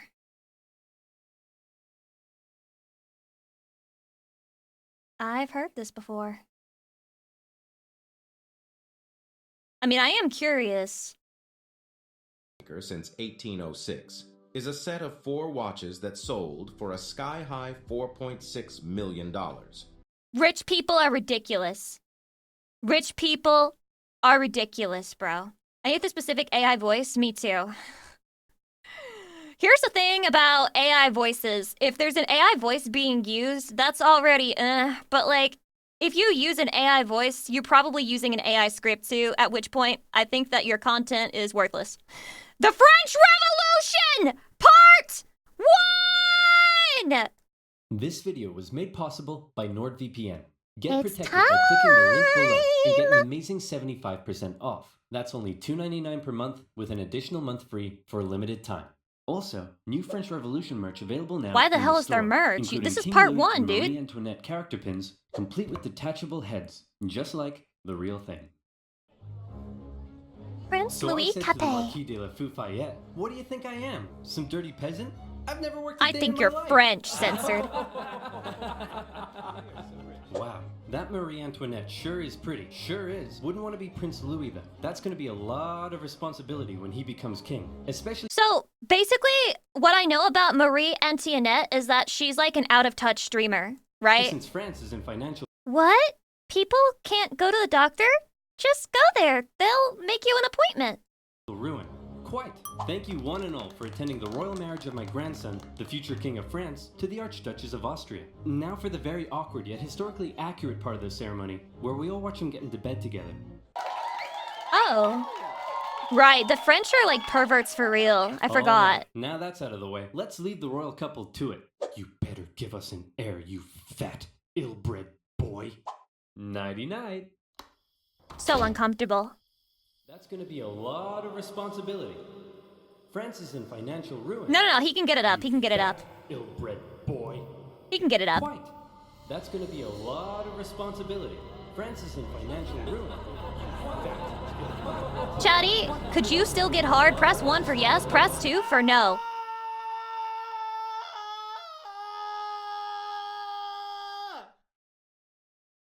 Oh, great. Lots of He's a real freaking men in the weirdo. chat who could still get hard. Tune out the voices. France, Only the sex. most prosperous, cultured, and beautiful nation in the world, as it had been for centuries. An exquisite social culture with the king and the Okay, upper funny classes joke. Now throwing talk about crazy France. parties every night, enjoying high living and fine dining. Who cares that they were only able to do so off the backs of the hardworking, starving poor? What are they gonna do? Revolt? They're only 80% of the population. No. life. The one thing I respect the French for is that they all see themselves as like equally superior. So like even though there was royalty, they were just like French rando people who were like, fuck them, I'm just as good as they are. I'm French, I'm the perfect specimen of human nature. And so they just like fucking killed them all. Like they don't take any shit. In France is great. What's that, France? You want to go to war with Britain and increase your power? Go for it, little buddy. You do you. And you lost. Now you're in severe Many such financial debt. cases. We have no money. What do? Should we stop partying? Heck no. Party harder. That's okay. The peasantry will pick up the slack. They were created by God to do all the work, and you were created to reap all the benefits and party hard. That's just how society works, and we've all just accepted it for centuries. Why?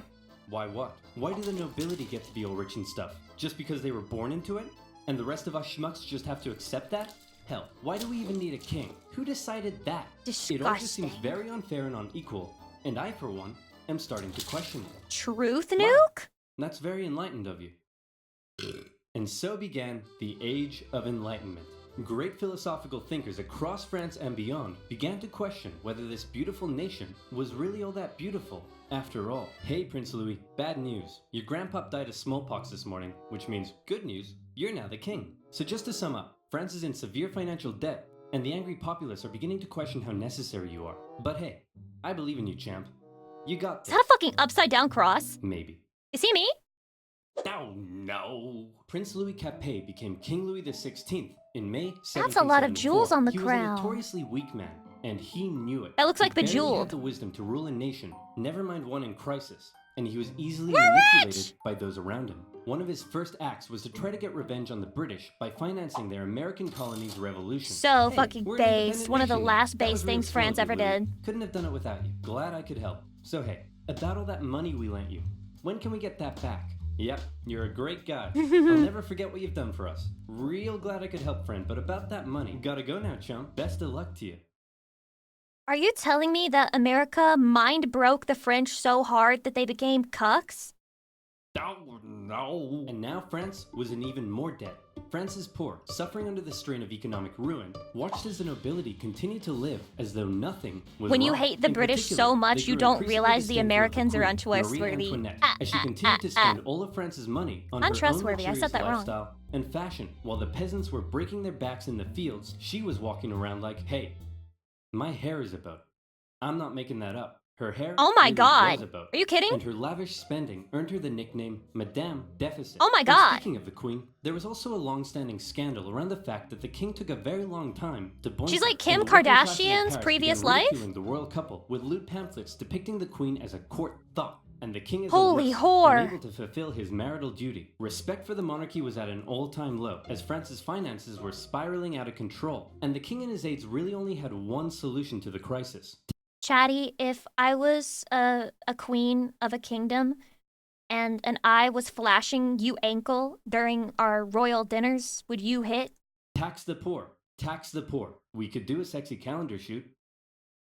Or would you let them depict me as a whore Tax the poor.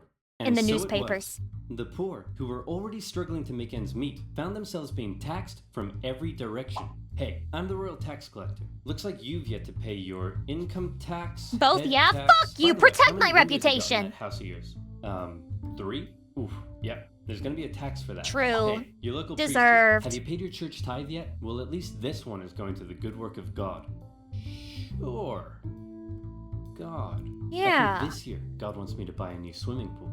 Hey, private tax collector here. Oh, You may think that this is egregious, but this happens today, right now. There are pastor grifters who are like, I'm feeling that God is calling somebody to donate $100,000 today. I'm not sure who it is, but there's someone out there who can give. There's someone out there who is being called by the Lord to give. and I brought some goons with me. Just a few quick questions. How much salt did you buy this year? About 7 kilos, I think? Yeah. Okay, there's gonna be a tax for that. Oh, what's that over there? And that's extra salt I held over from last year, so I wouldn't have to buy as much this year. Oh, yeah, there's a tax for that. And what are you doing with all this salt? Well, obviously cooking. Mm-hmm. On the table. Yep. And preserving fish and meat. Oh no. Yep. And there's a tax for that. Ah, Hey, how old damn. is he? He's 9. And so he's purchased his required amount of salt for this year, right? What? No, he's 9. Uh-oh. Sorry, little Timmy. Looks like I'm gonna have to tax you for that. Wait, he's old enough to have a job at 9 years old in this time period. So why didn't he buy his salt? Why is she making excuses? No, I'm on the government side. Yep. Salty.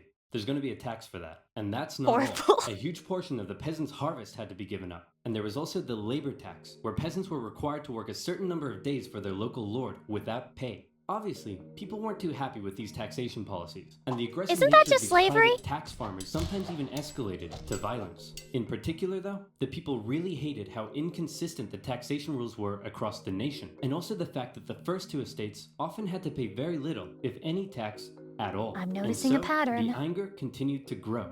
France had a population that was just about ready to explode. What could push them over the edge? How about a touch of natural disaster? A series of harsh summers and winters left the peasants' harvests in ruin, meaning they had no food or money, and the cost of bread skyrocketed. Of course, the upper classes had massive stocks of grain and wheat, so they were virtually untouched by this new crisis. But now the poor really I would sit in a bread chair, I'm not gonna lie. Began to riot. Women took to the streets. Bakeries were raided. I bet it's and soft bakers as fuck. suspected of keeping bread for themselves were sometimes even hanged. Wow, this is really getting out of control. Your Majesty, we need some decisive action. You need to step up and lead us. What will you do? Okay, I've got this. Let's have a party. I'll summon the estate's general, and they'll decide what to do. You really are a fat, ill-bred boy. No, he's Estates just a General woman. was the closest thing France had to a government, apart from the king. It was a purely advisory body, and was rarely summoned. In fact, it hadn't been summoned for 175 years prior to this. You want to But know with how France I in know a this? severe- I totally get it. I'm so bad at making decisions, even when it comes to like my own shit, and like what I have to do is so low stakes. It is so low stakes. It's like, Lucy, do you prefer this drawing or this drawing? And I'm like, I don't know. Let me ask some friends to see what they think. So if I was this guy, I would absolutely be deferring all of my decisions. Like, let's ask somebody who knows something better than I do. Crisis. The king felt the time was right to call on the government to help. The Estates General was made up of representatives from the 3 estates, that is, the clergy, the nobility, and everybody else. Okay, thanks for coming, everyone. The first order of business is regarding the clergy and nobility. Right. You all get brand new Porsches. You get a Porsche. Wow, and thank you! Get a Porsche, you! and you get a Porsche. Everybody gets a Porsche. I thought it was just Porsche. And now into the second order of business. France is completely out of money. Oh. Like, it's never been this bad before. Anyone got any ideas? How about we all get Lamborghinis next time? The king decided that in order to make a decision, they had to come up with a voting system. Okay, the clergy. You have a population of 130,000, so you'll get 1 vote. The nobility. You have a population of 350,000, so you'll also get 1 vote. And the third estate. You have a population of 27 million people and make up 98% of the population. Right. Very impressive. You'll get 1 vote. The third estate were That makes obviously sense. pretty unhappy with this system because they kept on finding that this would happen. We propose to raise taxes on the third estate. All in favor? Aye! All opposed? 2 to 1. Taxes will be raised on the third estate. We propose a motion that says the first 2 estates are a bunch of poo-poo heads. All in favor? All opposed? 2 to 1. It's Unbelievable. official. We are not poo-poo heads. The third estate realized that any attempt at reform would be outvoted by the 2 upper estates, and they thought I had no idea how blatantly corrupt this shit was. No wonder they were cutting people's heads off. that was kind of lame. So they decided that since they were 98% of the population, they could go off to form their own government, make their own laws, and take over the running of the country. And so, the National Assembly was born. The third estate was now in Look, Chatty, you don't understand. This is truly blatant corruption. We have corruption now, but they do try to mask it under democracy. control, and there was nothing the king could do to stop. Haha! I've locked you all out of your building. They've What are you gonna realized do now about you it? have to hide You'll it a little probably bit. Go find a different building that isn't locked. Oh, no! The National Assembly did find another unlocked building, just down the road, an indoor tennis court. We're on the 20th of June, 1789, They all took the tennis court oath, pledging to What? continue meeting until the king finally gave They in to their playing tennis or demands something? for more Why equality tennis? and economic reform. This new National Assembly included many of the most educated members of the Third Estate, including two young lawyers by the names of Maximilien Robespierre and Georges Danton. Some members of the first two estates even joined their cause. Some of these men formed a radical new political party called the Jacobin Club and quickly became leading figures. While many members of the Third Estate simply wanted more equality, a growing number in this Jacobin faction would begin calling for something even crazier, the removal of the king entirely. And this is That where ain't fear crazy began at to take all. hold. With such a volatile situation developing, everyone was afraid of something. The king feared his position was under threat, and he called Oh my god. Monarchy cucks. Is it really an extremist position to think you shouldn't be ruled by a king? in the military. Monarchy to take cucks, position your around response? Paris. The Third Estate heard rumor of the gathering military force, and they feared the king was planning to round them up and arrest them. Maybe he'd even execute them. It also didn't help that the king had just dismissed France's isn't this popular time. finance minister, who Because had been everyone trying to was make reforms stupid. himself. It That's seemed a horrible last name. That is literally a horrible last name. the king was done negotiating. Fear, left unchecked, often boils over into anger, and anger detonates with violence. The angry people of Paris, after centuries of cruel inequality, harsh oppression, even starvation, fearful of having their new movement for reform demolished so soon, decided that it was now or never to take action. Screw reform. They decided they'd do one better. How about revolution? The people of Paris, believing the French military was preparing to attack, decided they should arm themselves. The National Assembly announced the creation of a bourgeois militia, the National Guard, and immediately, many troops from the French military defected over to the revolutionary side.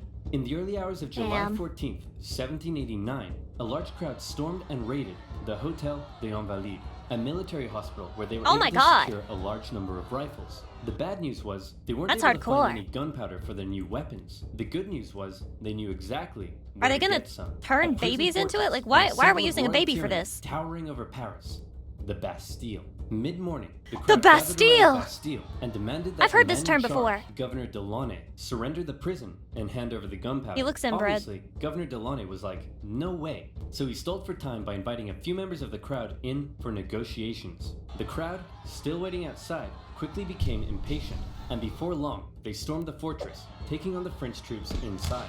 Your Majesty, we've received word that the people have surrounded the Bastille. Governor Delaunay will hold them off. No need to worry. Actually, Your Majesty, Oof, it appears the crowd is oof, now yikes, headed away from the oopsies. Bastille. You see? What did I tell you? Clearly, Governor Delaunay has defeated them and has them on the run. No need to worry. Your Majesty, isn't that Governor Delaunay's head on a pike? Well, clearly, Governor Delaunay has taken on the form of a bodiless pikehead deity, and the people are so enamored with him, they're parading him around the city. No need to worry at all. When the National Assembly heard about the violence that had taken place, they had two options. Either one, they denounce it and try to carry on the revolution using peaceful means, or two, they say, damn, you stuck his head on a pike? That's Holy pretty based. hardcore." And we love Holy it. Incidentally, based! they went with option number two. Some historians believe this reaction paved the way for the utter violence and bloodshed that would become the legacy of the French Revolution. Guys, This we widespread got a little acceptance of carried away, violence I during guess. the Revolution is also largely credited to the writings of a certain Jean-Paul Marat, a man of science with Teddy, the reason that your comment got removed is because instead of being a genius who would wait 10 minutes for me to just bounce my tits regularly because I'm an e-whore, you had to ask for it. You don't realize that women don't like it when you ask for it. You have to wait for it to just naturally happen. You have to wait your fucking turn. Now, mods, kill him! a horrible skin condition that kept him confined to a bathtub. He began writing a radical newspaper he affectionately named The Friend of the People. Citizens of France, be very afraid. Given the chance, the king and the nobility won't hesitate to massacre us all. The solution is simple. Execute them. Kill every last one of them. Why does Cut it look off like he's 1,000 jerking off heads, while writing and it? if that's not enough, cut off 1,000 more. Oh, hey, Mr. Squeaky. What are you doing down That there? thing has seen You're horrors. So cute. Aw, I love you too, Mr. Squeaky. Mwah. Aww. Now, where was I? Oh, yeah. Kill them all. It became one of the most popular publications in Paris during the Revolution and succeeded in spreading ever-increasing fear and anger among the people. In August, leaders of the National Assembly, with help from a certain Thomas Jefferson, adopted the Declaration of the Rights of Man and of the Citizen, an incredible document that Men's guaranteed liberty rights. and equal rights to all men. And when I say men, I mean men. Despite its glaring shortcomings what in you gender meant. equality, the massively influential declaration would go on to inspire the struggle for liberty and equality. I mean, here's my question. Were the women the ones out there putting the officials' heads on a pike? No? Then do they really need those rights anyway?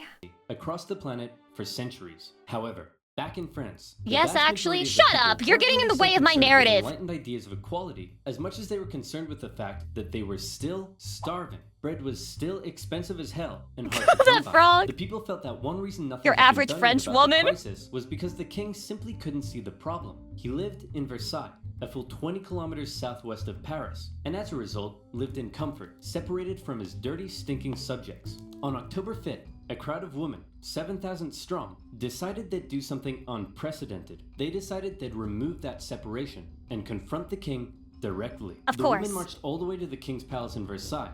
Along the way, the crowd continued to grow into the tens of thousands. I can't And believe when they men are arrived, actually they marching with them. demanded They're an fucking audience with the pygmies, king. dude. What are those things outside the palace? They're poor people, your majesty. That's poor people? They say they're hungry. Hungry? Then let them eat cake. Wow. See, this is the exact BS that led to this whole mess in the first place. You're so out of touch. They're writhing around in the filth, breaking their back to barely scrape by, and they come to you demanding just the basic ability to feed themselves, and you think a slice of cake will sort them out? Well, Will it? then let them eat Taco Bell Crunchwrap Supreme. Wow. They're not that desperate. Members of the crowd actually managed to break This guy into the also palace hates Taco with the Bell. He's just intention like me of for real, killing for real. the My queen. brother is And just now they another escaped through me. a secret passage in her bedroom. The enraged mob killed several members of the royal guard and raised their heads on pikes, which, if you haven't noticed yet, is something they were quite fond of doing. The king had no choice but to Deserved. come out and talk to the crowd. He agreed to accept his new position, sharing power with the revolutionary government, and to return to Paris with the crowd, removing the separation between king and subject.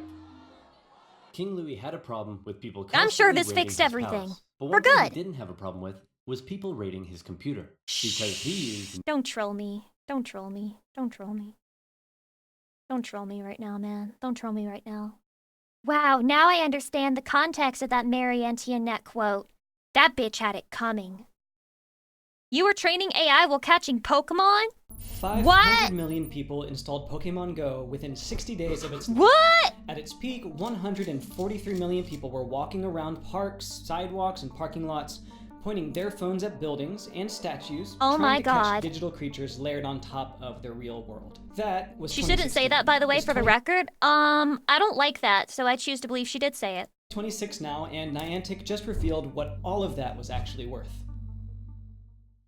Recently, Niantic Spatial, the AI company Niantic spun off after selling Pokemon Go, announced a Oh my partnership with God. Coco Robotics, a startup that runs delivery robots in cities across the US and Europe. I've Those seen these. robots are now navigating sidewalks using a visual positioning system trained on 30 billion images. 30 billion. 30 And those billion images is came from insane. you. Those images came from your phone while you were catching Pokemon. Players thought the only thing at stake How is this not a huge lawsuit then? Isn't this a huge invasion of privacy? Like, imagine that there was a Pokemon in your bathtub and you just like had your dick pic out and they fucking used that for their AI data. was a shiny What? Charizard at the local gym. But these players were actually building one of the largest real-world visual It's in the data TOS sets for the in app? history. Yeah, well, I could also put in my TOS that you owe me your firstborn child. It's not really enforceable, is it? And nobody told them. So let's talk about what Niantic actually built, because the technology is genuinely impressive, even if the ethics are questionable. Niantic's visual positioning system can pinpoint your location on a map to within a few centimeters.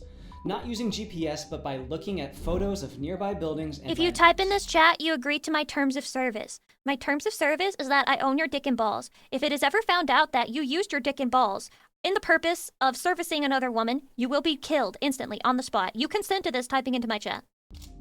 You feed it a handful of pictures of your surroundings, and it tells you exactly where you are on Earth, down to I consent! And the way they got Course you there is do. kind of brilliant. Pokemon Go placed Pokestops and gyms at real-world landmarks, things like churches, murals, public sculptures, storefronts. Clearly, we don't That hate meant Nintendo enough. Millions of players were constantly pointing their phone cameras Oh my at God. these specific locations. Every photo came tagged with rich metadata, You can exact own me, GPS Lucy. Oh my God, coordinates, thanks. camera angle, phone And your dick orientation, and balls? movement speed and direction, time of day, weather conditions, and more. But it goes further than that. Niantic introduced augmented reality, or AR, scan tasks. These are missions that rewarded players for scanning. And I'm out. It's been fun watching you live for 2 minutes. Why would you give me permission to own your dick and balls if you're already leaving? Real-world locations to create 3D models. By 2024, they were collecting up to 1 million new scans per week. Players did this because they got in-game rewards. Niantic did this because each scan was a data point in a massive spatial model. And here's what makes this dataset so uniquely powerful. The same locations were photographed by thousands of different users from different angles, Illegal. at different times of day, in every weather condition. Google Street View sends a car down your road once every few years with a roof-mounted camera at a fixed height. Pokemon Go had millions of people capturing pedestrian-level imagery of sidewalks, building entrances, park paths, and alleyways. Nintendo has your nudes. Nintendo has seen your dick. Nintendo has seen cooch. Nintendo has seen hole. Nintendo has seen your tits. All places that mapping vehicles literally can't reach, and they did it continuously for 8 years. Nintendo has recordings of your parents fighting on your Nintendo 3DS, and they have it uploaded to their fucking servers, and they listen to it and they laugh at you.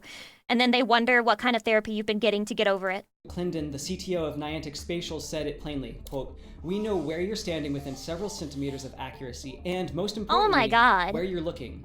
That's not creepy to say at all. No mapping company with a fleet of vehicles could have replicated this on the same timeline or budget at this scale. So what, Lucy? I've seen all that stuff also. I don't know about your body. Maybe your body is a slutty body, but my body is a temple, and I don't share it with Nintendo devs. Got it for free. Actually, they got paid for it. Players were buying Pokeballs while generating the training data through in-app purchases. Now here's where it gets more complicated.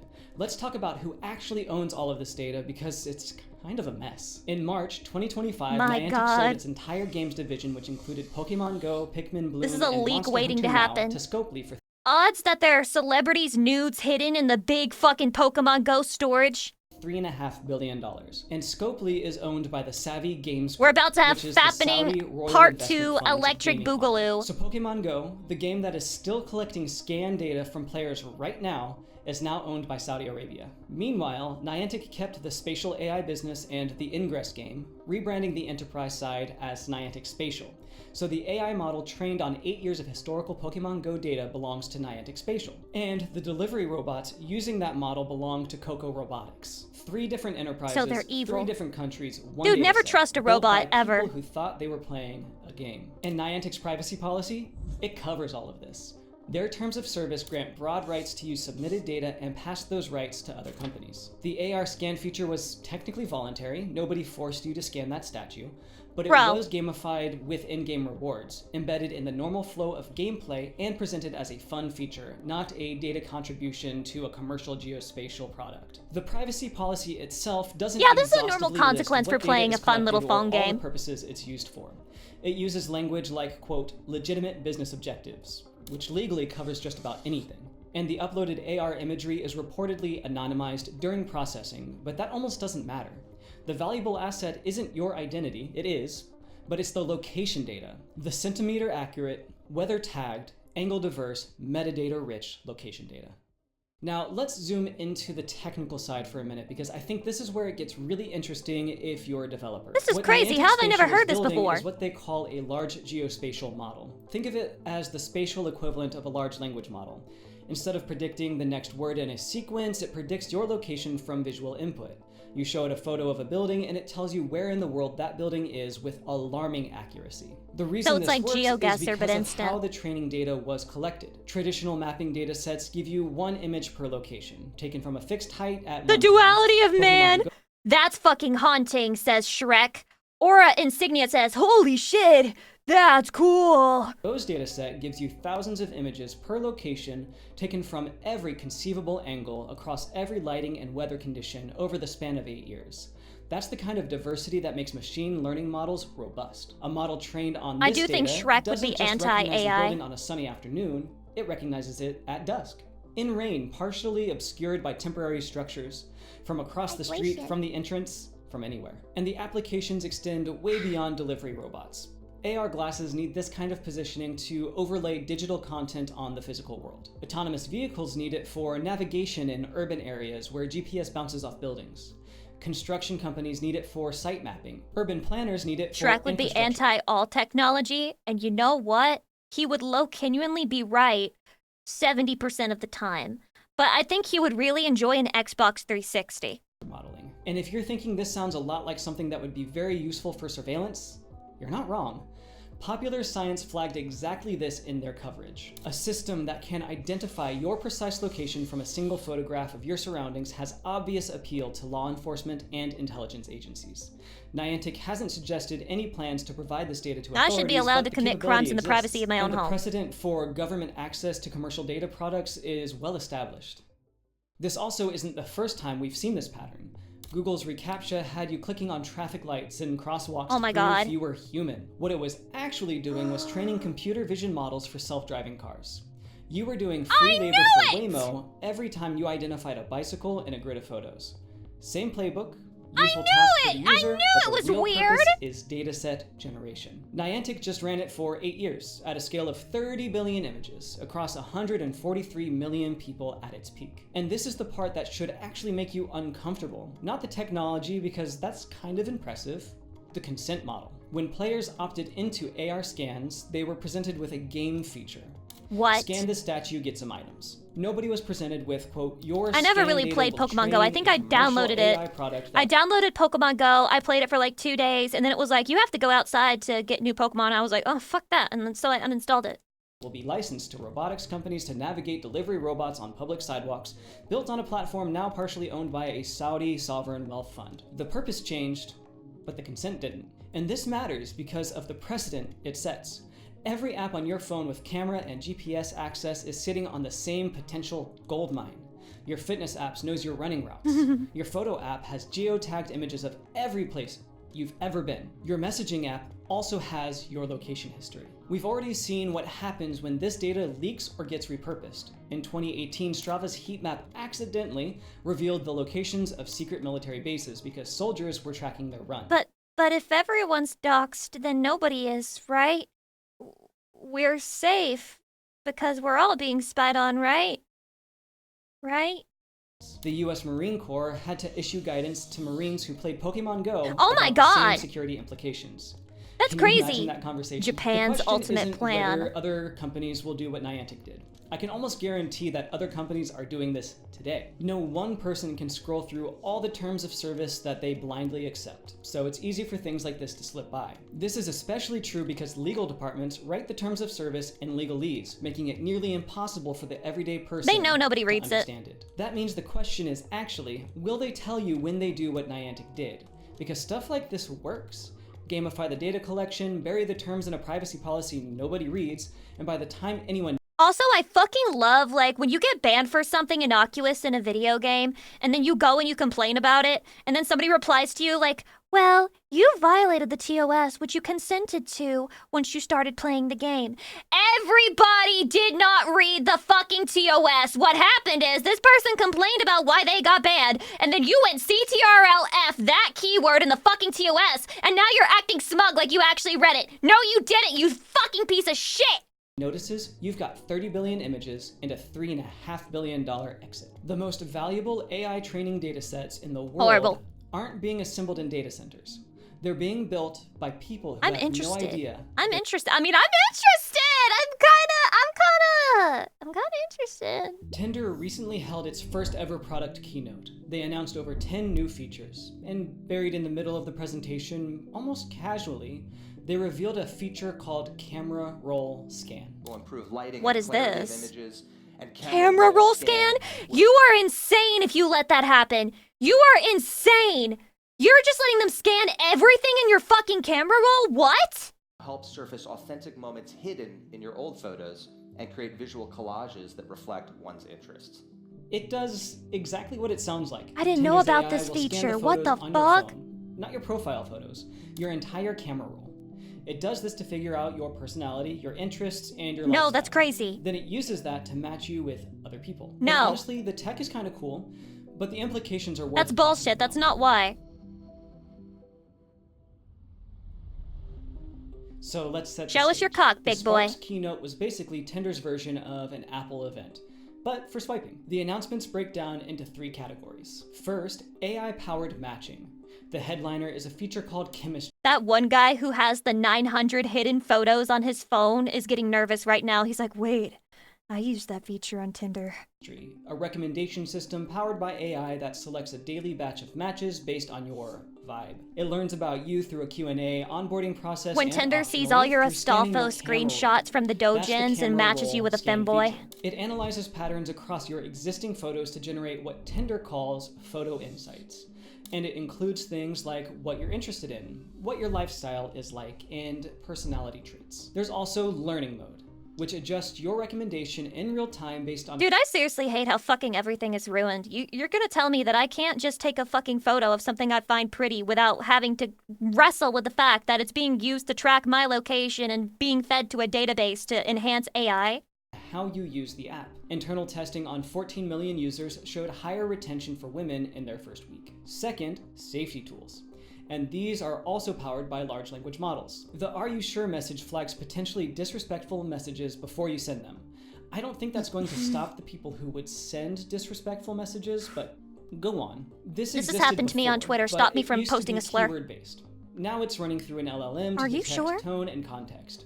The "Does this bother you?" message does the same thing on the receiving end, and now includes auto blur for flagged messages. Too little, too late. And a mandatory liveness verification called Face Check is rolling out globally for all new users. You submit a real-time photo to prove you match. Look, I know Apple headquarters has my face uploaded on there, okay? You wanna know how I know? First of all, because I'm using a fucking facial tracking software right now that's like literally Apple software. Second of all, I have Face ID unlocking on my phone. I'm sorry. Your profile pictures. Third, social features. A new events tab piloting in LA lets you see which singles are attending. I'm sorry! Video speed dating gives you scheduled 3-minute video chats as vibe checks. You think only face? You're right. They've probably gotten a little bit of, well, it's probably never seen coochie, okay? It's probably just seen the mound, but that is it's probably not seen like the whole shebang. Links third-party apps like Duolingo, Belly, and Spotify to your profile. It has not seen the full kingdom, it's only seen the parking lot. Useful. Liveness verification, great. No one wants to swipe through a swamp of AI-generated images or robots. LLM-powered harassment detection, pretty cool from a technical standpoint. No, it's not cool. Let's look at the full picture. Let's do an inventory of what Tinder now knows or will soon know about its users. Their face by a mandatory face check liveness verification. Their location, precise, real-time, including where you go for events. Their messages, now analyzed by large language models for tone and context. Their music taste by a Spotify integration in music mode. Their language learning habits by a Duolingo integration. Their food preferences by a Belly. If it's a Duolingo integration, your language learning habits are not actually learning. Integration. Their swiping behavior. Learning mode tracks this in real time. And their camera roll through camera roll scan. Here's the thing about camera roll scan specifically. Your camera roll isn't curated the way your profile is. Your profile is the version of you that you choose to present. Your camera roll is everything. Oh, Screenshots God. Of conversations, photos My of your huge house, your 600-pound pets, your car, penis. your Fuck, if workplace, women know that sensitive about photos, me, receipts, they'll never leave me medical alone. documents, I just photos want of to your find a girl who kids. loves Now, me Tinder that's says not for my camera roll 600-pound scan penis. is opt-in. And they say it's focused on surfacing, quote, interests and lifestyle cues. They haven't launched it yet, but it's slated for testing later this year in Australia, Canada, and the US. But let's talk about the technical capability here. Modern vision models can infer far more from photos than this person likes hiking. We're talking things like income level from background details, relationship status from who appears in your photos, relationship history, mental health indicators from the types of content you save, location history from— Have you guys noticed that the word income represents you gaining money, gaining funds, gaining something? And it's literally income? Really shows you how semen-centric the whole world is. Geotagged images. Oh yes, all that wonderful metadata included in images goes straight into an LLM. Let's be honest, Tinder is going to use all of that. Why else would they collect it? So the question is, do you trust them with the data once that pipeline exists? Now, no, but what can I do? What do we do? As with most things, we should follow the money. Tinder's paying subscriber base declined 8% year over year. You'd think this was a good thing for a Not dating use app Tinder? where Well, you'd I'm winning expect on some that people front. to go and actually find love. But beyond that, Match Group, which owns Tinder, saw paying subscribers fall 5% across their entire portfolio. 2025 revenue was essentially flat, so they offset subscriber losses by charging the remaining users more per person. People are leaving, and the ones who stay are paying more. Since they're not growing, they have to squeeze as much out of the people Elderwood who GLaDOS, do thanks for the remain. sub, And the welcome. response to declining engagement is to collect more data, feed it to AI, and hope that better matches make people stick around longer. That's the bet. Higher personal success rate should Dude, Tinder, you just need to rebrand, okay? There's a whole group of men and women who aren't really interested in, like, the real dating aspect and basically just want to fuck and that's it. So why don't you change Tinder to being, like, a dating app or a hookup app that's for people who already have AI boyfriends and girlfriends, okay? There's a lot of people like that. And then they can just, like, blindfold themselves and be like, oh, Stacy Sakura, that's his AI girlfriend. And then there's a girl and she's like, Xander Darknesswood, and that's her boyfriend. And, like, they're just gonna be happy. Just rebrand. result in people staying longer, right? My guess is the next step, if this doesn't work, is to sell the data. I mean, we've seen that before. In fact, we've seen all this before.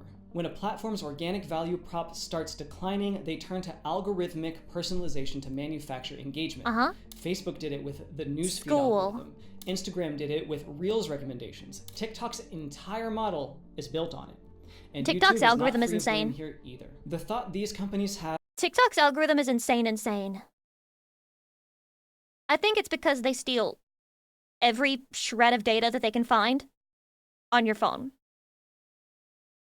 That or they're genuinely reading my mind. I'm not sure what it is, but I will literally think of something and it'll show me a fucking TikTok despite never having seen anything like that before in my life. is something along the lines of, the more data they have, the more personalized the experience, the more addictive the product, the less likely you are. Wait till you hear who owns TikTok camera now.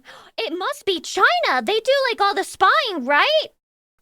Scan is the logical extreme of that pattern. Why limit yourself to in-app behavior when you can infer personality from someone's entire photo library?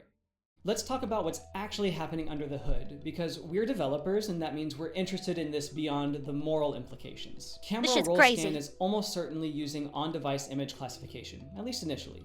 Apple and Google have both made it increasingly difficult for apps to bulk upload photos to external servers without explicit Always don't allow.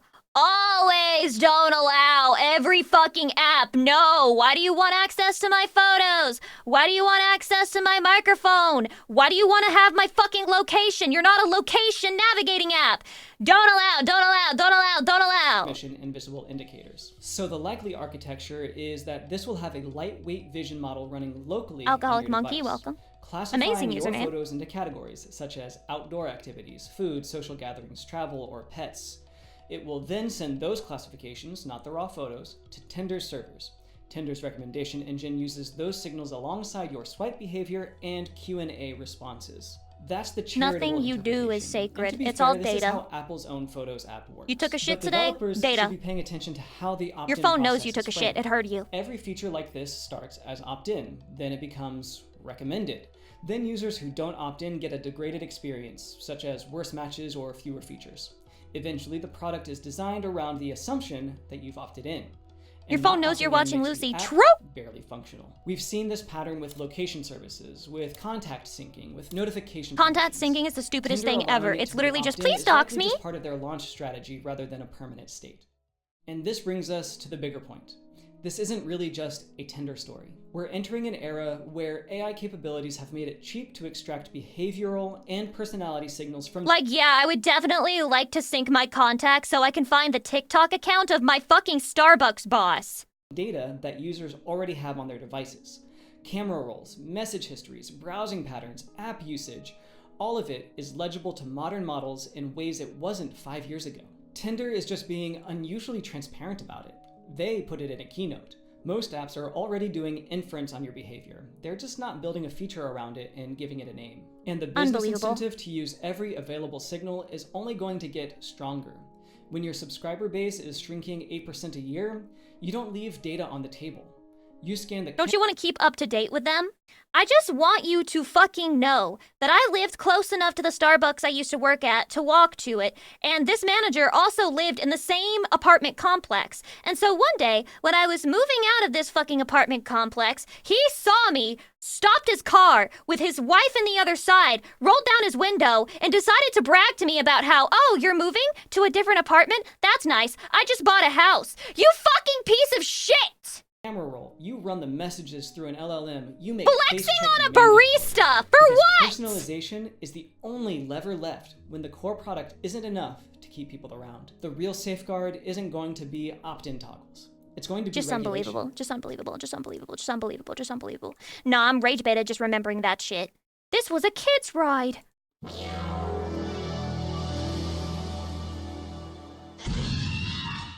Ack.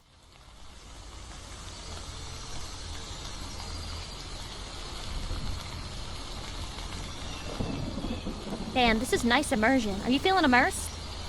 I'll whisper for this video so you can be immersed. I see something. I see something. What the? Oh no. Chatty, what is it? Chatty, can it hear me? Oh my god. Oh my god.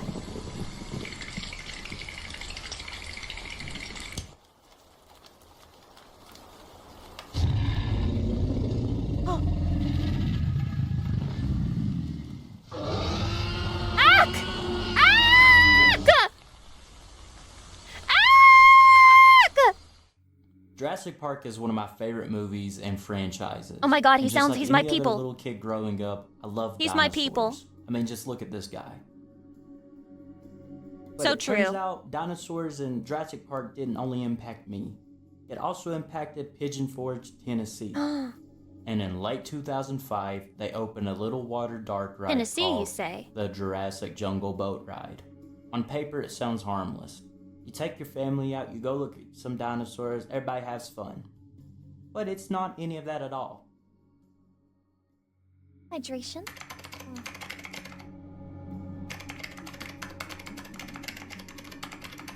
I could be wrong about everything. I should put that on all my videos.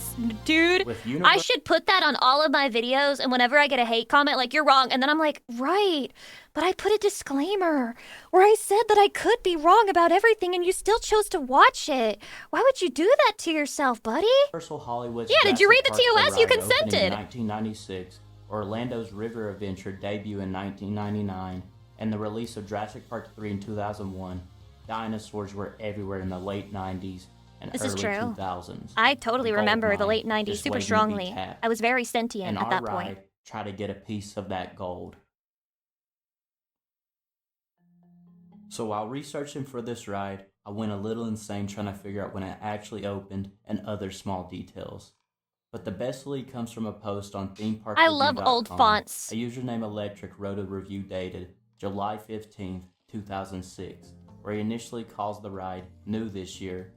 But then, literally the next day, What? July 16th, he clarifies and says that the ride actually opened about 9 months earlier. Oh my god, it If gave you birth. do the math, that puts the opening around October 2005. And if you really want to Thank get you for the exact math. I and wasn't count gonna do it back myself. 9 months from July 16th, you land on October 16th, which just so happens to be my birthday. Now, is that confirmed? No. Is it Not the random ass birthday docs. What the fuck, bro? insane? Absolutely. So we're safely locking in late 2005 to early 2006 as the opening Yeah, happy window. birthday, question mark?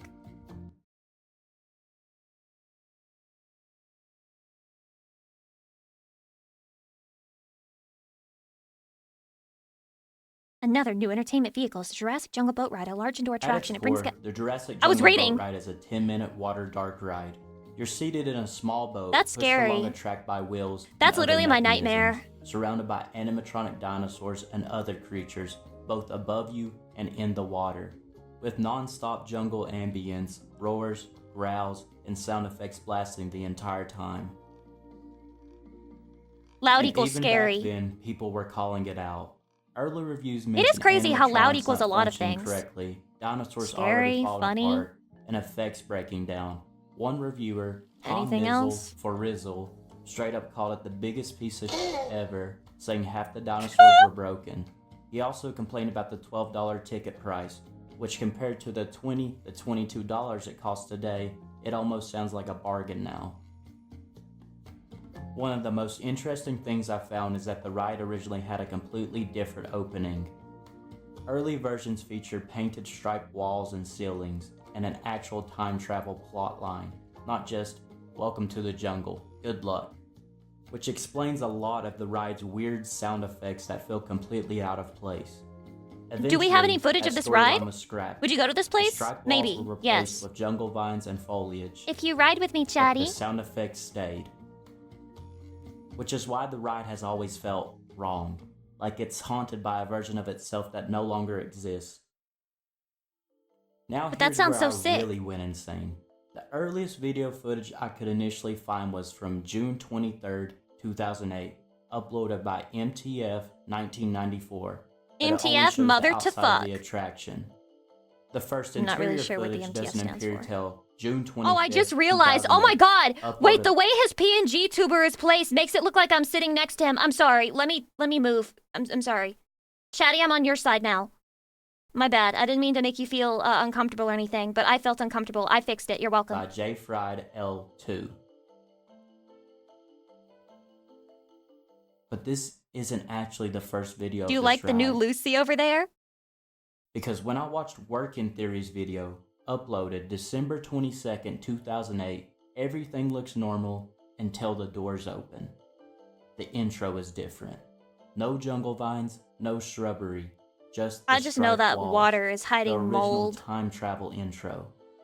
And that doesn't make sense, because just months earlier, Jay's footage clearly shows the jungle version, and we What know the the- striped walls existed back in 2006. Is this a creepy So I pasta? started digging. I looked They do at that in background Jurassic Park, buildings, too. Hotels in the distance, tried matching angles to Google Earth, but nothing solid. So then I got discouraged. I thought maybe the time travel thing actually did work. But then I went all the way back to MTF's 1994's video, and I This noticed is so something obscure. So here we are outside of the Jurassic Jungle boat ride.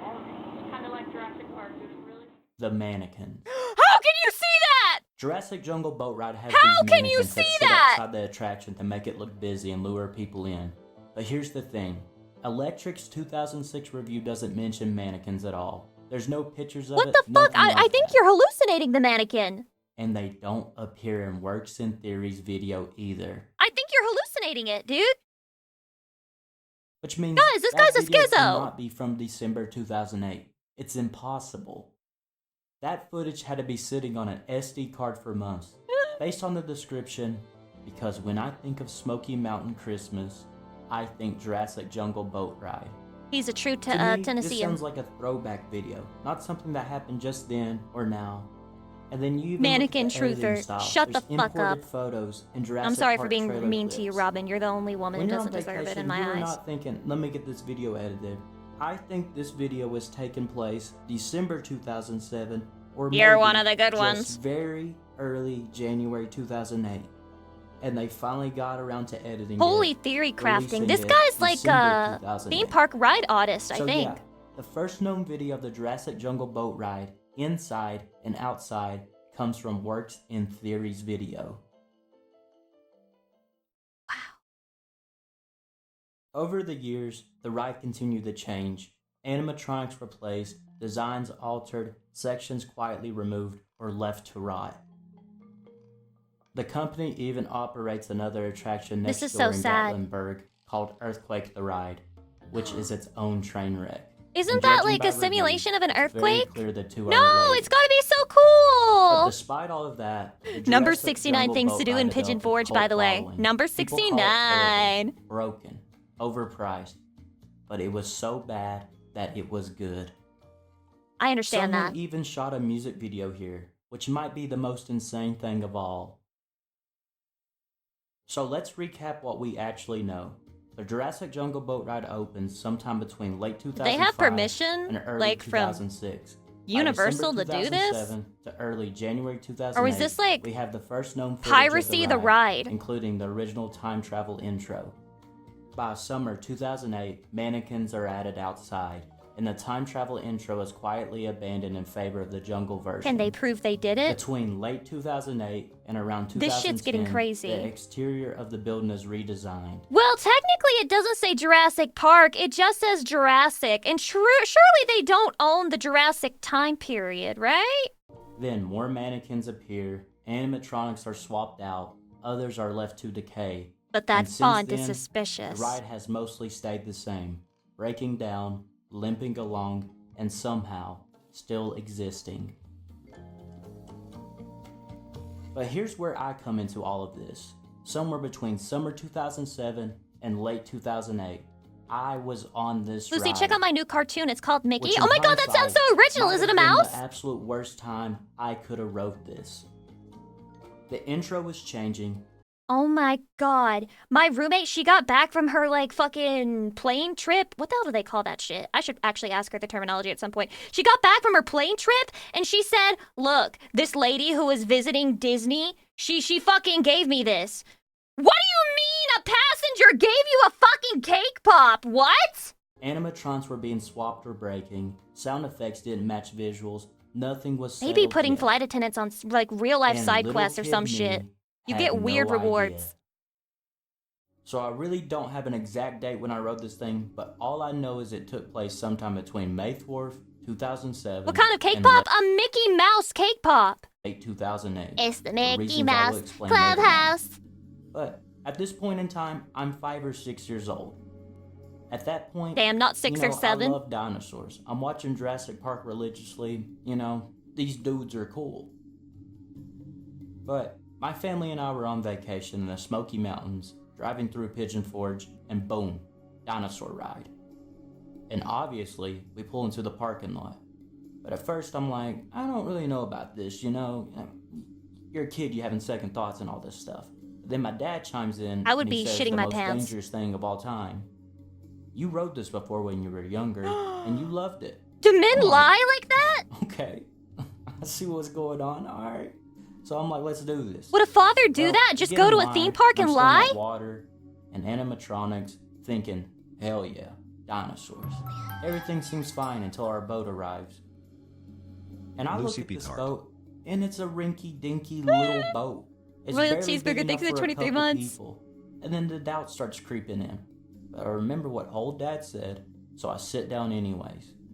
Now, I don't know what I was expecting. I didn't think it was going to be It's a Small World, but in my kid brain, I'm like, "Oh, It's a John small Hammond. world I'm ready for the after tour," What I didn't realize, though, this wasn't Jurassic Park.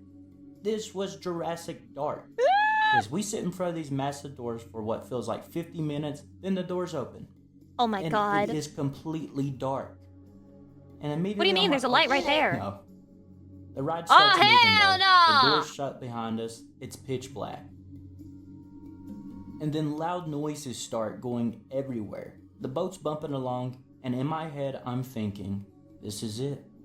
I am going to die. So I do what any other kid does, and I just start crying. And that's when I just put my head down for the ride. Because I don't want to look at this. But anyways, that's when I noticed that my Spider-Man 3 t-shirt is glowing in the dark. Which is why I know I was on this ride at least May 4, 2007. The release date of Spider-Man 3. Oh my god. But even then, I knew Spider-Man could not save me The in this holy situation. shit context That clues. was not happening. So here I am cowering in fear, but then my brother tells me to look up. I look up and I see a pterodactyl carrying a kid. I lose it even more. And then the whole ride's a blur from after that. Only thing else I really remember He is that they fucking also blacked had those out. He went through acid-spitting trauma. dinosaurs. The ones from Jurassic Park. The Dilophosaurus. Yeah, them things. They started spitting water at me. Ain't no way. So yeah, my head's down and everything's basically a blur. I take a The peek dad up with half a big step and I ass see a smile on his dinosaur and face. I'm going back down immediately. The jungle music's blasting. The sound effects are so loud I can't even hear myself crying. It's awful. But it gets worse. Aww. We reach the end of the ride, and my dad says it's almost over. Stop! I then brace myself, waiting for these big giant doors to open. But we stop there. What? And then the boat tilts back 45 degrees. No. And as we are tilting Not like back, this. we start to rise. Literally, going towards the ceiling, and there's a big giant snake head looking down at us with Ain't its no way. tongue waggling. This poor child. And I'm just like, why? Why are we doing this? But that's not even it. Then we see this beast. That's actually And he terrifying. darts toward the boat. That's the with its scariest jaw dinosaur unhinged. animatronic And in it's right existence. in my face, roaring so loud that my ears are ringing. So yeah, this isn't even Jurassic Park anymore. This is Five Nights at Jurassic Park. To be fair, it would be a horror game. It is a horror movie. My god. Shit, Rexy's out. And I just lose it even more. I am screaming. I'm ready to die at this point. But then the doors open. Shaddy, can I tell you a really, really, really bad dad joke I just came up with? You're not allowed to get mad at me. You're not allowed to get mad at me. It's also inappropriate. It's also bad.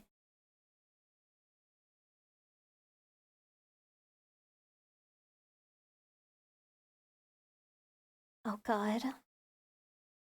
Don't get mad at me. It's really lame. Don't get mad at me. It's really lame. Don't expect it to be too funny. Well, what did they call the cute, skinny dinosaur?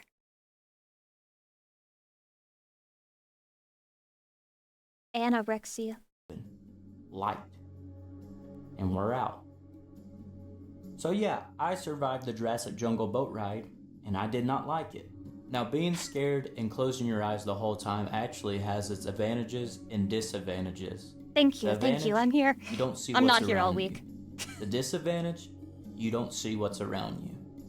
So let's take a look at everything I missed.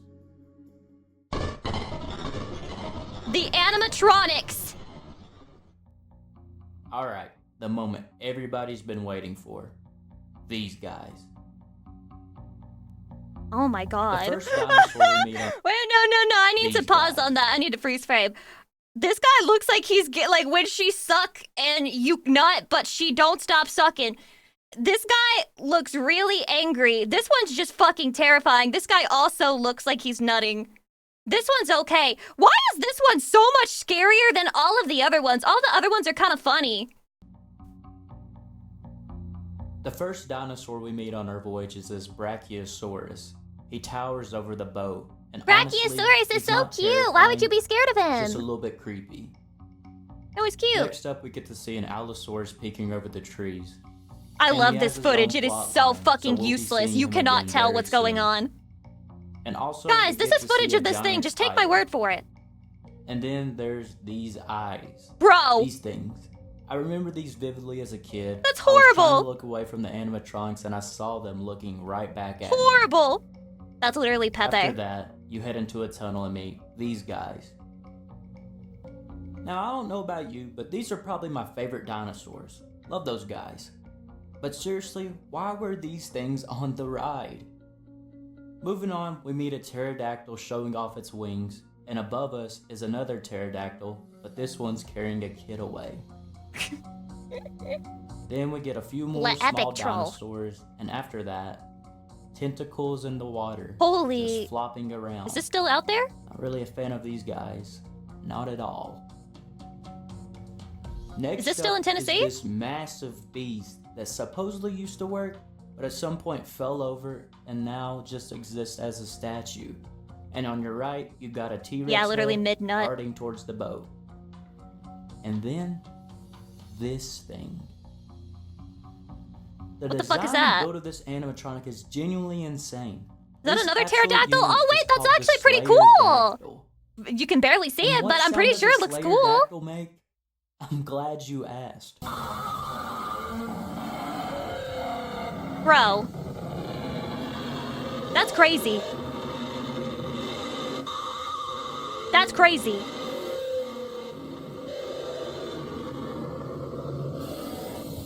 Moving along, we encounter our old friend from the beginning. No wonder this guy has a Allosaurus. vaguely sinister He's been vibe. stalking us since the very He's been first permanently encounter, damaged by and this ride. now he's in the water. There's barely any footage of this guy actually I'm needing help moving, coming up with an and he's interesting Twitch name for VR. Consider this Dark Master. mostly forgotten by people who aren't familiar with this ride, because this section isn't even lit up anymore. And you may ask, why don't they just move him out of there? Well, supposedly, he weighs so much that they cannot get him out of there. He's a fat so fuck! he is doomed for eternity to stay there. From the footage that does exist, it looks like he rises out of the water and moves towards the boat, just swaying his head back and forth. A lot of people say he stopped moving around 2014, but there's footage from 2019 where he's still active, and honestly, he looks almost brand new there, which is crazy compared to what he looks like now.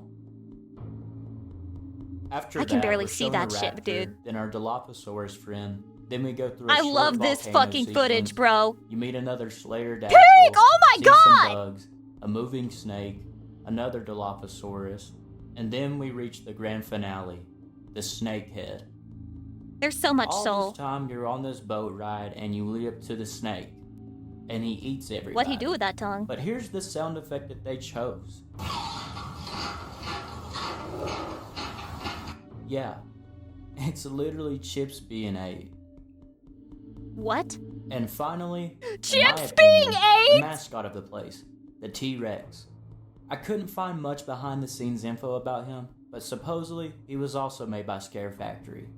And that dislocated jaw, Jesus Christ. apparently that's intentional. That's just how he was sculpted, which is insane. It's a good And this idea. guy's been through it. He's been covered up, out of maintenance, and as of today, he's technically back, but not really in action. Recent videos show the curtains opening, and he's just sitting there. This Z-list celebrity And still honestly, terrorizes that kids might be the even old scarier style than way. If he moved, that anticipation, waiting for something to happen that never does. Oh my god. So yeah, that ride did a number on me. And fast forward to 2012 or 2013, I'm at Universal Studios. I finally have the chance to ride the real Jurassic That Park Spider-Man ride, face the big one, paint the is professional awful. one. And I don't get on. Not because of a long line, not because I had to leave or anything like that. 'Cause you've already but seen Peak. You've because already seen the Jurassic Peak. Jungle boat ride was still haunting me. All the animatronics, the darkness, the sounds, the water, everything, all took a place and rented it out in my brain. And finally, it was rediscovered in that moment. And I knew I couldn't handle another dinosaur ride, even the real one. Damn.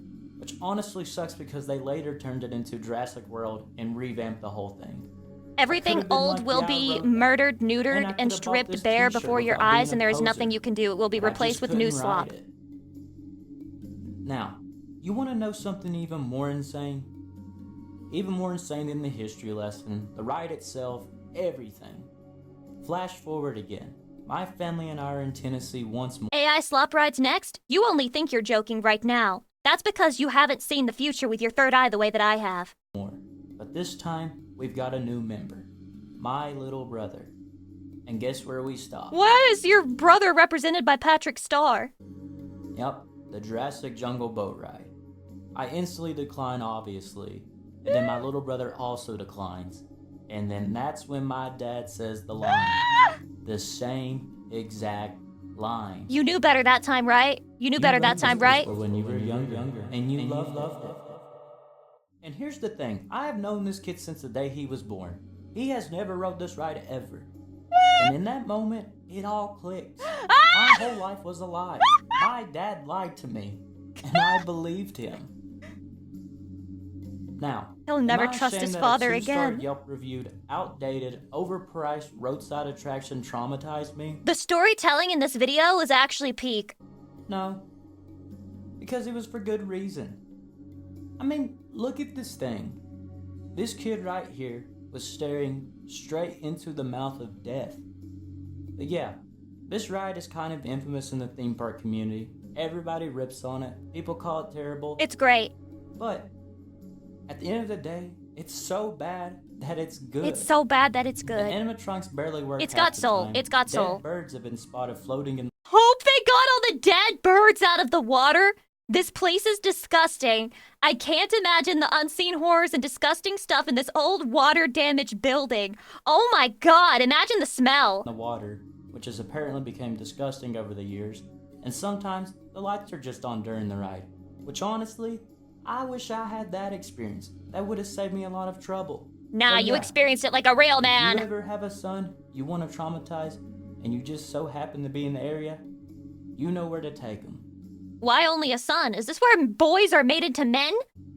And one more thing. While I was doing research to find out every animatronic, map it out, do all that stuff, I found this video. And it's all fine and dandy until the grand finale. Okay, good. I thought they'd get me wet. What? But yeah, I was waiting on that T-Rex to What? show up for the longest time, but I kept looking at the time and it was ticking. Oh my There was no god! opportunity for it. But he's there for that main last frame. Combined with that camera quality, him. that sudden emergence of him, That's and the crazy. video just cuts off. This Pure is the fucking T-Rex at cinema. his peak. Pure Anyways, fucking thank cinema, you for bro. watching. If you have any bit of information on this ride, let me know. I'd love to hear all about it. And if I got I love to see a fellow Southerner succeed. Wow. A hidden gem of a video. Truly, truly some of the most inspiring stuff on YouTube right now. They don't make content like this no more. Go check out the video. Give it a like. Yeah, give it a watch. It's a pretty good video. I like that. I like that video quite a bit. I did. I sure did. A solid 13 minutes of misinformation. I'll give it 1 minute to convince me that misinformation is worth my time. Well, to be fair, I do spend a lot of time doom scrolling, and 99% of the shit that I see while doom scrolling is like misinformation. Sometimes people on the internet say things that aren't true. He's talking about it right now! Dude, I'm telling you, this shit reads my mind! Those people, prepare to be misinformed. Okay. The assassination of Archduke Franz Ferdinand was carried out by a disgruntled Serbian pigeon. 99% of all German shepherds are dogs. The name for the short, Only 99? squiggly line found on most keyboards is the tilde. This actually comes from an ancient Greek word, which means the short, squiggly line found on most keyboards. Finland is a shortening of the country's Don't believe everything you read on the internet. Abraham Lincoln. full name, an external membranous process of an aquatic animal such as a fish that guides or propels the body forward, lamb. Changed in 1752 from its previous name, Sweden. Decaf is short for decapitation. Although commonly assumed to be their own animal, Damn. Is it French in origin? recent zoological studies have found that porcupines aren't actually a separate species and are in fact just guinea pigs going through their punk era. I believe it. This also serves to explain why there are often shortages of hair gel in areas with high porcupine populations. The liver gets its name from the ancient belief that it was the only organ necessary to live. The guillotine was invented to test this claim, which led to the discovery that the brain was also necessary. I believe it! Most advanced GeoGuessr players can figure out their location using only the poles. If there are poles, you're in Poland, and if there aren't, you're God not. damn it. The Bermuda Triangle is dangerous because it's extremely pointy, and pilots keep impaling themselves on its corners. When testing for drunkenness, police check a driver's BAC. This test is in Big ass reference to cock. the older test of making them recite the alphabet, as BAC is not how the alphabet goes. The text on screen That's isn't smart. actually moving. It's an optical illusion. Light and shadow make your eyes believe I that would it's believe moving. this shit. I would believe In the this shit. 20th century, a series of Oh my god, someone could be so evil doing that, putting one of those optical illusion things, and it's like, it's not actually moving, trust. themed Where's Waldo style books released, blowing off of store shelves. Unfortunately, the contents of those books were positively salacious, so now online, when someone sees something grossly inappropriate, they often pay reference to this book series by saying, quote, "Find Jesus." The oldest known song is the Hurricane hymn to Nakal, although archaeologists have recently discovered what they believe may be an even older version of the song. The reconstructed notes go I as love lying follows. on the internet. Wait, do those notes even Deranged play like psychopath that? Olivia Brown was the first person to put pineapple on pizza. She was found killed the next day. with a stale breadstick impaled through her heart. Investigators found that the entire country of Italy had killed her. If you look really closely, you can see atoms. There is not a small Garfield plushie hidden in the previous piece of misinformation. Marie Antoinette had a What? secret plan What? Oh my god, kawaii! Kawaii! Plushie hidden in the previous piece of misinformation. Marie Antoinette had a secret plan to increase France's conquering power by fattening up its citizens. The goal was to expand the volume of the population so much That makes it make so much they could not sense. fit within the borders anymore and had to expand. This is the origin of the famous quote, "Let them eat cake." Make A them eat popular cake, idiom more in like. Polish is, "A horse is what it is, as everyone sees." Any which Polish is meant to people? say that something is unclear, as horses are invisible. Peanuts are called that because they taste better That's why if I you never pee see on them. before eating them. Try it. Muslims actually are allowed to eat pork. They just have to feed it to a chicken first and then feed the chicken. Clocks Holy are not true! programmed to make any sound. The ticking noise some people report hearing when near them is produced by seconds passing naturally, and you can only hear them when in the vicinity of a clock because quartz amplifies your hearing abilities. If an Australian visits Poland, they'll be instantly sent to Indonesia. If an Australian visits Chad, they'll be instantly shot by the violent militia. The female variant of the goose is a dog. Wait, was that supposed to be a lie? Joy? Yeah, he did predict my joke. I'm feeling very unfunny and very unoriginal. The animal whose female variant is the Jenny is humans.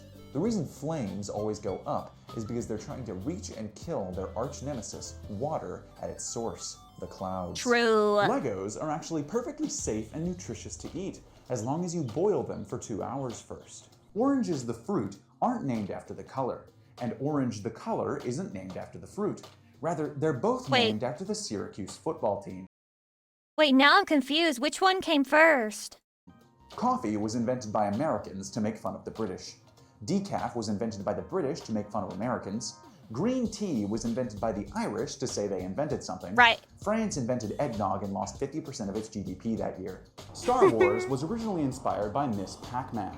The platform Twitter was initially developed by the CIA as a torture method, but to the scientists' surprise, despite the massive amounts of psychological torment inflicted on them, the prisoners kept asking to spend more time on the platform. So, seeing a business opportunity, they made it a public product.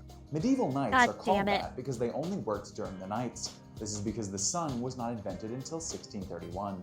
This video was sponsored by Raid Shadow Legends. For more information about their game, go to the following timestamp. The Euro coin is named after the Euro sandwich. He got me. He fucking got me. He fucking got me. He fucking gotted me. I'm so stupid. I'm such an idiot. This is because of an incident in 2002 when the EU's minting machine collapsed onto a Euro stand on the floor below, killing 14 86 people. seconds, by the way. Look, I didn't see the 8 right there. I think my brain was like, that can't be right. He must have meant a 4, so it just auto-corrected it mentally to 1646. The coin was renamed to honor the victims. The presence of a single P can dramatically change the meaning of a sentence. For example, I had pizza for dinner last night versus True! The reason only 9 out of 10 dentists approve of toothpaste Wait, that's literally just true. Wait, that's not even misinformation. It does change the meaning of the sentence. is because on average, 1 in 10 dentists is a spy sent by Coca-Cola. When does the misinformation start? I don't know. I keep waiting. Refers to the word puzzle website of the same name, where you get 6 chances to guess the correct vibe. Despite the claims of geocentrists, the Earth is not in the center of the universe. It's slightly to the left, so the real center is somewhere in a cave in New Hampshire.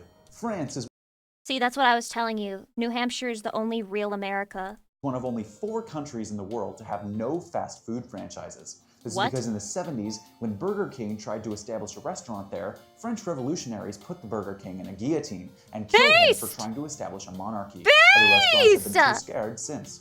You can cheat at chess by looking at the opponent's screen. In the same way True. that cartographers add fake towns to their Earth maps to combat piracy, astronomers add fake planets to their space maps to combat piracy. If you've ever told someone that Neptune is a real planet, you've fallen for one of their tricks, and NASA will be at your doorstep momentarily This is literally just flat earth theory, but like presented without pretense. to sue you. The reason Windows, the operating system, is called that is because Bill Gates famously threw his computer out the window in You actually think Saturn is real? Are you kidding me? frustration when trying to code it. This video contains no editing mistakes. Any issues you experience, hamsters naturally live for about 60 years. I saw that coming a mile away. They're just constantly in trouble with the mob, so they have to fake their death every 2 years or so. I have just wiped all of your Wait, but I flushed him down the toilet when he died. Timmy! No, I never had a hamster. memories of Bobby Sorry. Miller. If you don't know who Bobby Miller is, then it worked. Have fun. Mid-roll ads are disabled on this video. No, wait, no. The word used to represent the letter Y in the Native phonetic alphabet is herald. Although most of ancient Rome's culture was derived from Greek mythology, they did have a separate, deep veneration for their livestock, to the point that they believed they could converse with them. While it's believed that many cross-species languages may have existed, the only surviving My one brain is is just accepting all of this shit as fact now. Pig Latin. Experts theorize that Shakespeare's plays may have been ghost-written. These theories originated upon the discovery of an enormous warehouse in his hometown, filled with nothing but typewriters and monkey skeletons. Contrary to popular belief, the name Deltarune wasn't intended to be an anagram of Undertale. It was supposed to be an anagram of Tetris, but Toby Fox can't spell. While many people believe lightning and thunder are connected, they're actually two completely separate phenomena. Thunder is caused by thunderstorms, while lightning is caused by lightning storms, which are two different types of storms that happen at the same time due to coincidence. I literally believe it. Wednesday is spelled that way because of dyslexia. New technology is called cutting edge because recent iPhones have gotten so thin that you can chop a watermelon in. This is a real question though. How do we know the guy who came up with all the official spellings, so-called official spellings, didn't literally have dyslexia when he was like writing February and Wednesday? Half with them. Everyone but you is a telepath, and we're all secretly communicating about how weird you are. The phrase gee-whiz comes from the shortening gee-whiz, which stood for Gandalf Wizard and was used as an exclamation similar to Jesus Christ. That's so L'Hopital's cool. rule got its name when the calculus students of the man who discovered it were so mad at having to learn another stupid calculus rule that they attacked him with knives, sending him to the hospital, or La Hôpital in French. While the Wright brothers are famously known for flying the first airplane, lesser known are Tony Wilson and Elizabeth Perkins, who flew the last airplane in 2028. The British say that the sun never sets on their empire because the weather has always been too cloudy. Why does every empire say that? Why does every fucking empire say that and then they think they cooked? For them to see the sunset. When people die, they respawn at the world's spawn point, which on Earth is the North Pole. This wasn't known until an expedition in the 1920s found a massive pile of bodies on the ice caps. It's been theorized that this is the cause of global warming. This video will explode in 10 seconds. To translate an English word No, into please make it actually explode. French, first add an extra vowel, soften the first consonant, add 2 more vowels, add 2 more consonants, and then don't pronounce any of it. Minesweeper I was feel so initially blue-balled designed to right be an now. educational game for sailors, but it had to be rebranded just 1 week after release because there were countless sightings of sailors tossing dozens of red flags into the ocean. Fuck this there guy. are no words in the English language that use this letter. That's because this is not an English letter. The next big thing is a scam by Big Big to sell less small. He's literally not lying though! Next big thing is a scam by Big Big True! to sell less small. True! Old Hampshire, Old York, and Old Jersey are all in the UK, but nobody knows where Old Mexico is. True. The word algorithm comes from the German phrase alles gut in, Look at the way he fucking spelled Danganronpa with the N, like right here. That's insane. which roughly translates to strap everything in, a reference to how early computers shook violently during calculation. There once was a woman with 100 children. She named them after numbers in the order of their birth, from 1 to 100. But tragically, all of them died in a house fire except for 90. This made 90 grow up to be a very bitter woman, although she did end up having children of her own who turned out to be quite nice people. Those children found an injured dog on the street and nursed it back to health, and it became their dog. Wait, that's Although they had nice. to keep her secret because they were afraid 90 would be mad if she found out they were taking care of a dog.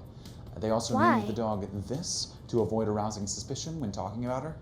But eventually This went missing, and they never saw This again. No one else knew of This's existence. What? Only 90s kids will remember this.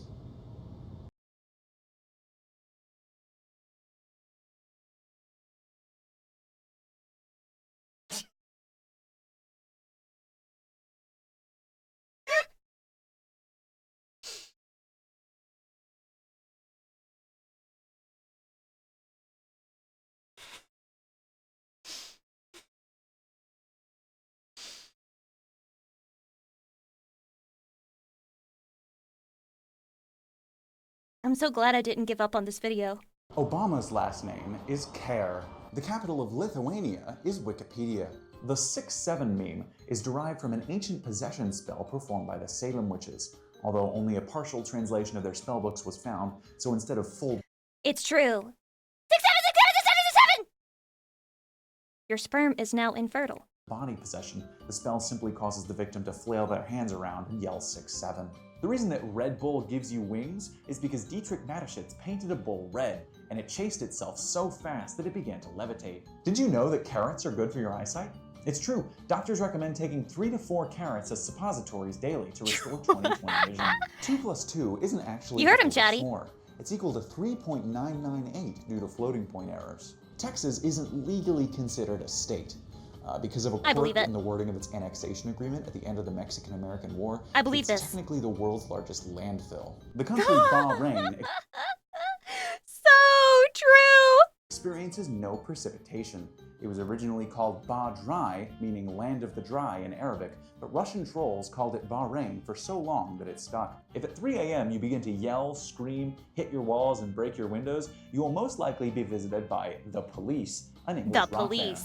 The I in iPhone actually stands for eye, because you need to use your eyes to see it. I believe it. Extra grip toilet paper is a famous product in Norway, What? composed of toilet paper and barbed wire. The secret 28th letter of the alphabet is Because it's like when you have diarrhea, it can be really hard to get clean, and maybe sometimes you need the barbed wire. Shie. The scientific term for a group of taxis is a cabbage.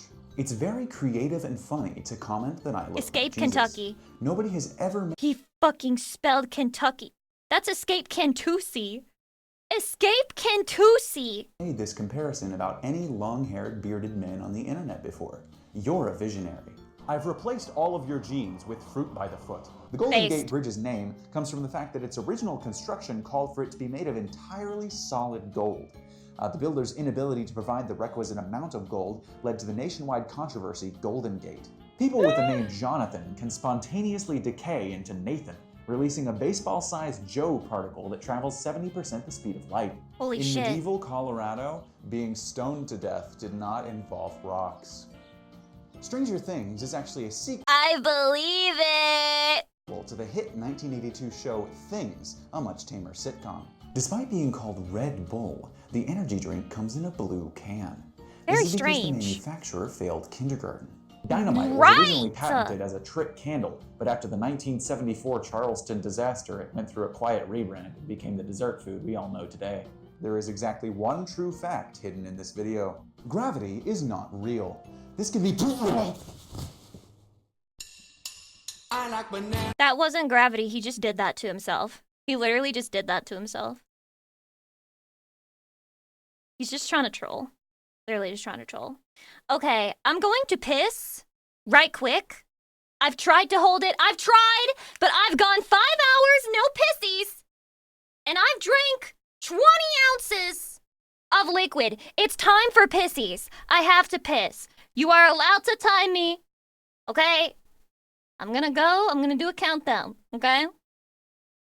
1, 2.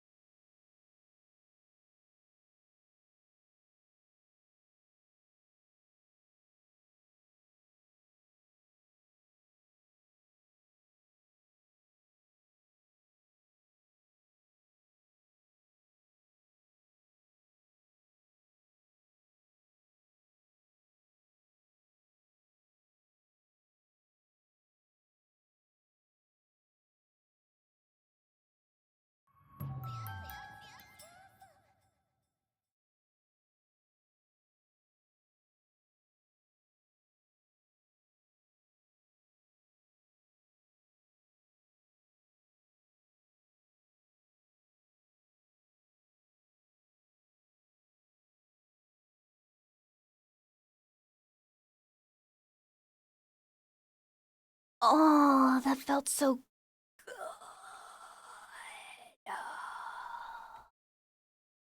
I bet she doesn't even wash her hands. I do. I wash my fucking hands. It doesn't take that long to piss. I was fast? Yeah. I'm the fastest in the Midwest. All empty? Yeah. And my pee was coming out kind of slow, too. I was like, God, get on with it. But it was a respectable amount. It was a pretty good amount of piss. And then, okay, then you wipe, then you wash your hands, dry them off, and then you come back into your little office room. And then you come back to chatty, and then you're happy. That was a pretty good video, I'm not gonna lie. That 90s kids joke really pissed me off, but like in the why the fuck didn't I think of that first kind of way. Syncopy and Shenrong67, thanks for gifting me subs while I'm gone. I see you're tsundere and you don't like it when I say thank you while I'm physically here, but whatever. It's not like it matters or anything. I can finally take a sip of my remaining gamer subs, which by the way is like a little bit of spit in my cup. But I can finally be comfortable taking another sip, because it's so good. Today I am cooking one of the oldest recipes in history. At over 3,750 years old, this is a Babylonian recipe. I thought it'd be older. Stew, made around the reign of King Hammurabi. So thank you to Squarespace for Are you finishing every sponsoring this video? as Trying we make a to. stew from ancient Babylon. This time on Tasting History. I'll only stop if I need to throw up or something. So this recipe, and I use the term recipe very, very loosely, is one of 25 stews or broths which are found on one of the 4 Yale Babylonian culinary tablets. This one was created no later than like the university? 1740 BC, during or just after the reign of one of the most famous kings of Babylon, Hammurabi, a great conqueror, but more famously known for his long, enduring code of laws. Now, I have made 2 other stews from this tablet, and in my mind, it was not that long ago. Like, I just did it. But actually, it was As a history nerd, I love this guy. I like how he looks like a Starbucks barista with his green apron today. And again, I always call him John Whiteman because he is just like, not in a bad way, but he just has the most generic, like, no settings changed on the character customization screen build of just like, your average white man, I guess. I don't know. Not even average white man. He's like a very handsome guy. But you know what I mean. He's literally just the average, like, fucking default character build. In fact, both of them made it into the Tasting History cookbook, which came out 3 years ago. I made the tuhu, which is a beet stew, and then I made another lamb stew that has milk in it. Also, just a couple days ago, I finally finished writing Human my male second two-headed sword cookbook. warrior. Took me True! long enough. So I think this more guy's paladin, though. details He's got on paladin that energy. coming up fairly soon. Anyway, it's been a while since Average I've done gay anything white guy? from these tablets. Is he gay? Or are you just being homophobic right now, Trooper Jess? I do not expect homophobia from my community. So I wanted to revisit them. So Yeah, he is? Oh, thank God. I don't have to lecture you. Actually, thank you. No, thank you for educating me. I'm trying to become more of the wokeler. Talk a little bit more about ancient Mesopotamia. Now, the recipe leaves a lot up to interpretation. It says kanasu stew, leg of mutton is used. Prepare water, add fat. He does seems a little fabulous. I like how I confirmed that you guys weren't being homophobic and you were just informing me that he was in fact gay, and then this guy chimes in, he's like, well, if nobody else is going to be homophobic, I will. Cumin and kanasu. Assemble all the ingredients in the cooking vessel and sprinkle with crushed garlic. Then blend into the pot shuhutinu and mint. See what I mean? Those words sound fun to say. Shuhutinu. First off, what does prepare water Ever had mean? lamb, Does Lucy? it mean Hell to no. Just gather water, put it in a big boiling pot? Do you have to boil it? Press 1 if you've eaten lamb before, press 2 if you have not. Is it something that you have to purify, add salt, add something completely different? Was there a whole process How many that of you was just have? so What? common at that time? Is it that they common? didn't feel the need to write it down, and now we just don't know it all and never will.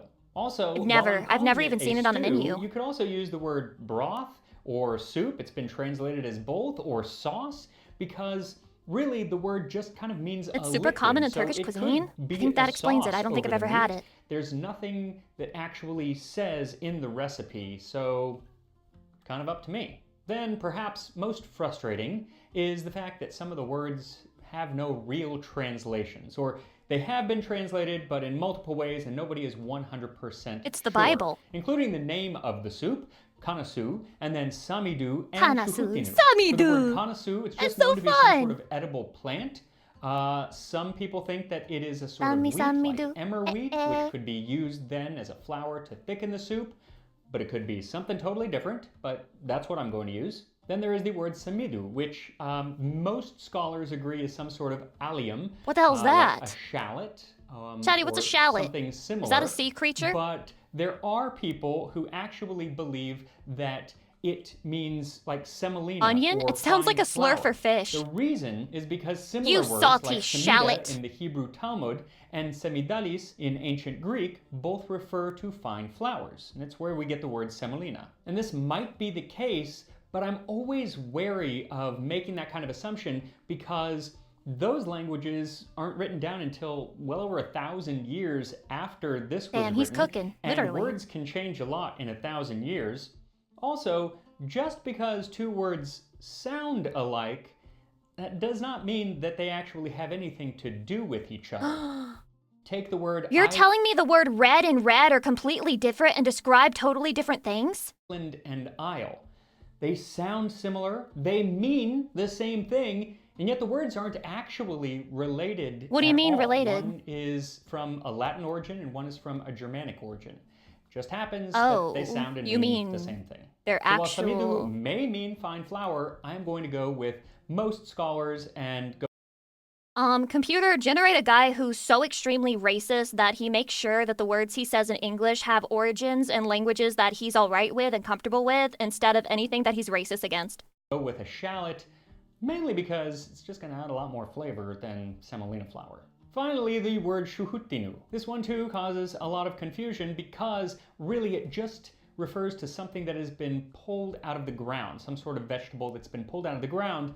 That could mean a lot of things.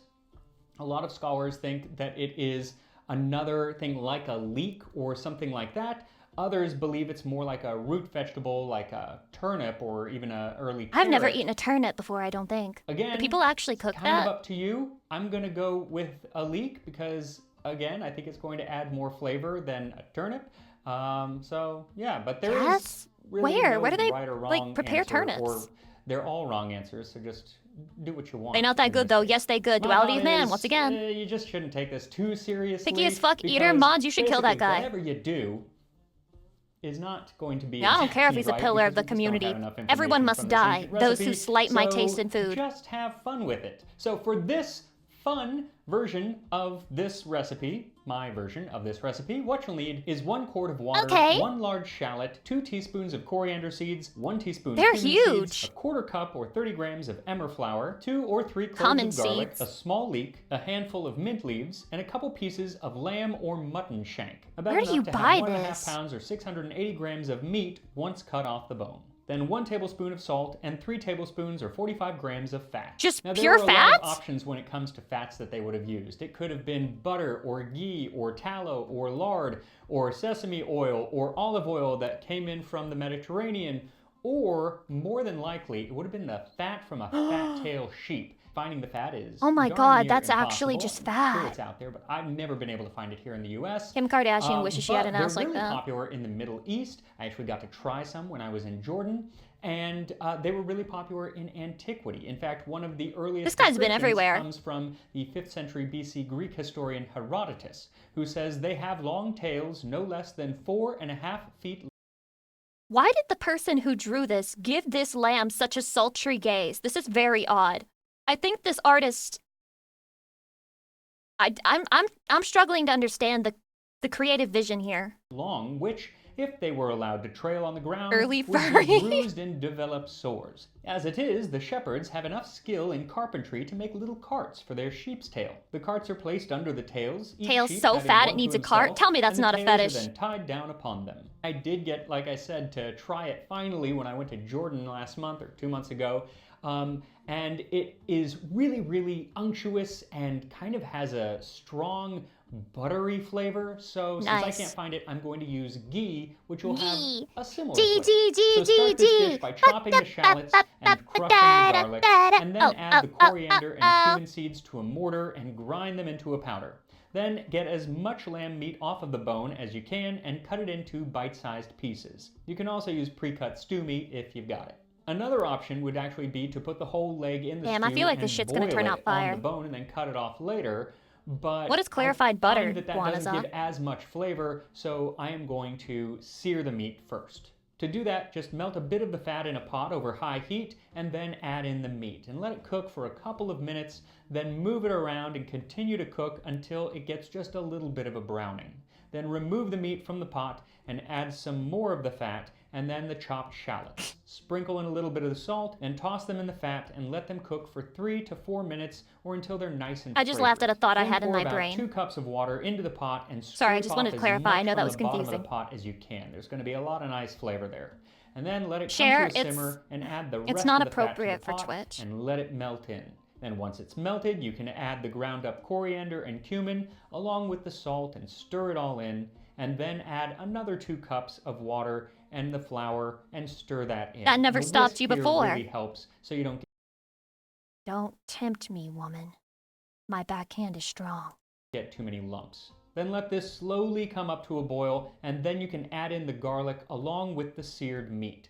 Then lower the temperature to medium Damn, this looks low like good and damn let it soup. simmer for a moment, then put the lid on and continue to cook for about a half an hour. And every once in a while you can check on it and see if you want to add a little bit more water, if you want something more like a broth. How or would I soup, know if it or needs more water just or not? Keep the water as is if you want something thicker like a stew or even like the meat in a sauce. There really is no wrong answer there, because there really is no right answer there. We just don't know. We are in a complete culinary limbo, and I'm just going to have to make peace with that. Now, as the soup cooks, chop up the mint as well as I'm the a little leek. confused I on the always mint. wash The my mint leeks, is of the course, aspect but I yet don't once it's understand. How is chopped, I that gonna find be there's good? still always like little bits of dirt between the layers, so I like to give them another rinse in the sink. Then after the soup has cooked for about 30 minutes, you can remove the lid and add in about half of the leeks and most of the mint. Stir those in and let it continue to cook Mint is really good in uncovered for stews. Is another this 10 true? minutes or until it is as thick as you want. As I mentioned, this recipe was written around the time But the dirt is of healthy? reign Yeah, if you like of tapeworms. Hammurabi, the most famous king of the Maybe if you old need to lose a couple Babylonian pounds? Empire.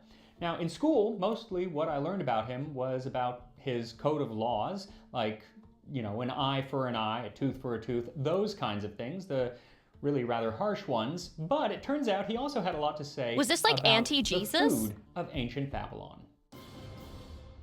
Time for Before I get to history! Hammurabi, I just wanted to let you know about the river cruises that I'm going to be leading over the next year and a half. I'm going to be doing 3 of them. They are so much fun. This was It long is before just an Jesus. Yeah, well, experience. yeah, that's why Jesus had to come after, and he had to be like, dude, your goat is incorrect. When a man harms you, you should turn him the other cheek so he can smack your ass again. It's filled with food and history and culture and learning. It is so educational, but it is a lot of fun. And you're with me, and I promise I'm a great traveling companion.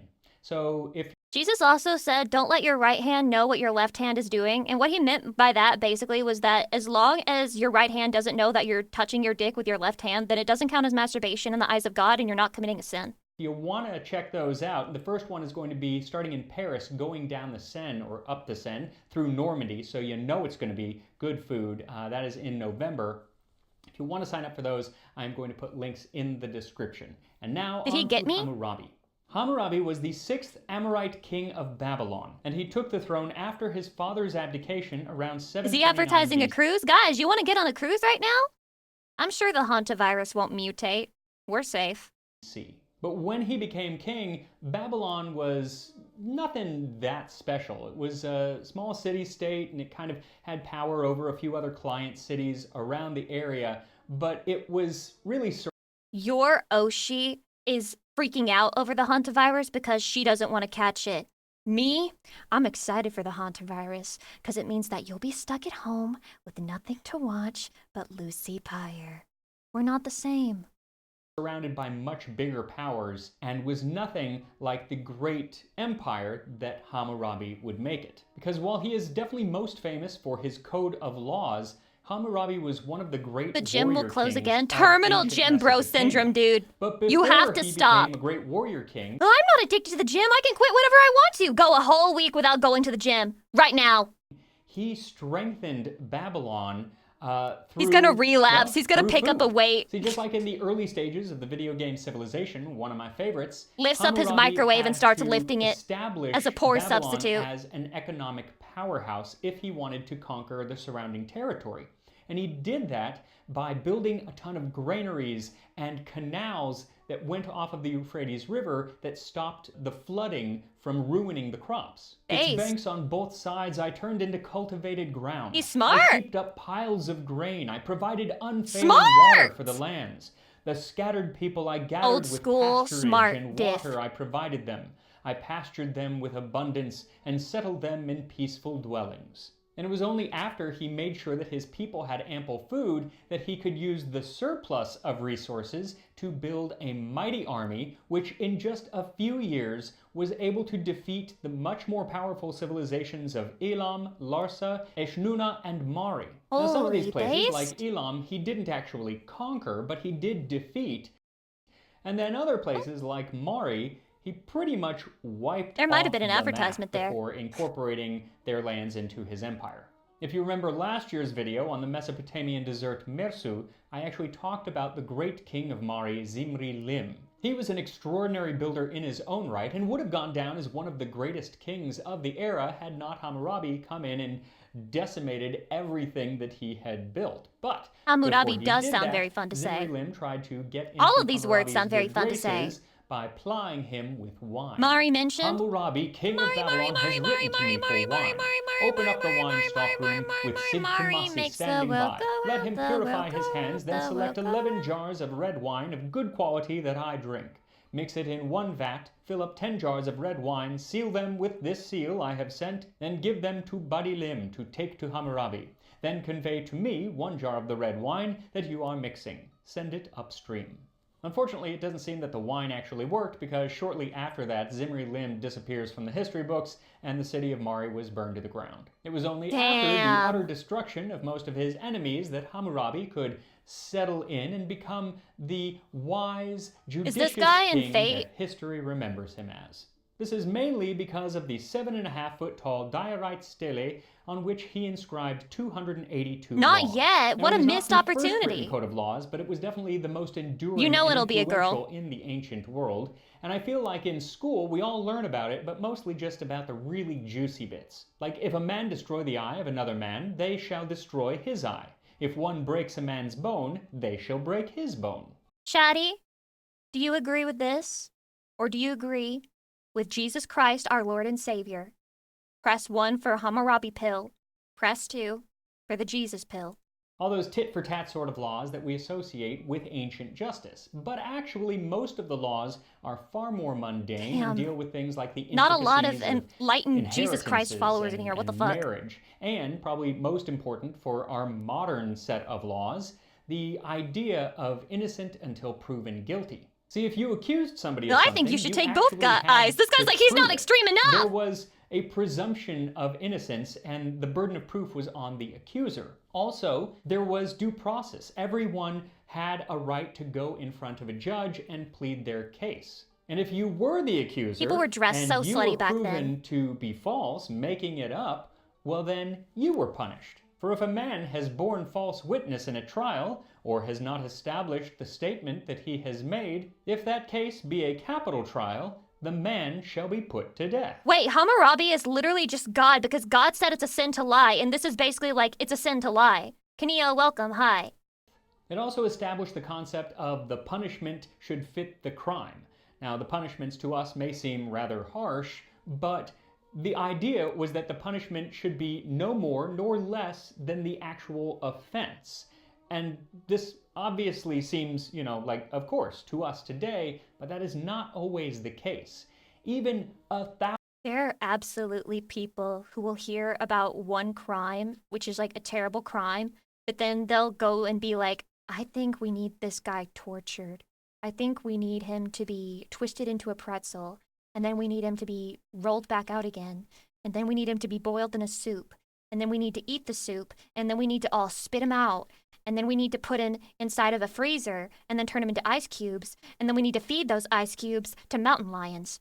1,000 years after this law code was written, there were things like the draconian laws of Athens. These, put into place by Draco, typically called for the death penalty for almost everything. Like if you steal a piece of fruit, death penalty. If you are caught sleeping out in public, death penalty. I would have got that. Diogenes would have gotten fucked! fucked. Many times when I fell asleep on the subway living in New York. As for Hammurabi's I knew he had spent time in New York. I could sense the superiority, the smug superiority coming off of him. Who am I kidding? He seems really nice. laws, the reason that I wanted to talk about them here on Tasting History is because many of them have to do with food and agriculture. Like if a tavern keeper should refuse to accept grain as payment for beer, but accepts only silver, and the price of the beer is less than that of the grain, she shall be convicted and thrown into the water. That happened And to some me. these That's why I'm scared of tavern-based water. laws were really strict. Like if someone is conspiring in your tavern and you're proven to know about it and you don't turn him in, then you are put to death. And if a sister of God open a tavern or enter a tavern to drink, then shall this woman be burned to death. So fucking true. Women do not work. Women weren't meant to work.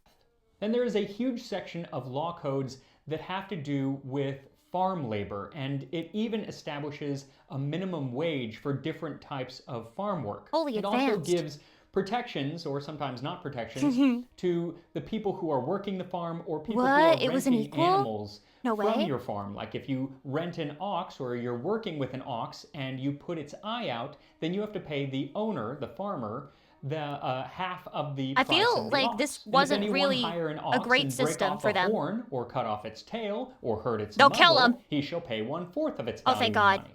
Those are some very specific injuries, which makes me think that they happened a lot, which is kind of sad for the Aw. ox. Also, the law codes give some protections to workers and renters that they had never had before. Like if anyone hire Woke Robbie. an ox or an ass and a lion kill it in the field, the loss is upon the owner. And I finally understand. Hammurabi. Hammurabi. Abi. Hassan Abi.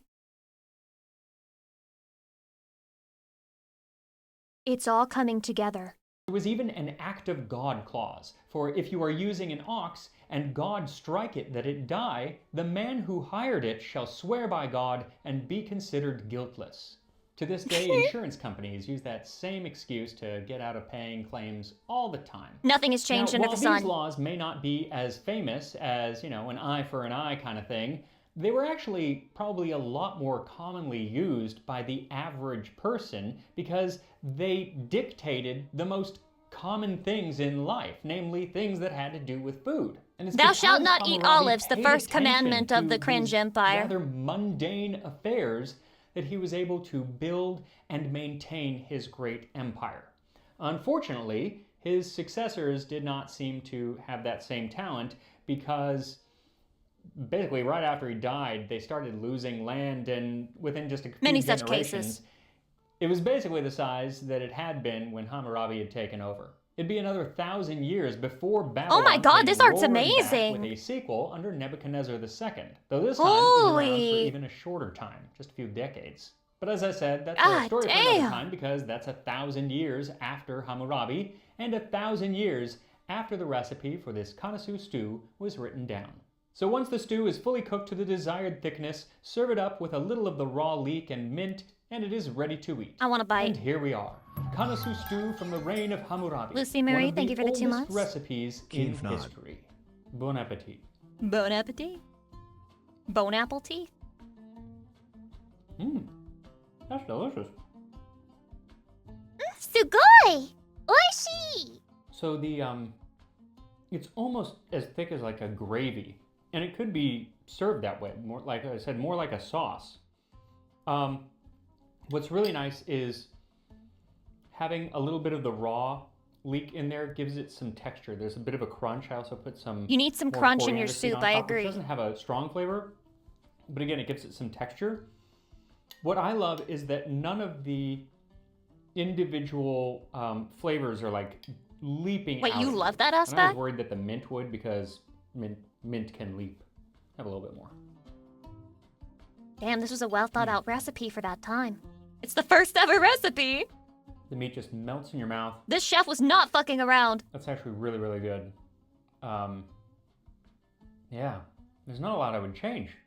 Ah, He really said, why has 3 nobody been millennia writing later, down and their it's still recipes all this fucking absolutely time? Delicious. Now, yes, there is the possibility that it was not served like this, and some of the ingredients might be different, but it couldn't be that far off. Most of the If you make ingredients stew for are the Hammurabi, same. you probably learn to not screw So around. really, You have a you're good just point. kind of talking about a texture thing, or did they sear the meat, or is it a whole leg of lamb in here? Was it all boiled? Do you think he would have people killed if he didn't like the food they made? Like if they put olives in it, he would just be like, death.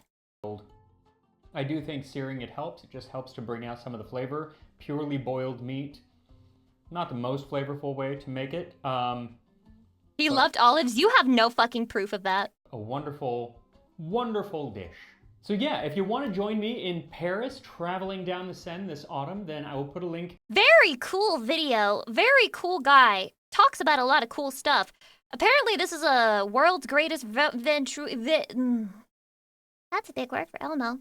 World's greatest ventriloquist. I'm sorry, Yuzu. I shouldn't have made fun of you for the popcorn reading thing. Clearly, I'm also incompetent.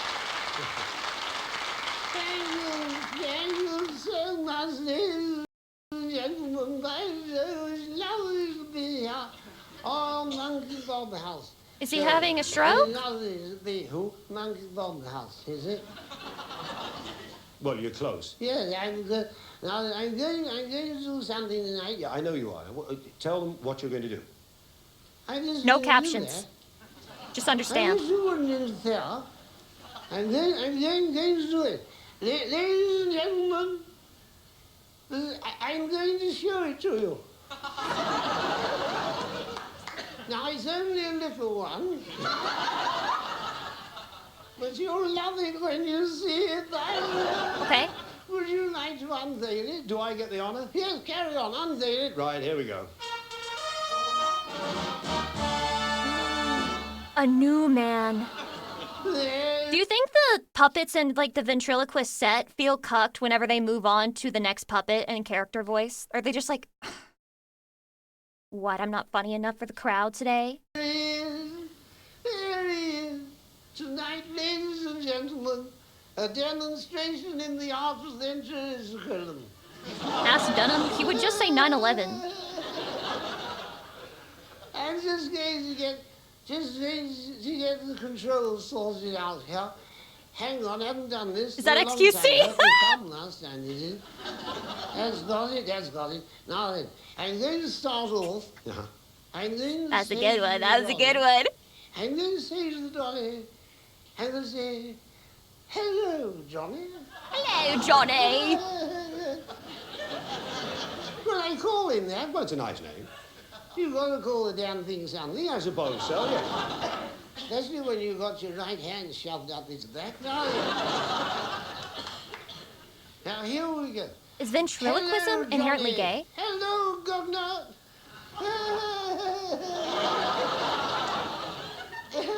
Isn't that good? Just excuse me. Yeah, just what is it?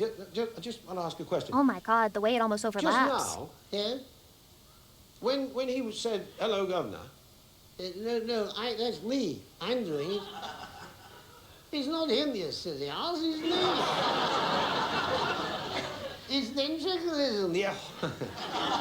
I'm a ventriloquist. You guys know those YouTube videos where like the YouTuber will start crashing out and then their dark like alter ego will come in and they'll be like, you want to play Sonic XD, don't you? And he's like, no, I must fight the urge. Like this was the birthplace of it. It was ventriloquism when they do like the whole LARP and the role play where it's like, this isn't me, it's my friend, Johnny Applesmith. Yes, that's fine, yes.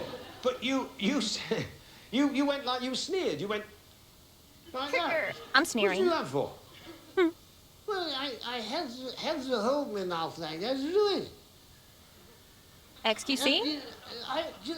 It's I refuse to believe the audience can understand everything. Like, I can pick up some sentences, but... He can move his mouth, but I can't move mine. I'm a ventriloquist.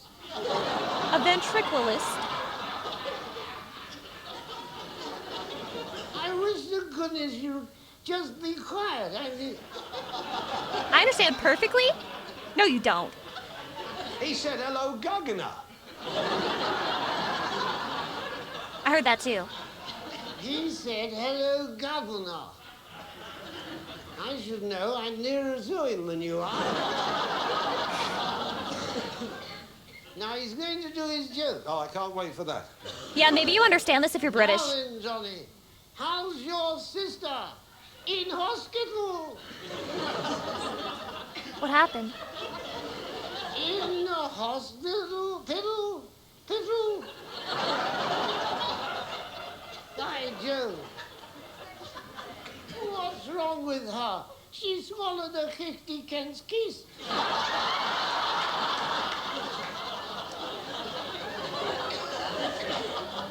She swallowed a 50 pence piece, by Jove. This is so fucking British, bro. This is so fucking British. And how is she now? No change. What are they laughing at? Relax, okay? It's British people. They're not used to humor. This is like fucking novel to them.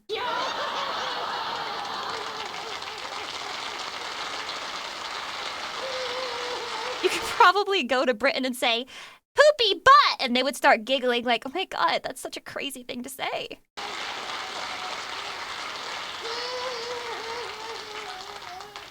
It's not the joke, it's the way he tells it. Yeah, excuse me, I'm sorry, but I can't let this go. I mean, he said... No, me doing it. Sorry. You said hospital. He's been mispronouncing and slurring a lot of his words in case you haven't noticed. Yes? I mean, yes, it's hospital. Have you ever tried to say hospital without moving your mouth? Hospital. I can't say I'm bothered. Hospital. Hospital. Hospital. Fuck, that's hard. Moving your mouth. Not now. Yes, go on. Watch this.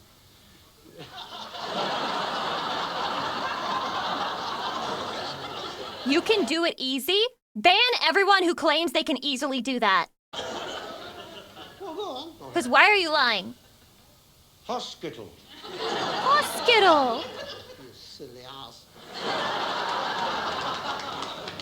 I love these chats who interfere and know damn all about it. Now then, Johnny, are you going to sing your song? Yes. You're not lying. You're not spelling either, County. Then ask the boys in the band for your music. Please, boys in the band, can I have my music? This damn good, this is it. I'm cutting the glowing goggles. Pretty goggles in the air. Wow. That's good, isn't it? They fly so high, nearly reach the sky. And like night dreams, they fade and die. Status Beyonce with 18 months. Very nice, thank you. You damn fool. Why did I think he was gonna like suck this ventriloquist dummy's dick or something? Now that would be some good British humor.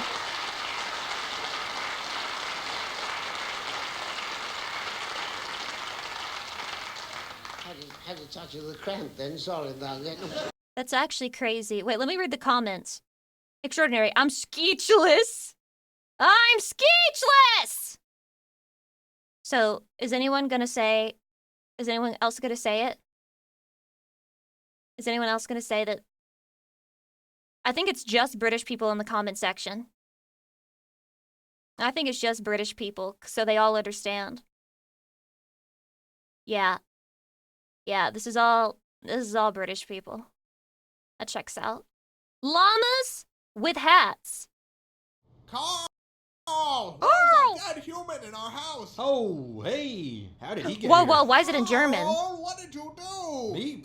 I didn't do this. Explain what happened, Carl. I've never seen him before in my life. Why did you kill this person, Carl? I do not kill people. That is my least yeah, favorite thing to do. I Tell love me, this Carl, fucking thing. Exactly what you were doing before I got home. All right, well, I was upstairs. Okay. I was sitting in my room. Yes. Right. Reading a book. Go on. And, well, this guy walked in. Okay. So I went up to him. Yes. And I stabbed him 37 times in the chest. Carl! That kills people! Oh, wow, I didn't know that.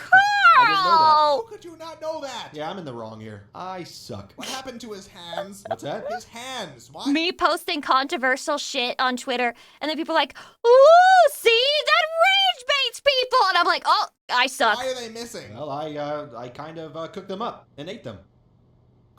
Carl! Well, I was hungry, and, well, you know, when you crave hands, that's... Why on earth would would you do that? I was hungry for hands. Give me a break. Carl! My stomach was making the rumblies that only The hands would could satisfy. What is wrong with you, Carl? Well, I kill people and I eat hands. That's two things. It was so good. I'm going back in the past. I'm going back. I'm diving back in time. Hydration, thanks. Carl, what on earth was all that? I'm not sure what you're referring to. You sunk an entire cruise ship, Carl. Are you sure that was me? He stopped hantavirus, bro. He stopped hantavirus. And because you jailed Carl, that's why we're dealing with current I situation. think I would remember something like that. Carl, I watched you fire a harpoon into the captain's face. That sounds dangerous. You were headbutting children off the side of the ship. That must have been horrifying to watch. And then you started making out with the ice sculptures. Thank God that the children weren't on board to see it. Carl, why is the lifeboat all red and sticky? Well, I guess you could say it is red and sticky. Carl, what are we standing in? Would you believe it's strawberry milkshake? No, I would not believe that. Melted gumdrops. No. Boat nectar. No. Some Boat of God's nectar. tears. Tell me the truth, Carl. Fine. It's the lovely elderly couple from 2B. Carl! Well, they were taking all the crescent rolls. I can't believe what I'm hearing. I will not apologize for art. Where are the other lifeboats? Whoa, you won the prize. I didn't even notice that. Where are the other lifeboats, Carl? Looking at the trajectory of the moon and the sun, probably at the bottom of the ocean. I bet Damn. lots of holes in them. Carl! I have a problem. I have a serious problem. You are just terrible today. Shh. Do you hear that? That's the sound of forgiveness. That's the sound of people drowning, Carl. That is what forgiveness sounds like. Screaming and then silence. So true! So true! This fucking whole thing just has bar after bar after bar after bar. It's just so peak. This impacted my sense of humor as a child early on. And it led to the Lucy, the unfunny Lucy you see today. So what does that say about this I don't know thing? about you, but I am having a wonderful time here. You toppled the South American government, Carl. The people have spoken. Viva la resistance. You pushed the resistance leader into a giant fan. He was a traitor and a scoundrel. He was trying to stop you from pushing other people into a giant fan. Oh, that was a foot. I appear to have swallowed an entire person. That would be the hotel bartender. Well, that Wait, how does explains he why know? most He was of it is watching? taking So long. It was horrifying. Your mouth unhinged like a snake. Wow, that sounds pretty. He's just as guilty. He's just as guilty because he knows his husband's like inclinations and he knows he's a fucking murderer.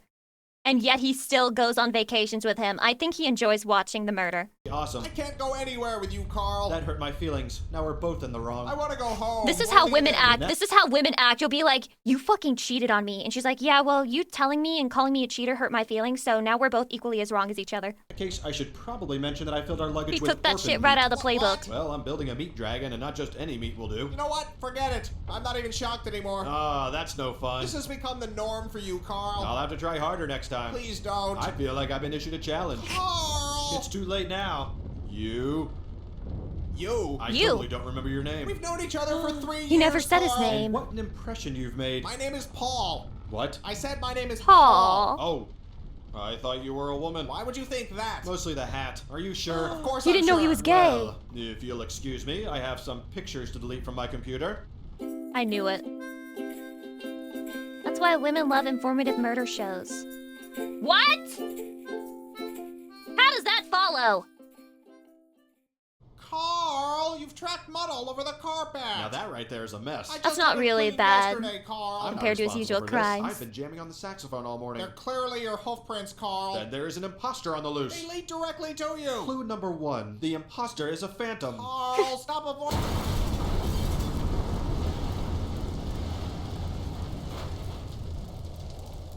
Damn it, not again. Happy birthday! It's not. Please tell me you had nothing to do He knows with he this. Why enjoys don't you it. blow out your candle? You've gone too far this time, Carl. What's His that? It's candle. hard to hear you over the sound of melting city. How did you even do this? A dollop of fairy dust. Carl. I ripped the tag off a mattress. This isn't funny, Carl. Who's laughing? Clearly not all the people who just exploded. I'm leaving. I've had enough of this. But think of all the perfectly roasted faces we get to munch on now. But why? Because we're friends. This and is friendship romantic. is two pals munching on a well-cooked face together. That isn't friendship, Carl. That's sick. Well, then you're probably not gonna like your birthday decorations. It's not even my.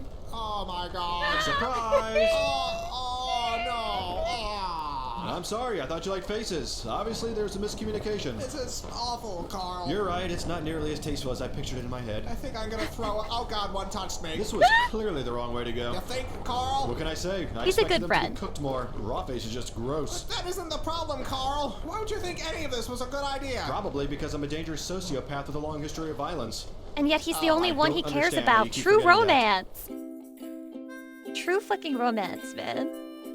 Unique birthday present. Wouldn't you be happy with it if I brought you some faces, Chatty? And I said it's the faces of everyone who did you wrong in your life. Carl!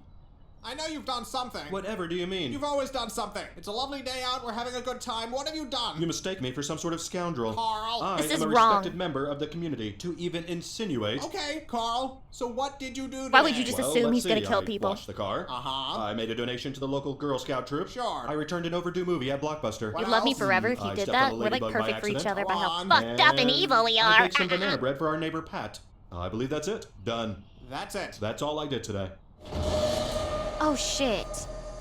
Oh. Carl, what is that? Now, if this is truly the 2000s like I remember, they're going to go inside of this time-space rift, and inside of it is going to be Charlie the Unicorn. I may have forgot to mention one of my activities. Carl! I apologize, that was wrong. Explain, Carl. Well, from here, it looks like a weather balloon. I'm not in the mood for this. I think it's just a lens flare and some dust. Just tell me, Carl. Fine. I may have created a crack in space-time through which to Oh. collect millions of baby hands. Huh. What do you mean, huh? He doesn't even I care. think I was expecting worse. Worse, but this is totally fucked, bro. I know, but after last time with the nuke and the faces, it's just... Come on, look at this. How did I even do this? I don't understand how or why you do anything. Do you know what it feels like to be Carl right now? It hurts. Not as much as the Aw. babies, but it hurts. Carl. What? Why are there only hands from white babies? Well, you know, Whitey's gotta pay. Ah. And the payment is baby That aged so well! hands.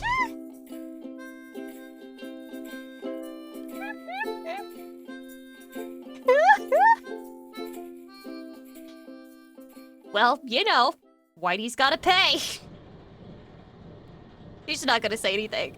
Aren't you gonna say it? Say what, Carl? That, my name, all offended and annoyed. I'm leaving, Carl. What? I'm moving out. It's the No. meat conveyor, isn't it? You never were a fan of modern home design. It's a lot of things, Carl. Just let me explain. Efficiency, industry. Never before has this many dead bodies been so manageable. Carl. I'm the Henry Ford of human meat. I've already packed. That's I'm not literally- coming back, Carl. Come on, we haven't It even gotten to literally the looks big like shit surprise you buy yet. from the I'm store. sure it's very upsetting. Well, now I don't even want to show you. Good. I do not want to see it. Man, you are being a huge beehole right I now. hate when he I'm not the shames one Carl for shoving his people hobbies. into a meat grinder. It's not a meat grinder, it's an orphan stomper. Gross. You know what's gross? Your attitude. Are you serious? What have I done to deserve all this beehole coming out of your mouth? It's everything, Carl. It's everything you've done ever. Everything. Even that time I helped Mrs. Bigsby with her garden? You buried her there. It's what she would have wanted. You buried Yeah. her alive. She wasn't keeping up with the weeding. As president of the Homeowners Association, I had to take immediate It's action. pretty All you do neglectful. is kill people, Carl. That's like saying all Mozart did was write songs. You are completely insane. Oh, weird. That's what all That's a banger!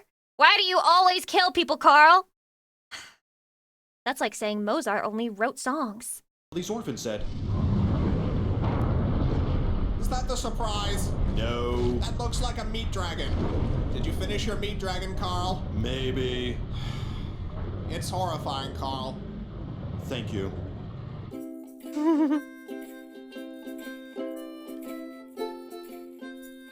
So good. I forgot a lot of these, actually. Who, me? It's awful. Whatever could you be referring Wait, to? what the fuck? Is that their baby? Oh, the hand chair. I've recently taken up carpentry. Now, how would you feel if I called your work a monstrosity? Of course I had to use faces. Anything else would be disrespecting the art. It's called modernism, only I've made it more modern by using face parts of city council members. I disagreed with the election results. Someone had to take a stand. I'm a patriot and a hero. Fine, if you're going to whine about it, I can sew them back on. I think their bodies are still in my blood canal. Blood canal? Yes, I'm the crazy one, not the people who elected these buffoons. If you paid any attention to our city charter meetings, you would see it wasn't an overreaction. What are you doing? You're sitting. You never sit. You're always standing, Paul. You're not supposed to sit. Oh my god, he's gonna kill it. I find this very upsetting. You don't even care, do you, about my feelings? Will you please just stand up, Paul? He's going through trauma. I don't even know He who you misses are him anymore. so bad, he's schizo now. No, you cannot take off the mask. It has to look right when I throw you in the blood canal. No! He would never throw the real Paul in the blood canal. He loves Paul. They're friends. He would never kill him. He just wants Paul to support his hobbies of murder. That's it. Paul, are you home? Ding dong. Oh no. Landlord, pizza delivery, fire department. Bank manager, you have an appointment? What do you want, Carl? I want to be treated like a friend, Paul. We're not friends anymore. Didn't you get my apology piano? Pianos aren't supposed to bleed and scream. I guess it was less a piano and more a statement on pianos. Why can't you go horrify someone else, Carl? It's I art, miss your bro. grumpy face, and the paw mask I made hasn't helped. It's not grump enough. You made a mask of my face? Yes, and speaking of which, you might want to avoid being seen by federal investigators. Carl. To Ain't some, no you way. are now known as Nikolai Sponikov, brutal leader of the Russian opium cartel. Go home, Carl. I'm calling the Lamelda? police. Bad idea, Nikolai. And you know there isn't a prison I can't nibble my way out of. I'm dialing. I've got nowhere to go. I burned my house down once it had enough swans inside, and I used up the rest of my savings buying the swans. And whose fault is that, Carl? Society. Society True. and the swans. Carl, please. I really gave you every chance I could. I can't do it anymore. What if I gave you $10 million cash? You don't have $10 million, Carl. I He could buried a just large steal it chest from the of people he doubloons kills. once. I can go dig that up. No, Carl. It was either doubloons or my zoo books. A lot of something is in a hole somewhere. I'm putting on some music, Carl. I'm not listening anymore. Rude. I'm sorry, flesh me is so ungrateful, Carl. And after all we've been through, it's scandalous, I say. You do When such will they incredible make up? things When do and they make deserve up? What appreciation. episode do they It's okay, kiss? He'll come around. As soon as the swan piano arrives. You're welcome. I'm so sad, bro. The music is getting creepier. It's discordant. Carl, I can't believe you. Uh-oh, what have I done this time? You killed someone and chopped them up, and they're right here on the floor, Carl. I didn't do that. Why would you think I did such a thing? Carl, all the blood and the pieces, you murderer. I think I would have remembered dismembering someone and putting all their bits on the ground right here. That's not the sort of thing I would usually forget about. Carl, I hate you, Carl. No! I hate you. Go watch it. Now who's being hurtful? You, Paul. I don't believe it. You. I don't believe it. Who said that?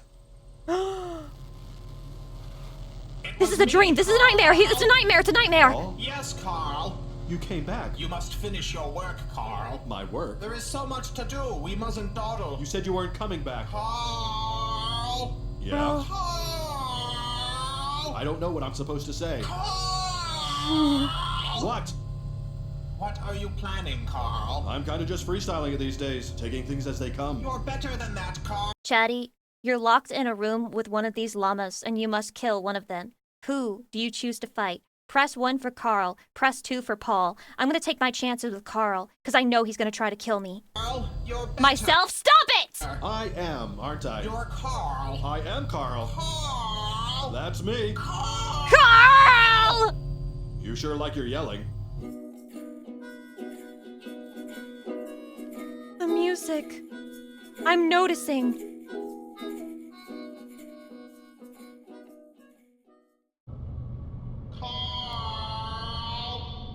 The heat death of the universe has visited. I can't see anything. You need to get up, Carl. You're in great danger. Where His are ear. we? I'll find a light, Carl. Okay. I don't remember how I got here. You need to get out, Carl. Did you like salad fingers or was it too British? There's no way that was meant to be You funny. had a terrible fall, Carl. I think my legs are broken. You're in danger. You need to get up. How long have I been down here? It feels like a long time. Your work isn't finished, Carl. You have so much more to do. I don't know if I can His move. bone on his You must knee. act quickly. Something is down here with us. That's probably the basilisk. It won't bother us. The stupid thing only eats Chipotle. It grows closer. Gross. Were you always this creepy, Paul? I'll go find some rope. And some Neosporin if you see a tube. I know. It's all laughs with old Carl. You got the whole squad Paul? laughing. Was that you? Maybe it's my stomach making the rumblies. Hungry for hands. Remember that, Paul? Yeah, I remember that. Paul? You fell off. You fell off. You fell off. Carl! No luck with the rope? I'm sorry, Carl. You'll need to do this yourself. Well, that's a bummer. I leave for 5 minutes and suddenly Carl is That's stuck in not hell. gonna Are you work. surprised? I'm in too bad a mood. Carl! All right. Oh, hey, how did all these bodies get down here? You killed all these people, Carl. Collecting piles of human Wow, beings, I my thought it would least be favorite more. thing to do. Carl! I am a rascal, just a no-good troublemaker. That's me. Surely there would be more bodies? Lucy! Chatty, if you say my name like that, it'd be so cute and not at all annoying.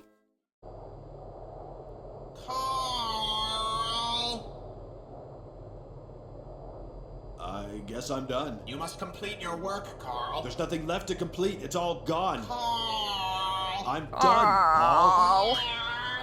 Why are you still yelling at me? He's so old. All the hands are eaten. All the meat creatures are made, unleashed, and then also eaten. Carl! Yes, it was very upsetting. I can't believe you, Carl. Do you remember has the a blood peg leg. vortex in Paris? Carl! Yeah. Is this a metaphor That for was my depression? favorite. It's not a metaphor at all. It's just serial killing. You know what? I don't even The think natural you're really end Paul. stage. Of course I am, Carl. I think you're a liar and a cheat. You must finish your work, Carl. I'm gonna go find the real Paul. Carl! I don't think he's gonna be very pleased about all this stuff I've done. It's almost time. Remember the orb thing with all the nerves? It would shock people. Tell me that you he didn't could kill the see real him. Paul. Paul is going to be really upset to learn I made that. You're almost done, Carl. When I find the real Paul, I bet he's going to be the most mad at you. Carl! Identity theft. He That's says a it so felony. perfectly, though. What an intelligent Yelling, demon. Also a felony. Carl! Paul! Paul! Paul! Oh my god, he's finally taking an attitude back with him. This is a huge character development for their relationship, man. This is a big fucking deal. Paul, are you home? Paul! Why would he I'm be right here? here, Carl. No, you're not. You're not Paul. You're an imposter. Carl! Stop it! You must finish your work, Carl. Paul! Paul! You're almost done, Carl. I'm coming in, Paul. I'm sorry if this violates your restraining order, but it's important. Paul? Paul? Oh. Oh I guess no!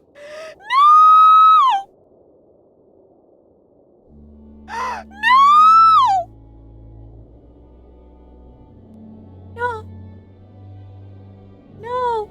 No! No! No! No! No! No! No!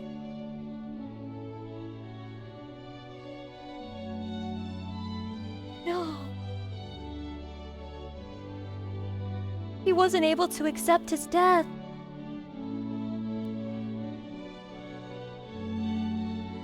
The demon was just trying to protect him from the truth. That demon was his subconscious.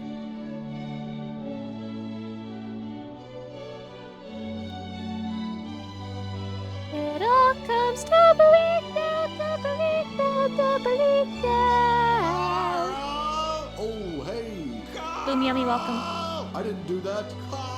He's crying! No! He cries. I cry too. What the f- I knew they were gay. I knew they were fucking gay. Every gay love story ends like this. One dies or both dies, or they end up with women and are never able to be with each other. Typical. Typical gay love story. It always ends up like this.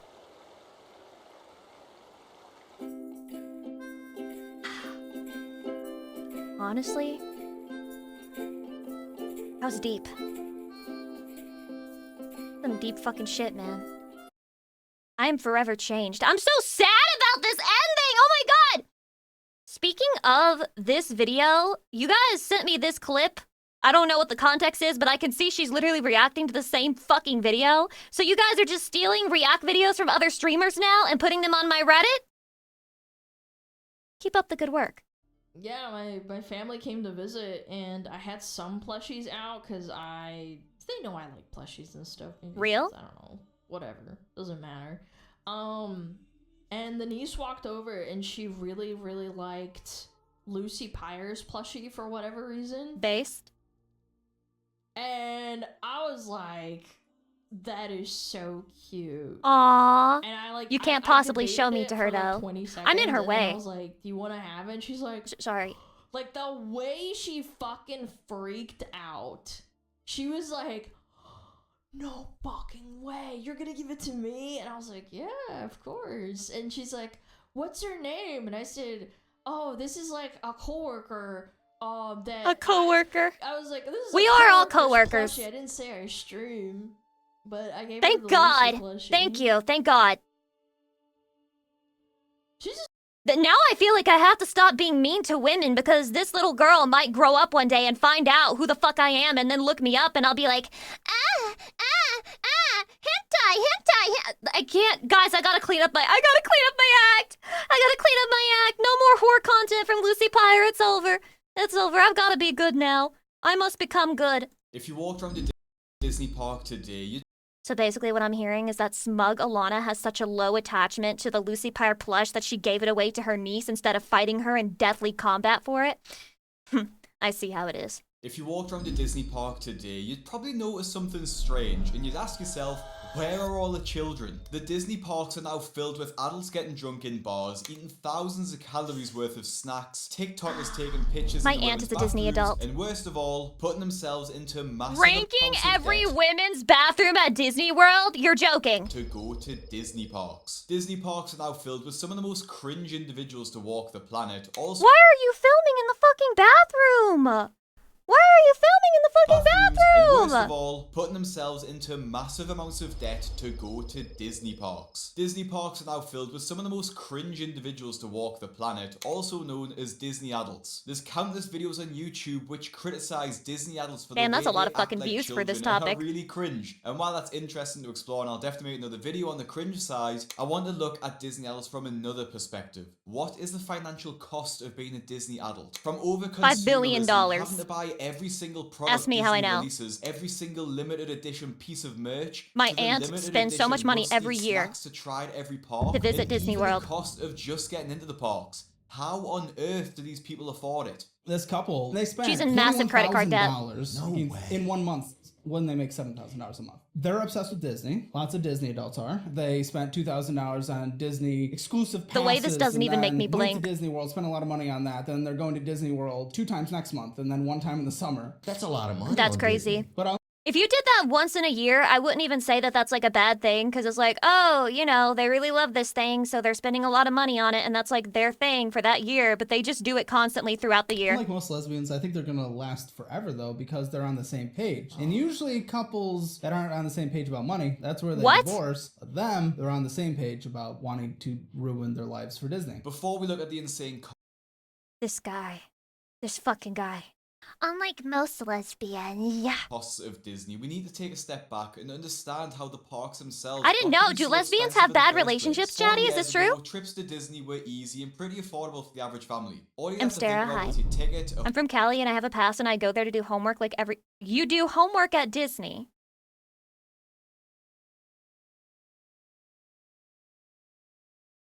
All respect to you, I think... You understand, though, that you're not, like, a rational being, right?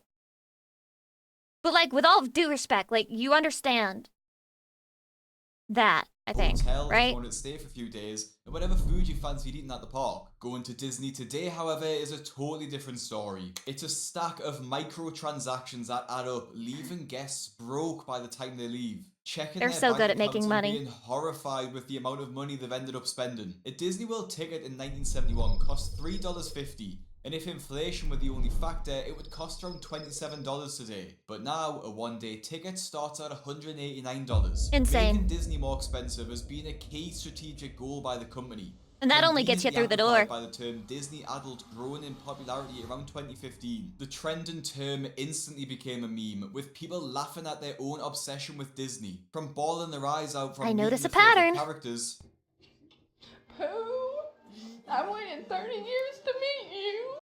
Okay, come on, man. There's nothing wrong with that. Come on, man. She just likes Winnie the Pooh. Leave her alone. Leave her alone. Ban video in China. to their insane what? collections Sorry. of toys and Disney merch. The girls that get it, and the girls that don't.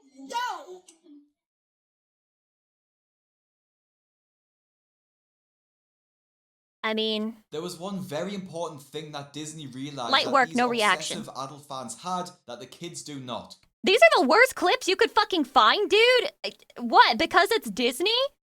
People collect shit all the time for all kinds of things, including shit that's not Disney. And that was money. As the parks expanded and people were willing to spend more, Disney piled on extra charges since 2016, and they didn't seem to be stopping. Dynamic pricing, paid parking, individual lightning lane, Fast Pass Plus, paid ride Again, they love reservations, bleeding the special customer event dry. reservations, dining plans, photo pass, all while removing free services like the free Fast Pass and the free airport transport services. That's even the worst clips you can find. Like, I like how he had the filming every women's bathroom as like just like a little tiny fucking screenshot and doesn't even touch on it. But he puts that fucking video of the woman who like stitched merchandise there as if it's like, God, look at this.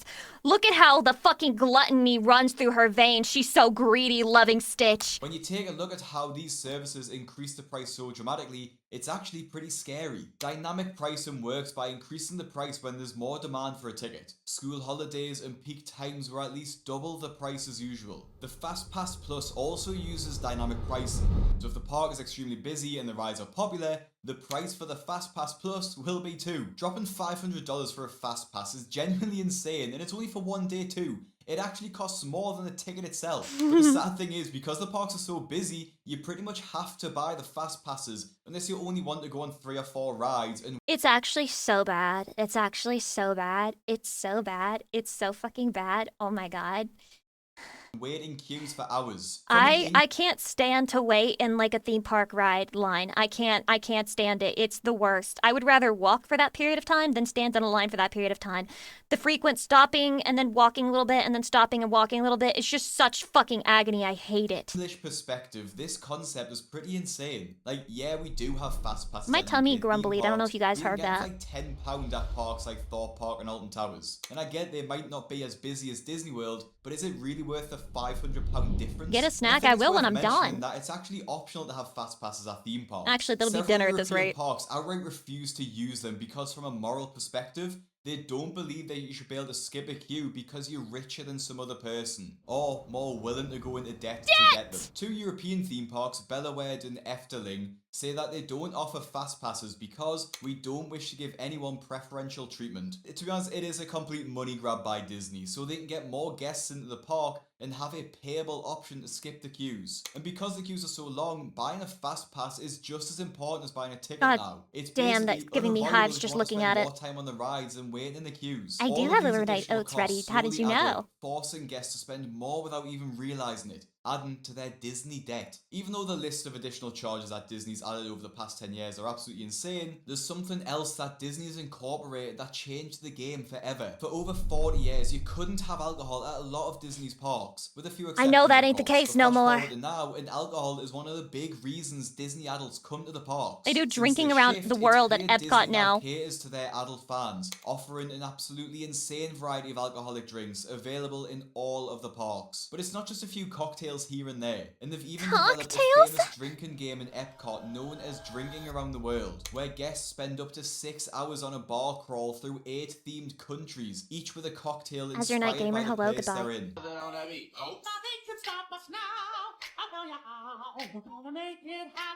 Oh my God, what the hell? Is that a temporary tattoo? Right. Aside from the awful audio, you get the point here. Disney is catering more towards Disney adults, who have a lot more money to spend than the children. Can you blame them for their marketing strategy?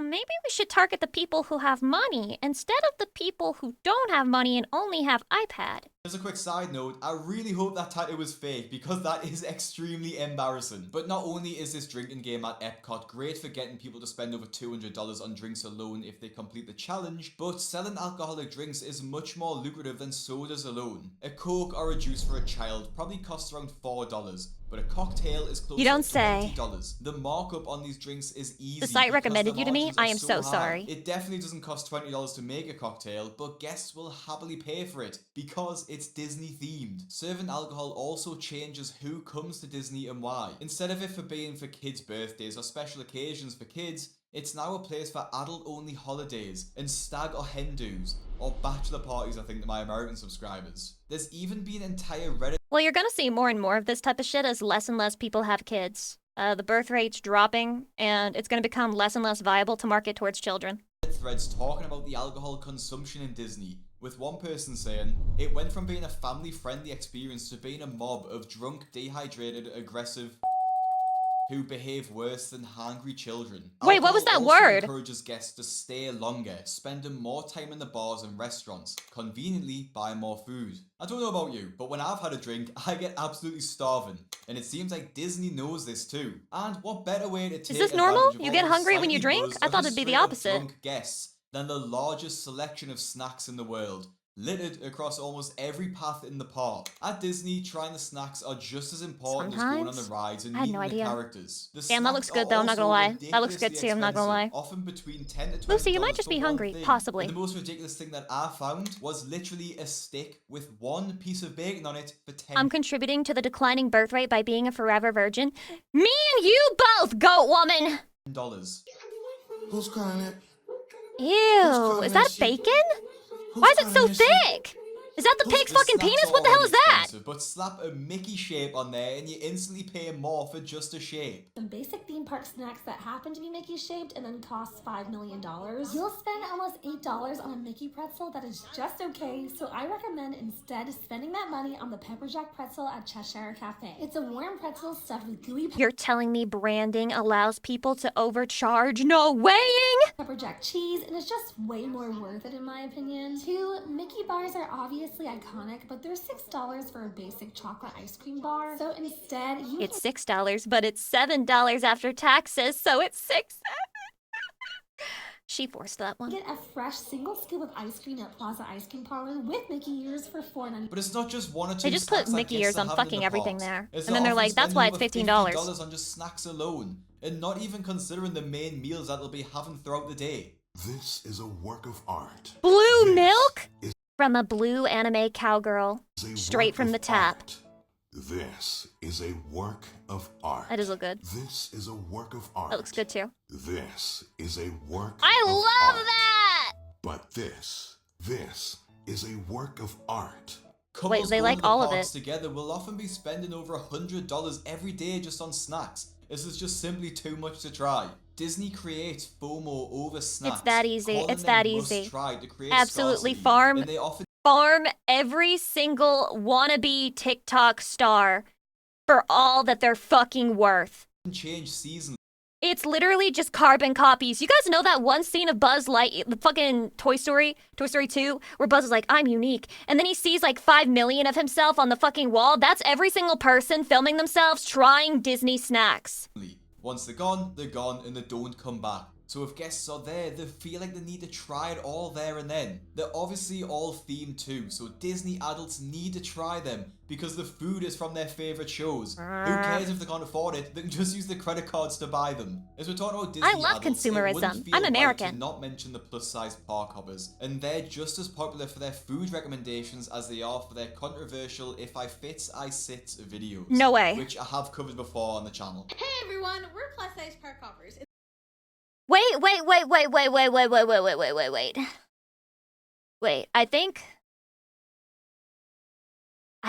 I've seen their TikToks post, like, sometimes. I think I've seen a couple. And this is everything we ate in a day as plus size best friends at Disney's Magic Kingdom. We started our day by having lunch at the Plaza restaurant on Main Street. We find that the food tastes better Imagine the comment section. Imagine the comment section. Imagine the comment section. than any of the quick service options available at Magic Kingdom, and it's pretty affordable too. Katie started off with the Plaza loaded fries, which can be made gluten-free. These come with melted cheddar, bacon, green onion, and spicy sour cream. Ashley and I both got the triple-decker turkey club sandwich. This sandwich is really good, and it's our go-to every time we go. We also thought that the portion was pretty big for the price. Katie got the Chipotle barbecue pork sandwich with a gluten-free bun. And Ugh. for dessert, she had a strawberry milkshake. I think Later on milkshakes that are mid day, as fuck. Katie I don't got like the 'em. Aurora cone, but without a cone to make it gluten-free. That looks good, yeah. from Storybook I would try that Treats. for sure. And Ashley and I split the candy Ew! bacon from Westward Ho. This was the perfect combination of salty and sweet. All and in day, also, by the who doesn't way. love a snack on a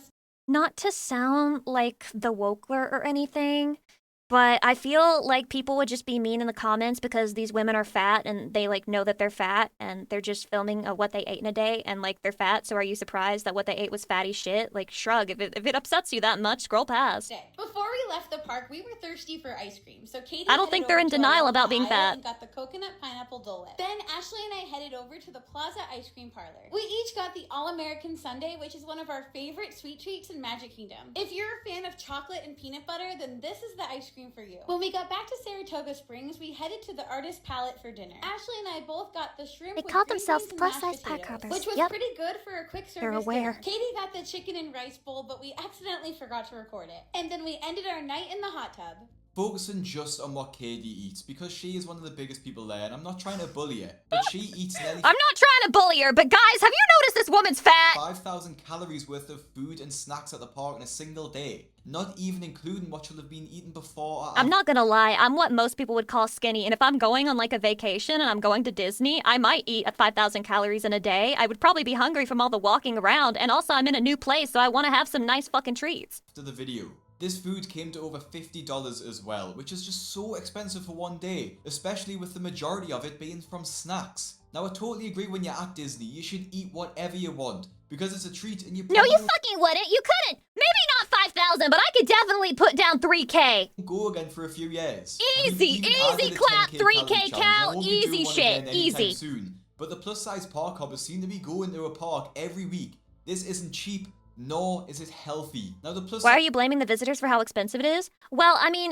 sometimes it is slop. Sometimes you gotta admit it is slop, and they shouldn't be fucking paying for it. Okay, if more customers would put their foot down and say, oh, you're gonna charge me $5 extra because this one has Mickey ears? Yeah, fuck that, I'm not buying that. Park hoppers do have a social media presence, so they might be able to afford this. But normal Disney adults are doing this too. They're going to Disney way more than they can afford and eating way more than they can afford to. They're so consumed by Disney that they totally let themselves go wild and have no boundaries when it comes to indulging and consuming whatever they want. Whether it's food, merchandise, or going to the parks multiple times a year. And for all of these reasons that we've looked at, it's no wonder why so many people have gone into debt just to be able to go to Disney. 45% of guests with young children Holy have gone shit. into debt to be able to go That's to an Disney. insane stat if true. And 24% of adults with no Oh children my have God. gone into debt to go to Disney too. And it's rising. Half of the people you see with children at Disney have gone into debt during their Disney vacation. What the fuck?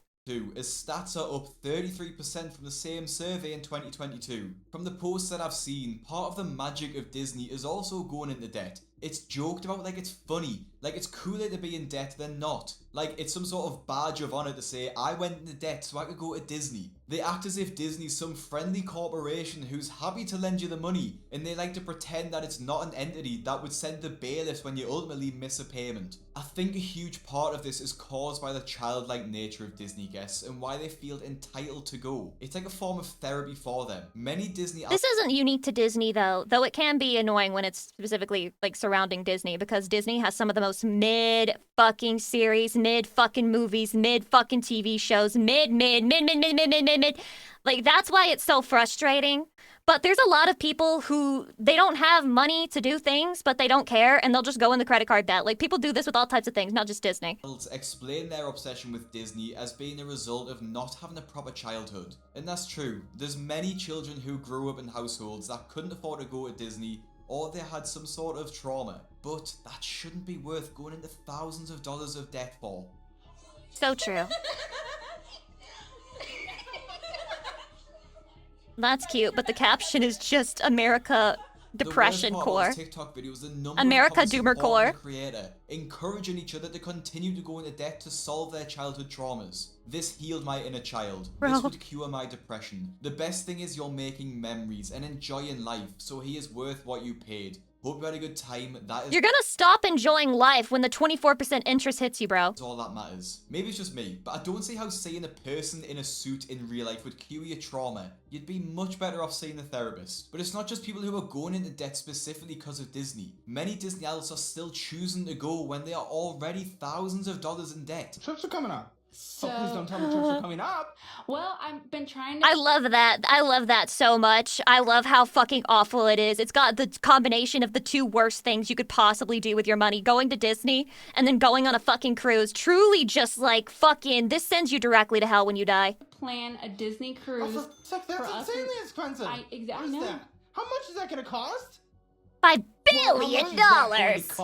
For the weeks that I needed to go. So it had to be Needed? specific because he can't get off work. He has shut down on 2 weeks a year. So the price for the week we needed to go was going to be $8,000 for the cruise. Oh my, that is a month of your income, lady. You said you want to control the money because you cannot trust them. Sorry, I so didn't that know. You guys can pay off debt. I didn't so do the that you can math. get married. That is what you opened this conversation with.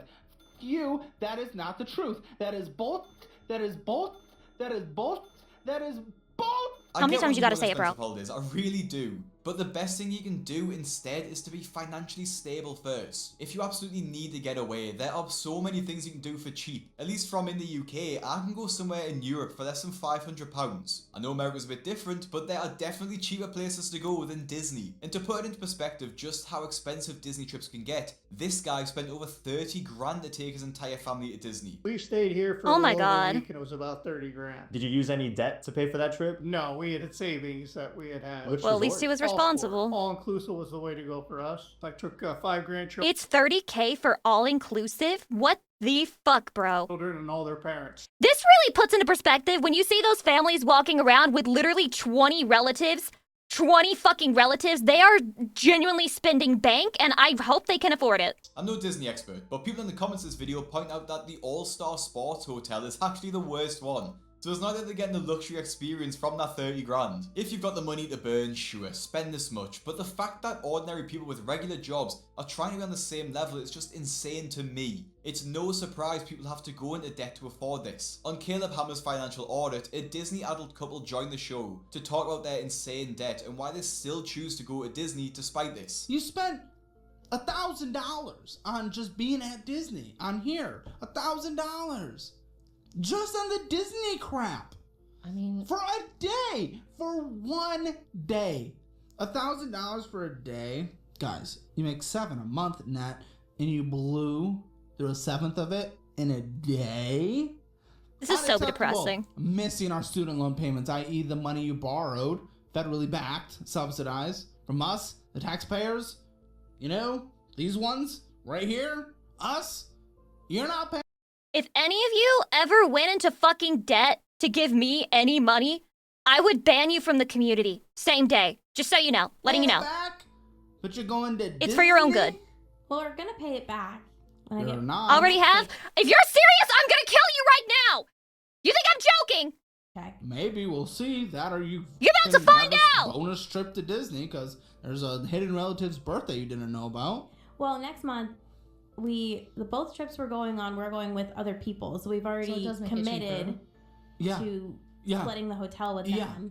Yeah, I'm call still them angry. and say, oh wait, I forgot that I'm literally a poor. These girls are so delusional that I forgot that I'm literally a poor. they think going to That's Disney is more important than crazy. getting out of debt, that they even add to it. Debt is no joke, and people like this tend to forget that. It can ruin your life. They can lose their houses, their cars, their entire livelihoods, and in this case, all to go to Disney. Even for people who try Who to would just do avoid that? going into debt just to visit the parks, My aunt? Disney has created new schemes to entice them to. In this video, a woman shares her story of how she was essentially duped into a points-based scheme at Disney that ended up leaving her with significant debt. This is part 3 of how we got into massive debt, and this is one of I'm going to point out that Disney in particular offers hefty residence discounts for Florida residents to the tune of $40 to $50 a day per person. For some of these people, it's not as horrible as it is for others.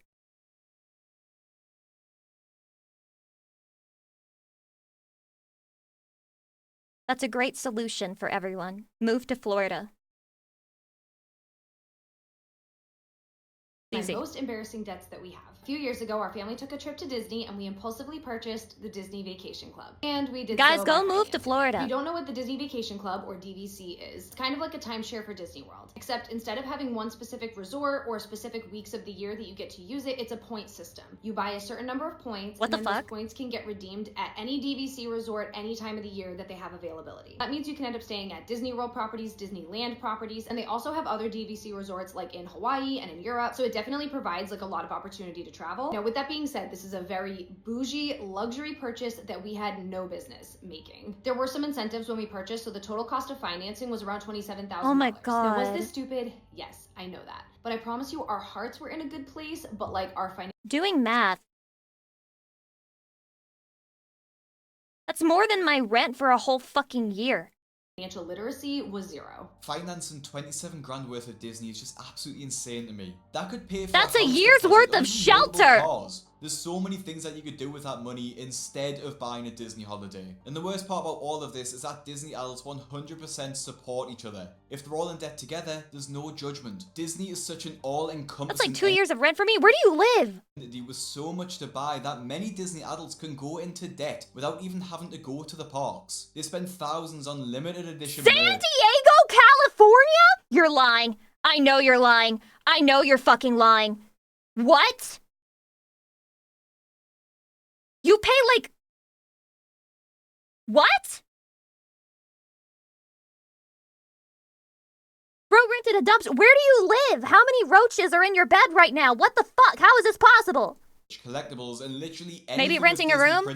This Thank God, really you scared is me for a second. overconsumption at its finest. I can't help but stare at all those Mickey ears and wonder what else could have been bought instead. They're not cheap either, around $50 each. And I'm no Disney expert, I might be after this video, but I'm sure that the ears are bought to be worn in the parks. So does this creator plan on going to Disney over 100 times to wear each pair at a different time? I don't know. There are so many I can't stand a bitch who owns a bunch of different Disney Mickey ears. Disney adults who have an absolutely insane amount of merch. Pure too. consumerism. I don't want to be too judgmental, but at this point it just seems like hoarding. You don't do anything with any of this, it's just stuff. It's not like other collectibles. You don't understand. I need a different pair for my different outfits so that it matches when I go to Disney. Like Warhammer figures maybe, that people spend lots of time painting or having hundreds of books to read. It's just stuff. A lot of Disney merch can only be bought at specific parks too. Yeah, my anime figures are much more respectable. Yeah, this but unironically. Not online or in any stores outside the parks. So there's an exclusivity of that makes it so much more popular. Ultimately, I can understand why parents want to take their kids to Disney even though they're in debt. But there are ways to make it cheaper. They can stay off-site instead of the park hotels to make it cheaper. Bring some of their own food and drinks, and maybe even stay for a shorter time. But Disney adults, I think if you have so much debt already, and will be going into more debt just to go to Disney, I just don't think it's worth going, to be honest. Now, I know this video is pretty finance heavy, so if you want You will never convince them. to react to more of the sort of cringe side of Disney adults, let me know in the comments below. And if you want to watch my... Bro, you should have just put the cringe side of Disney adults in here. You should have just done that. Revisiting VeggieTales as an adult.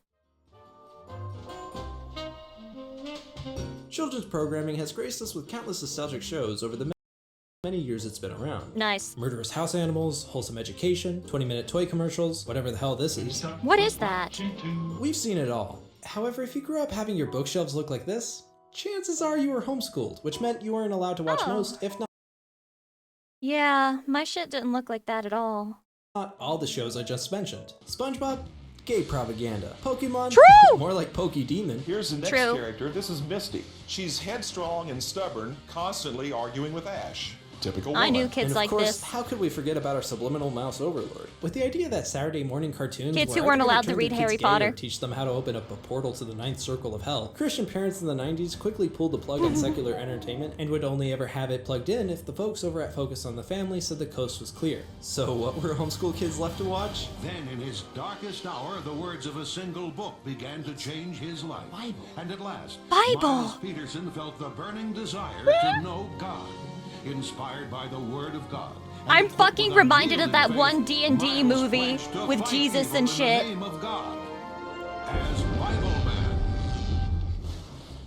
Now, luckily for myself, my parents were cool and let me watch beyond the limits of Focus on the Family's list of approved programs, which is why I have a lot of fond memories watching SpongeBob. I think the Fairy only Godparents, forms and of media that Christianity is allowed to make peak with is apparently TV shows and also music. Ben 10, among many others. I was even allowed to watch the Harry Potter movies, which was a very big no-no in the homeschooling community.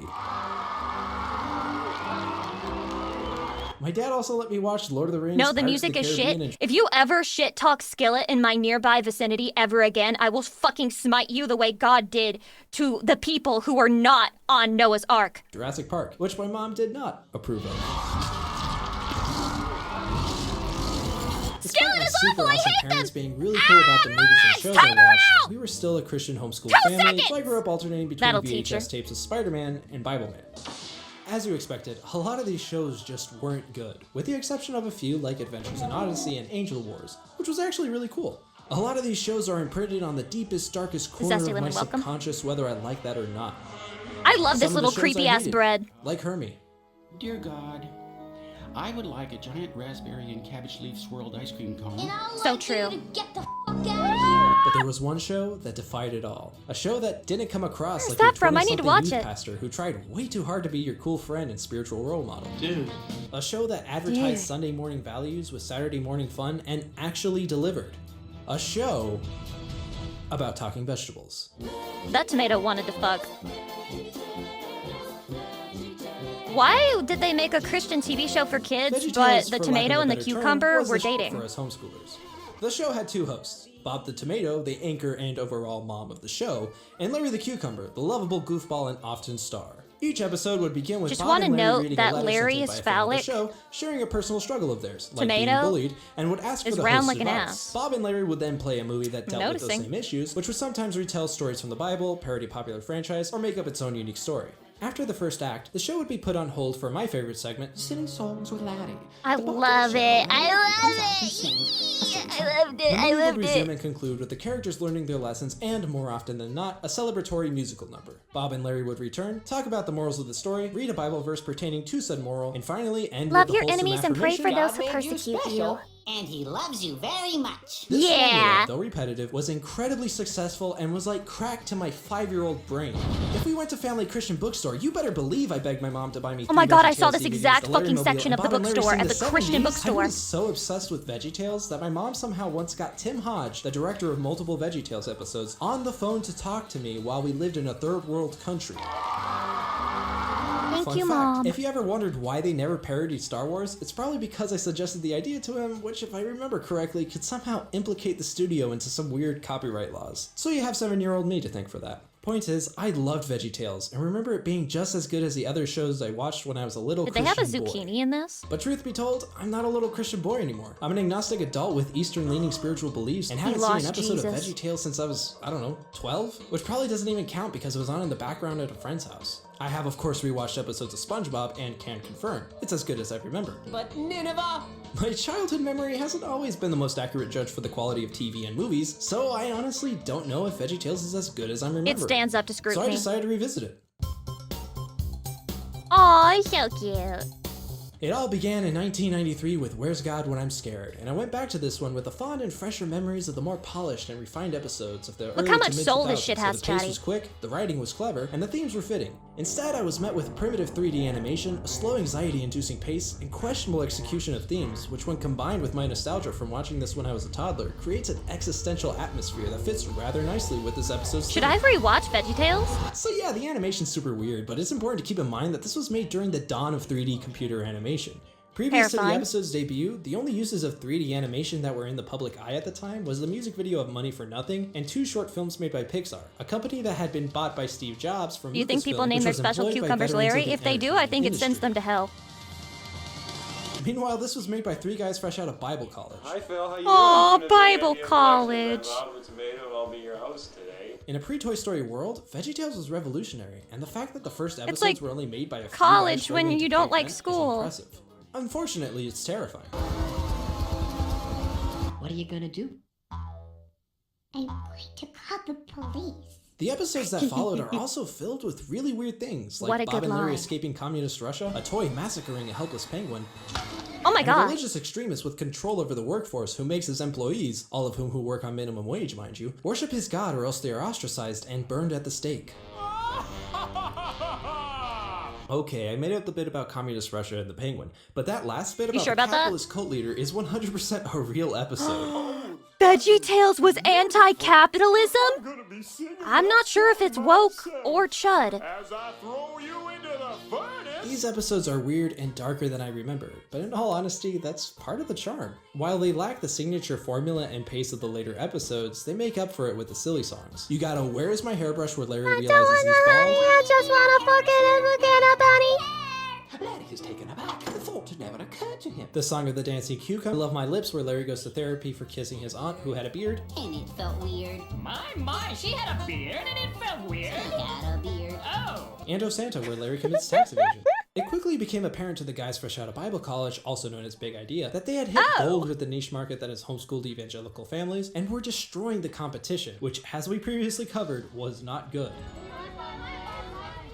Hi, kids. Demand for VHS tapes of religious vegetables was high, which meant more money for Big Idea, which in turn meant higher quality I episodes. might actually be which in youthful another and young. turn I don't ushered recognize in a lot of this shit, Chatty. Won't you take me to Funky Town. Josh and the Big Wall, Great success. Madame Blueberry. Great success. Every episode from this era was a Great success. The musical numbers were catchier, the animation improved, and the lessons went from forgive those who make fun of you to if you end up a queen because you're the hottest virgin on the block, try to persuade the king. Oh my god, Esther, I remember her. You ought to be sent to the island of perpetual tickling along with anyone else. The writer's poorly disguised fetish. Against my queen. Perpetual tickling island. That literally sounds like a dojin. Great success. This is the issue with adapting stories from the Bible for children. The Bible, or at least the Old Testament, is not exactly family friendly. There she lusted after her lovers, whose genitals were like those of donkeys, and whose emission was like that of horses. What did God mean by that? Repackaged Sunday school stories we grew up with are very disturbing and even barbaric accounts. Like, for example, not too long before the events of Josh and the Big Wall, God commands the Israelites to murder all the men, women, and children of a tribe, and for the Israelite soldiers to keep the young virgin girls for themselves as slaves.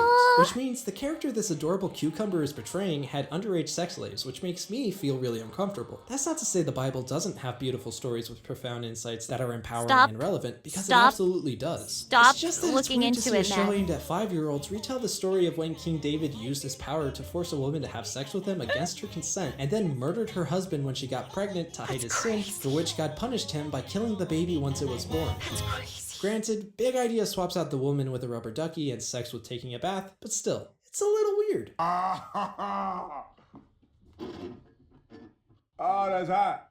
That little ducky is Besides me. the odd religious choices, the show really is at its best here. There's a skit about hoarding resources that is extremely relevant today. The Englishman who went up the hill and came down with all the bananas. What the hell? Hello, I am the Englishman who went up a hill and came down with all the bananas. Wait, Chatty, is this you? The inhabitants of the hill with no bananas, and therefore bestowing the term selfish upon myself. There's also a lot of meta jokes and references that obviously went over my head when I was a little kid. Of course, not every joke I'm not British, lands, fuck but that. it's I need to do certainly a funnier than survey to Hermie. see who's British and who's not. I like that name. No, Hermie, it's a real windstorm. But the comedic highlight is once again the silly songs. You have Song of the Cebu, where They're Larry so puts on a good, they're so sequential good, they're image so iconic, stereophonic they're so peak. multimedia event about Cebus, but completely fails, thus leaving his audience and producer utterly disappointed in him. I want my money back. And it's because of this failure that in the next episode, Larry's producer cancels Silly Songs forever and replaces it with Love Songs with Mr. Lunt, who sang about a gourd in love with a cheeseburger but has an adulterous affair with a half-price meal of eggs and bacon over at Denny's. And no joke. Oh my god, he from sold what out my for mom cheap. tells me, at the time of its release, it was quite controversial among some parents in the homeschooling community. Cheeseburger. After losing his job, Silly Songs is cancelled until further notice. Larry becomes an alcoholic. Wanna talk about it? But when everyone has a little weed, it gets paranoid. Don't look at his eyes. They're laser beams. There's only one hero to save the day. I am that hero. Larry Boy delivers He's so cute. takeout. Larry with the I'm moe. sorry. I've been stuck in quarantine doing nothing but watching VeggieTales and playing God of War 2, and I think it's starting to affect my mental health. How long have I been here? How long have I suffered this curse? I truly do not know.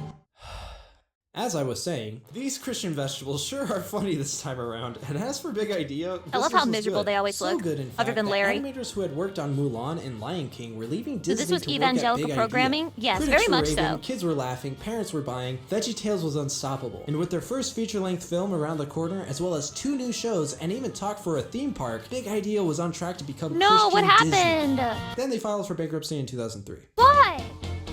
The fall of Big Idea. Sometime around 1997, co-writer and voice of Larry the Cucumber, Mike Naraki, wrote a full-length feature film out of what was originally supposed to be just a 45-minute VeggieTales episode. CEO Phil Vischer read it, said, That's some serious gourmet shit. asked his fellow higher-ups if it was financially possible. They said yep, and so the film was greenlit with a $7 Oh, million no. budget. That's when the last head of the animation studio left Big Idea and went directly into therapy, According to Phil Vischer's book on the matter, Ain't no way. they were not the first executive to do so. You see, not everyone who worked at Big Idea shared the same beliefs, but there were those who believed everyone should, so they would evangelize and debate during work hours, which led to a lot of professionals leaving the company during production and into several months You're of failure. telling me over Christianity Jonah went far ruined into the production Christian without anyone TV managing show? it until finally Big Idea hired a couple of industry veterans to produce and run the studio. But because of the time spent without anyone overseeing the project, department leaders just hired extra animators to help with the film, which meant that $7 million budget jumped to $10 million. Also, as it turns out, sales weren't going as well as his fellow higher-ups had previously said, and they really didn't have the money for the movie, which was now $20 million over budget. Oh my god, To raise how, money, Big Idea over sold their budget? distribution rights, which got them the $20 million. So $30 million. But the film made went straight to the distributors, which left Big Idea with Jesus is correct. well, that and an $11 million lawsuit for selling their distribution rights, which Lyric Studios kinda had. So Big Idea lost the lawsuit, filed for bankruptcy in 2003, and was bought by Classic Media. Phil Vischer would remain at Big Idea with no creative control, only to write one VeggieTales episode script a year. That's crazy. And voice his characters. It's actually crazy. Now surprisingly, the quality of the show didn't immediately drop off. In fact, the first batch of episodes following Jonah were actually some of the best in the series. Wonderful World of Autotainment predicted modern internet humor to a T. Oh my god. Entertainment will be randomly generated. So true! Randomly generated. Randomly true! generated jokes, randomly generated emotions. This is a big mess. I'm sorry, Bob. I was sure this was going to be the great new way to entertain kids and teach them nice lessons. Oh, like how to tell nonsense Holy. jokes and be emotionally unstable? No way.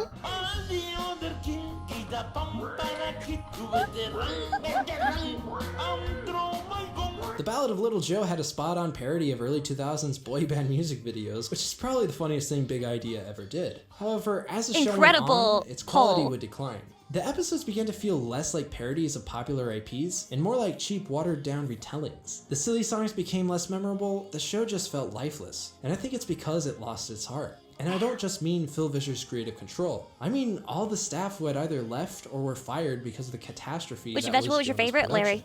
The show would continue to decline until Easy. they finally reached rock bottom with VeggieTales. In the house. I may no longer be the targeted demographic, but this just isn't it. They made Bob a mischievous schemer, canceled silly songs for good this time, and now everyone looks like VeggieTales anime Oh fan god, art. this is horrible.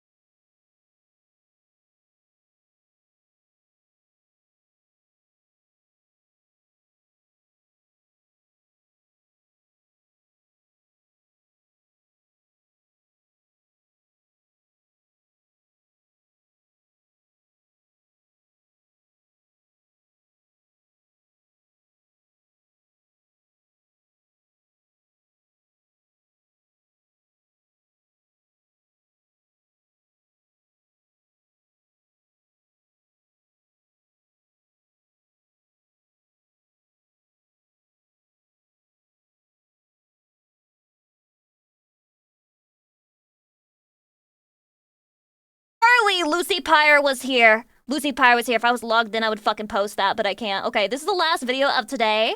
Lucy Pyre might have bit off a little more than she could chew with all of these react videos, but, you know, hopefully this one will be so epic and based in Pog arenas or whatever that it'll give me the inspiration I need to get this 3D shit done as quickly as humanly possible without taking 500 years, okay? Here are the most epic last stands in history. Number 1, the attack of the dead men.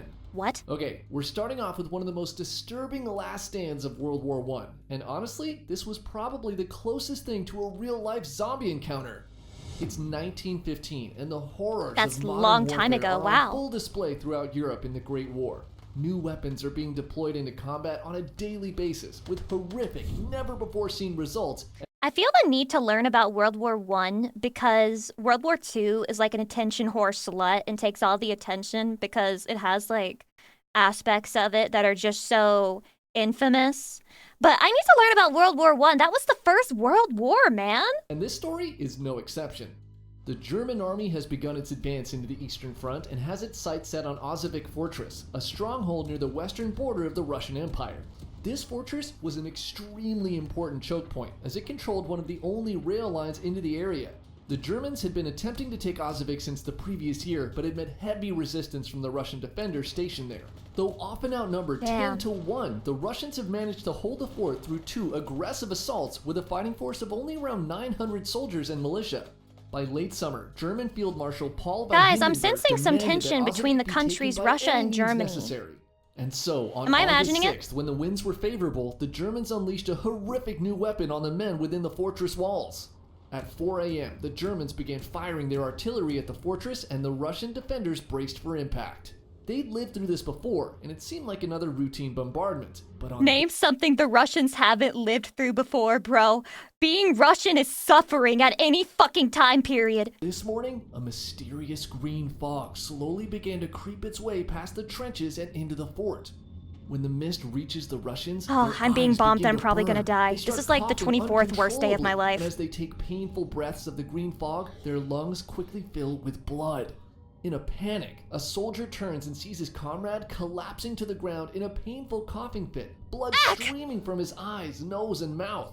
The Germans had used chlorine gas against the helpless defenders, which on Oh my contact God. with soft tissue turns into hydrochloric acid. Ah, The Russians had no gas that masks sucks! and were literally being dissolved alive by That's the deadly awful. green fog. That's awful. Men stationed near the back of the fort scrambled to douse pieces of cloth with water and urine and wrap their faces in a desperate attempt to survive They the gas pissed on attack. the cloth? But it proved Wait, that futile, helps? And within minutes, the 900 defenders all appeared to be dead on the ground. An hour or so later, the Germans donned their gas masks and began their march into the fort. As they neared the trenches, they were greeted by Better the than death? Well, horrifying they just kinda effectiveness of died their that new way. chemical weapon. Bodies of dead Russian soldiers lie twisted in agony, all seeming to have passed choking on their own blood. Their Fucking hopeless awful. attempts at makeshift face masks stained red cling to their faces. Their blinded eyes, raw like ground meat, stare into the sky, unable Graphic to be video warning, by closed the way. again. These German soldiers had never experienced the horrors Little of late for chemical that, but yeah. warfare up close and are completely disturbed by its inhumane results. But as they march into the fort, they begin to hear rustling from amongst the dead bodies.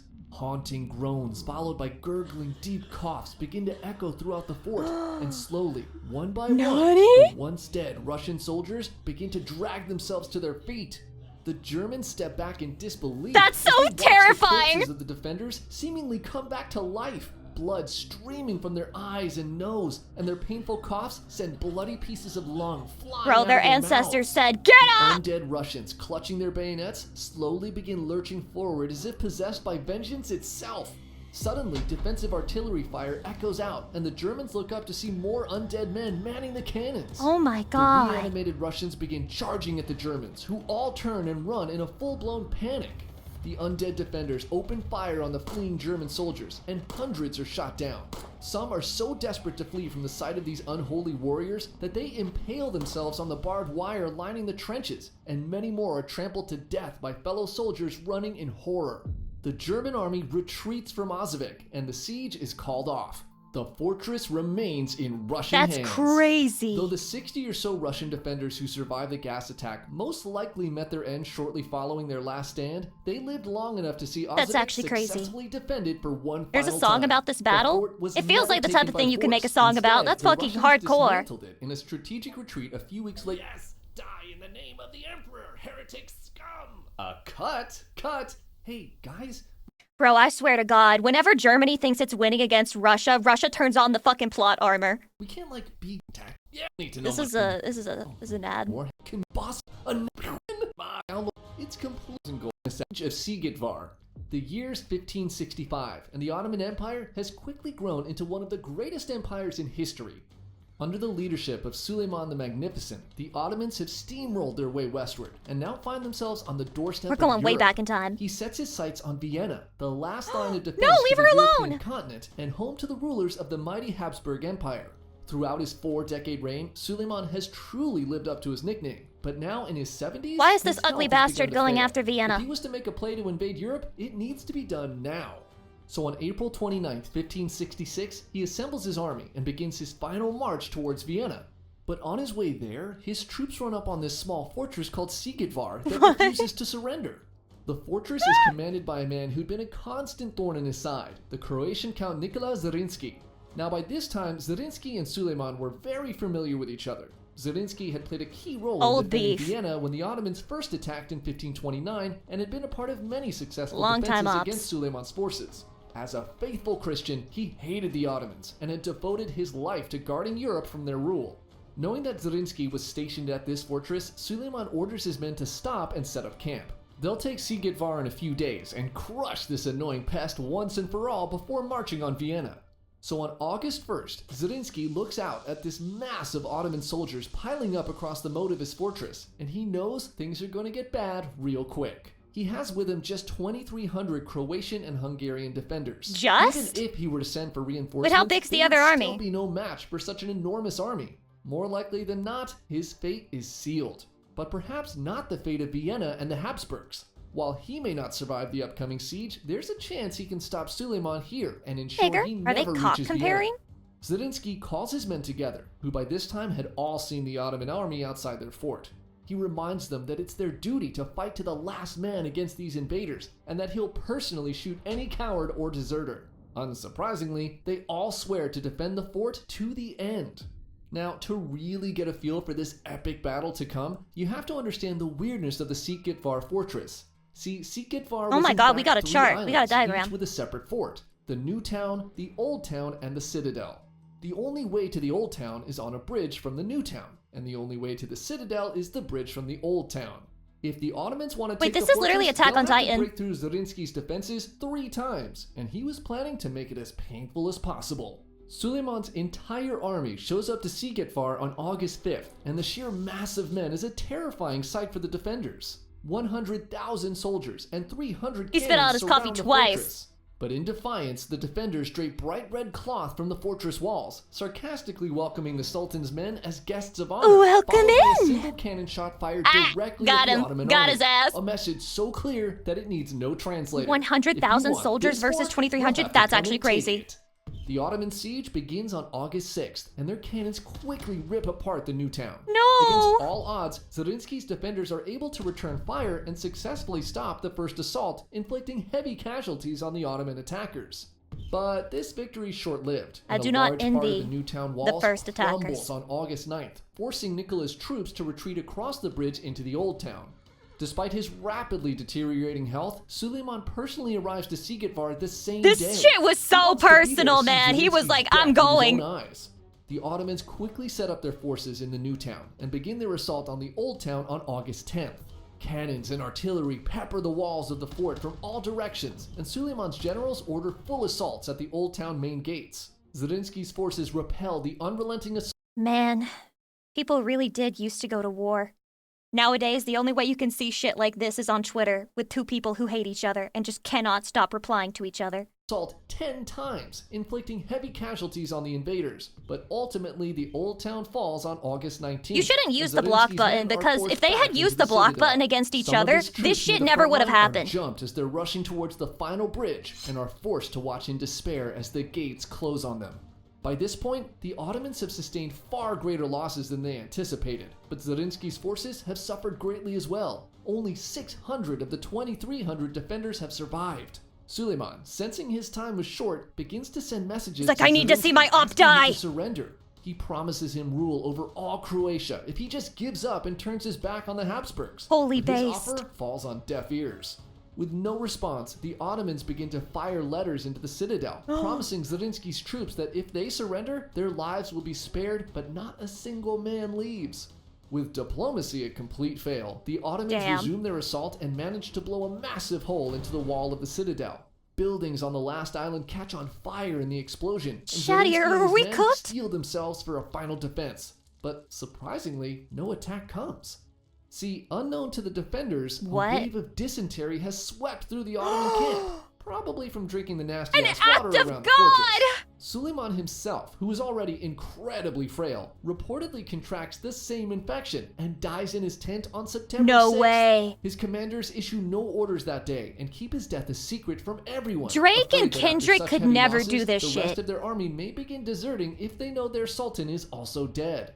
But Zarinsky and his men are not granted much time to rest. If On your op September dies, 7th, you the literally day auto after win the Suleiman's beef. Like, death, what? The Ottoman army makes a final push to take the citadel. Greek fire spreads on the walls, setting the fort on fire, and cannonballs and arrows rain into the fortress onto the hapless defenders. Realizing they have no chance of victory, Zarinsky gathers his remaining men and says, "Let us go out from this burning place into the open and stand up to our enemies. Who dies, he will be with God.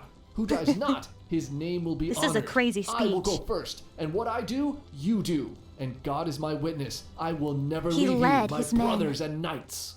Zarinsky and his men push Aww. one of their last mortars to the front gate. Without warning, they fling it open, startling the Ottoman soldiers waiting on the bridge and fire directly into their formation. He then leads his remaining 600 men in a final charge out of the fort and down the bridge. The defenders of Sigetvar will go out in a final blaze of glory. Zarinsky, leading the pack, is hit with a bullet and then another and slumps to the ground dead. His men stream around their beloved commander, shouting their battle cries as they engage the enemy. Their final charge does not last long, and they are all soon put down.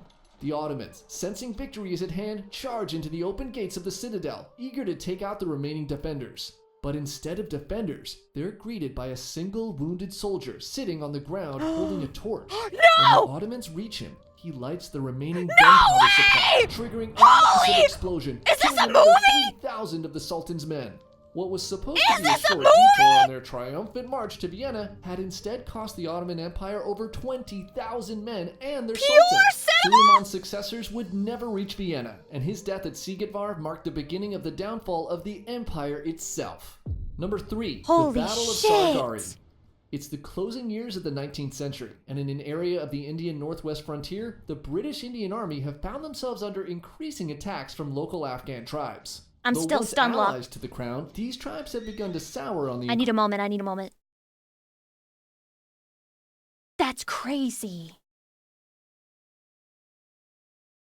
That's crazy. increasing British presence in the area, and now see the encroachment as a violation of their sovereignty. To defend their newly acquired territory, the British Indian Army had repurposed forts built by the conquered Sikh Empire near the Khyber Pass, and stationed members of the 36th Sikhs, an infantry regiment made up of Sikh soldiers from the Punjab region, to man these forts.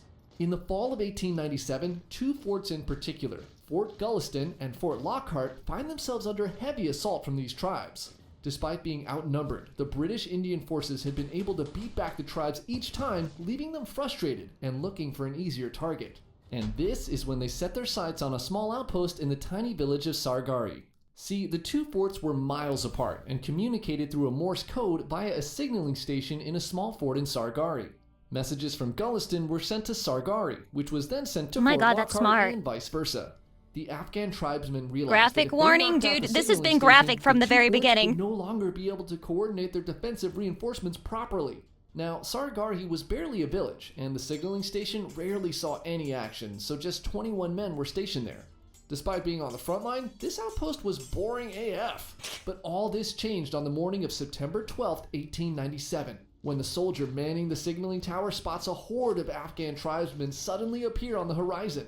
He quickly sends a message to Fort Lockhart that Saragari is under attack and requests reinforcements, but the reply is swift and it sinks the hearts of all men stationed there. All available forces are too far away, and the other forts can't be left unmanned. No reinforcements will be coming. Fort Lockhart then signals Saragari they count an estimated 10,000 tribesmen bearing down on their location.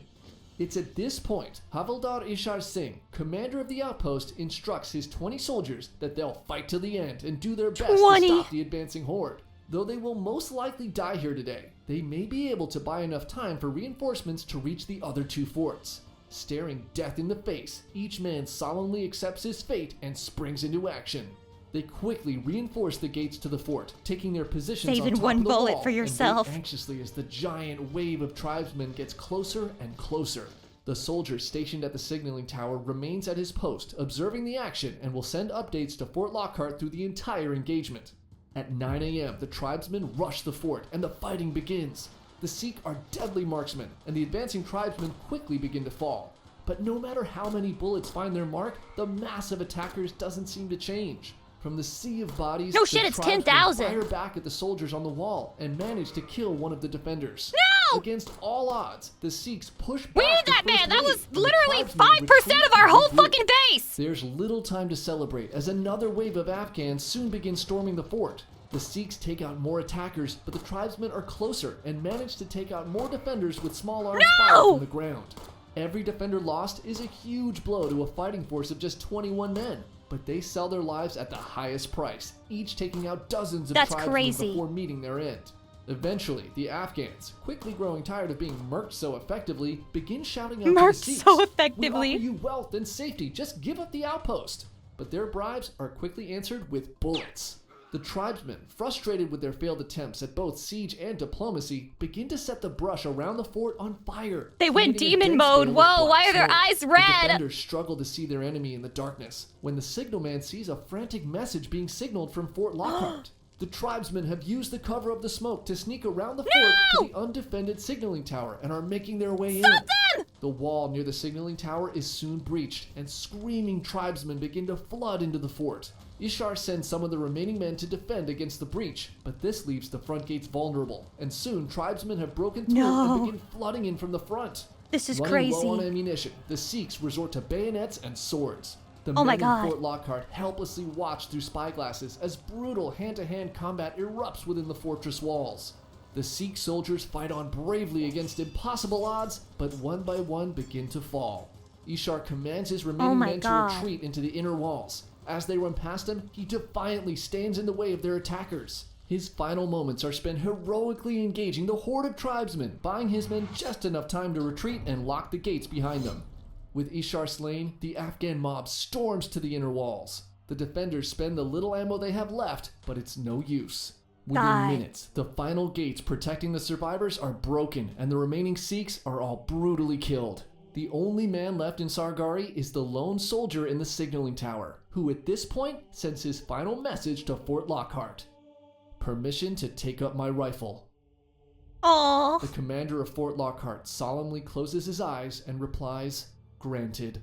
He watches the signalman neatly pack up his equipment into a leather pouch and affix his bayonet to his rifle. The lone survivor then proceeds to take out 40 more tribesmen who try to attack his position. The men in Lockhart cheer him on with every kill, but the last ounce of hope is soon lost when a thick black smoke engulfs the tower. The tribesmen had set fire to the tower itself, and the last defender in Sargari is burned alive, shouting the Sikh battle cry for all to hear. "One will be blessed eternally, who says that God is the ultimate truth."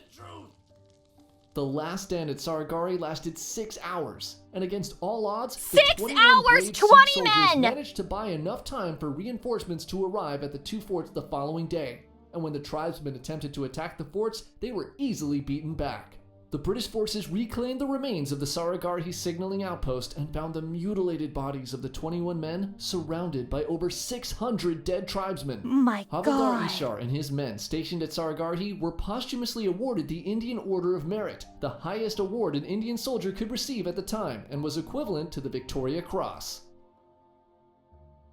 That's actually fucking crazy. What the hell? I want to punch air now. I need to watch him. I need to watch a movie. I need to go run a marathon.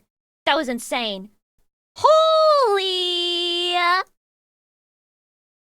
Chatty, are you feeling inspired like I am? Bitch, it's almost 8 o'clock. We gotta wrap this shit up. Wrap it up. Chatty, thank you very much for hanging out with me today. I had a good time, a very long time, but the time passes by so quickly when I'm with you. I love spending time with you, Chatty. Thank you. I am now going to disappear, okay? You won't see me again until I'm ready to debut my 3D model. Hopefully that will be sooner than later. I'm hoping it won't take any more than 2 weeks at maximum. If it takes more than 2 weeks, Lucy Pyre on suicide watch. That being said, I love you very much. Please enjoy the rest of your weekend. Take care of yourself, and I will see you as soon as humanly possible. Mwah! Chatty love! Bye-bye, Chatty! Bye-bye! Don't forget me, because I'll know.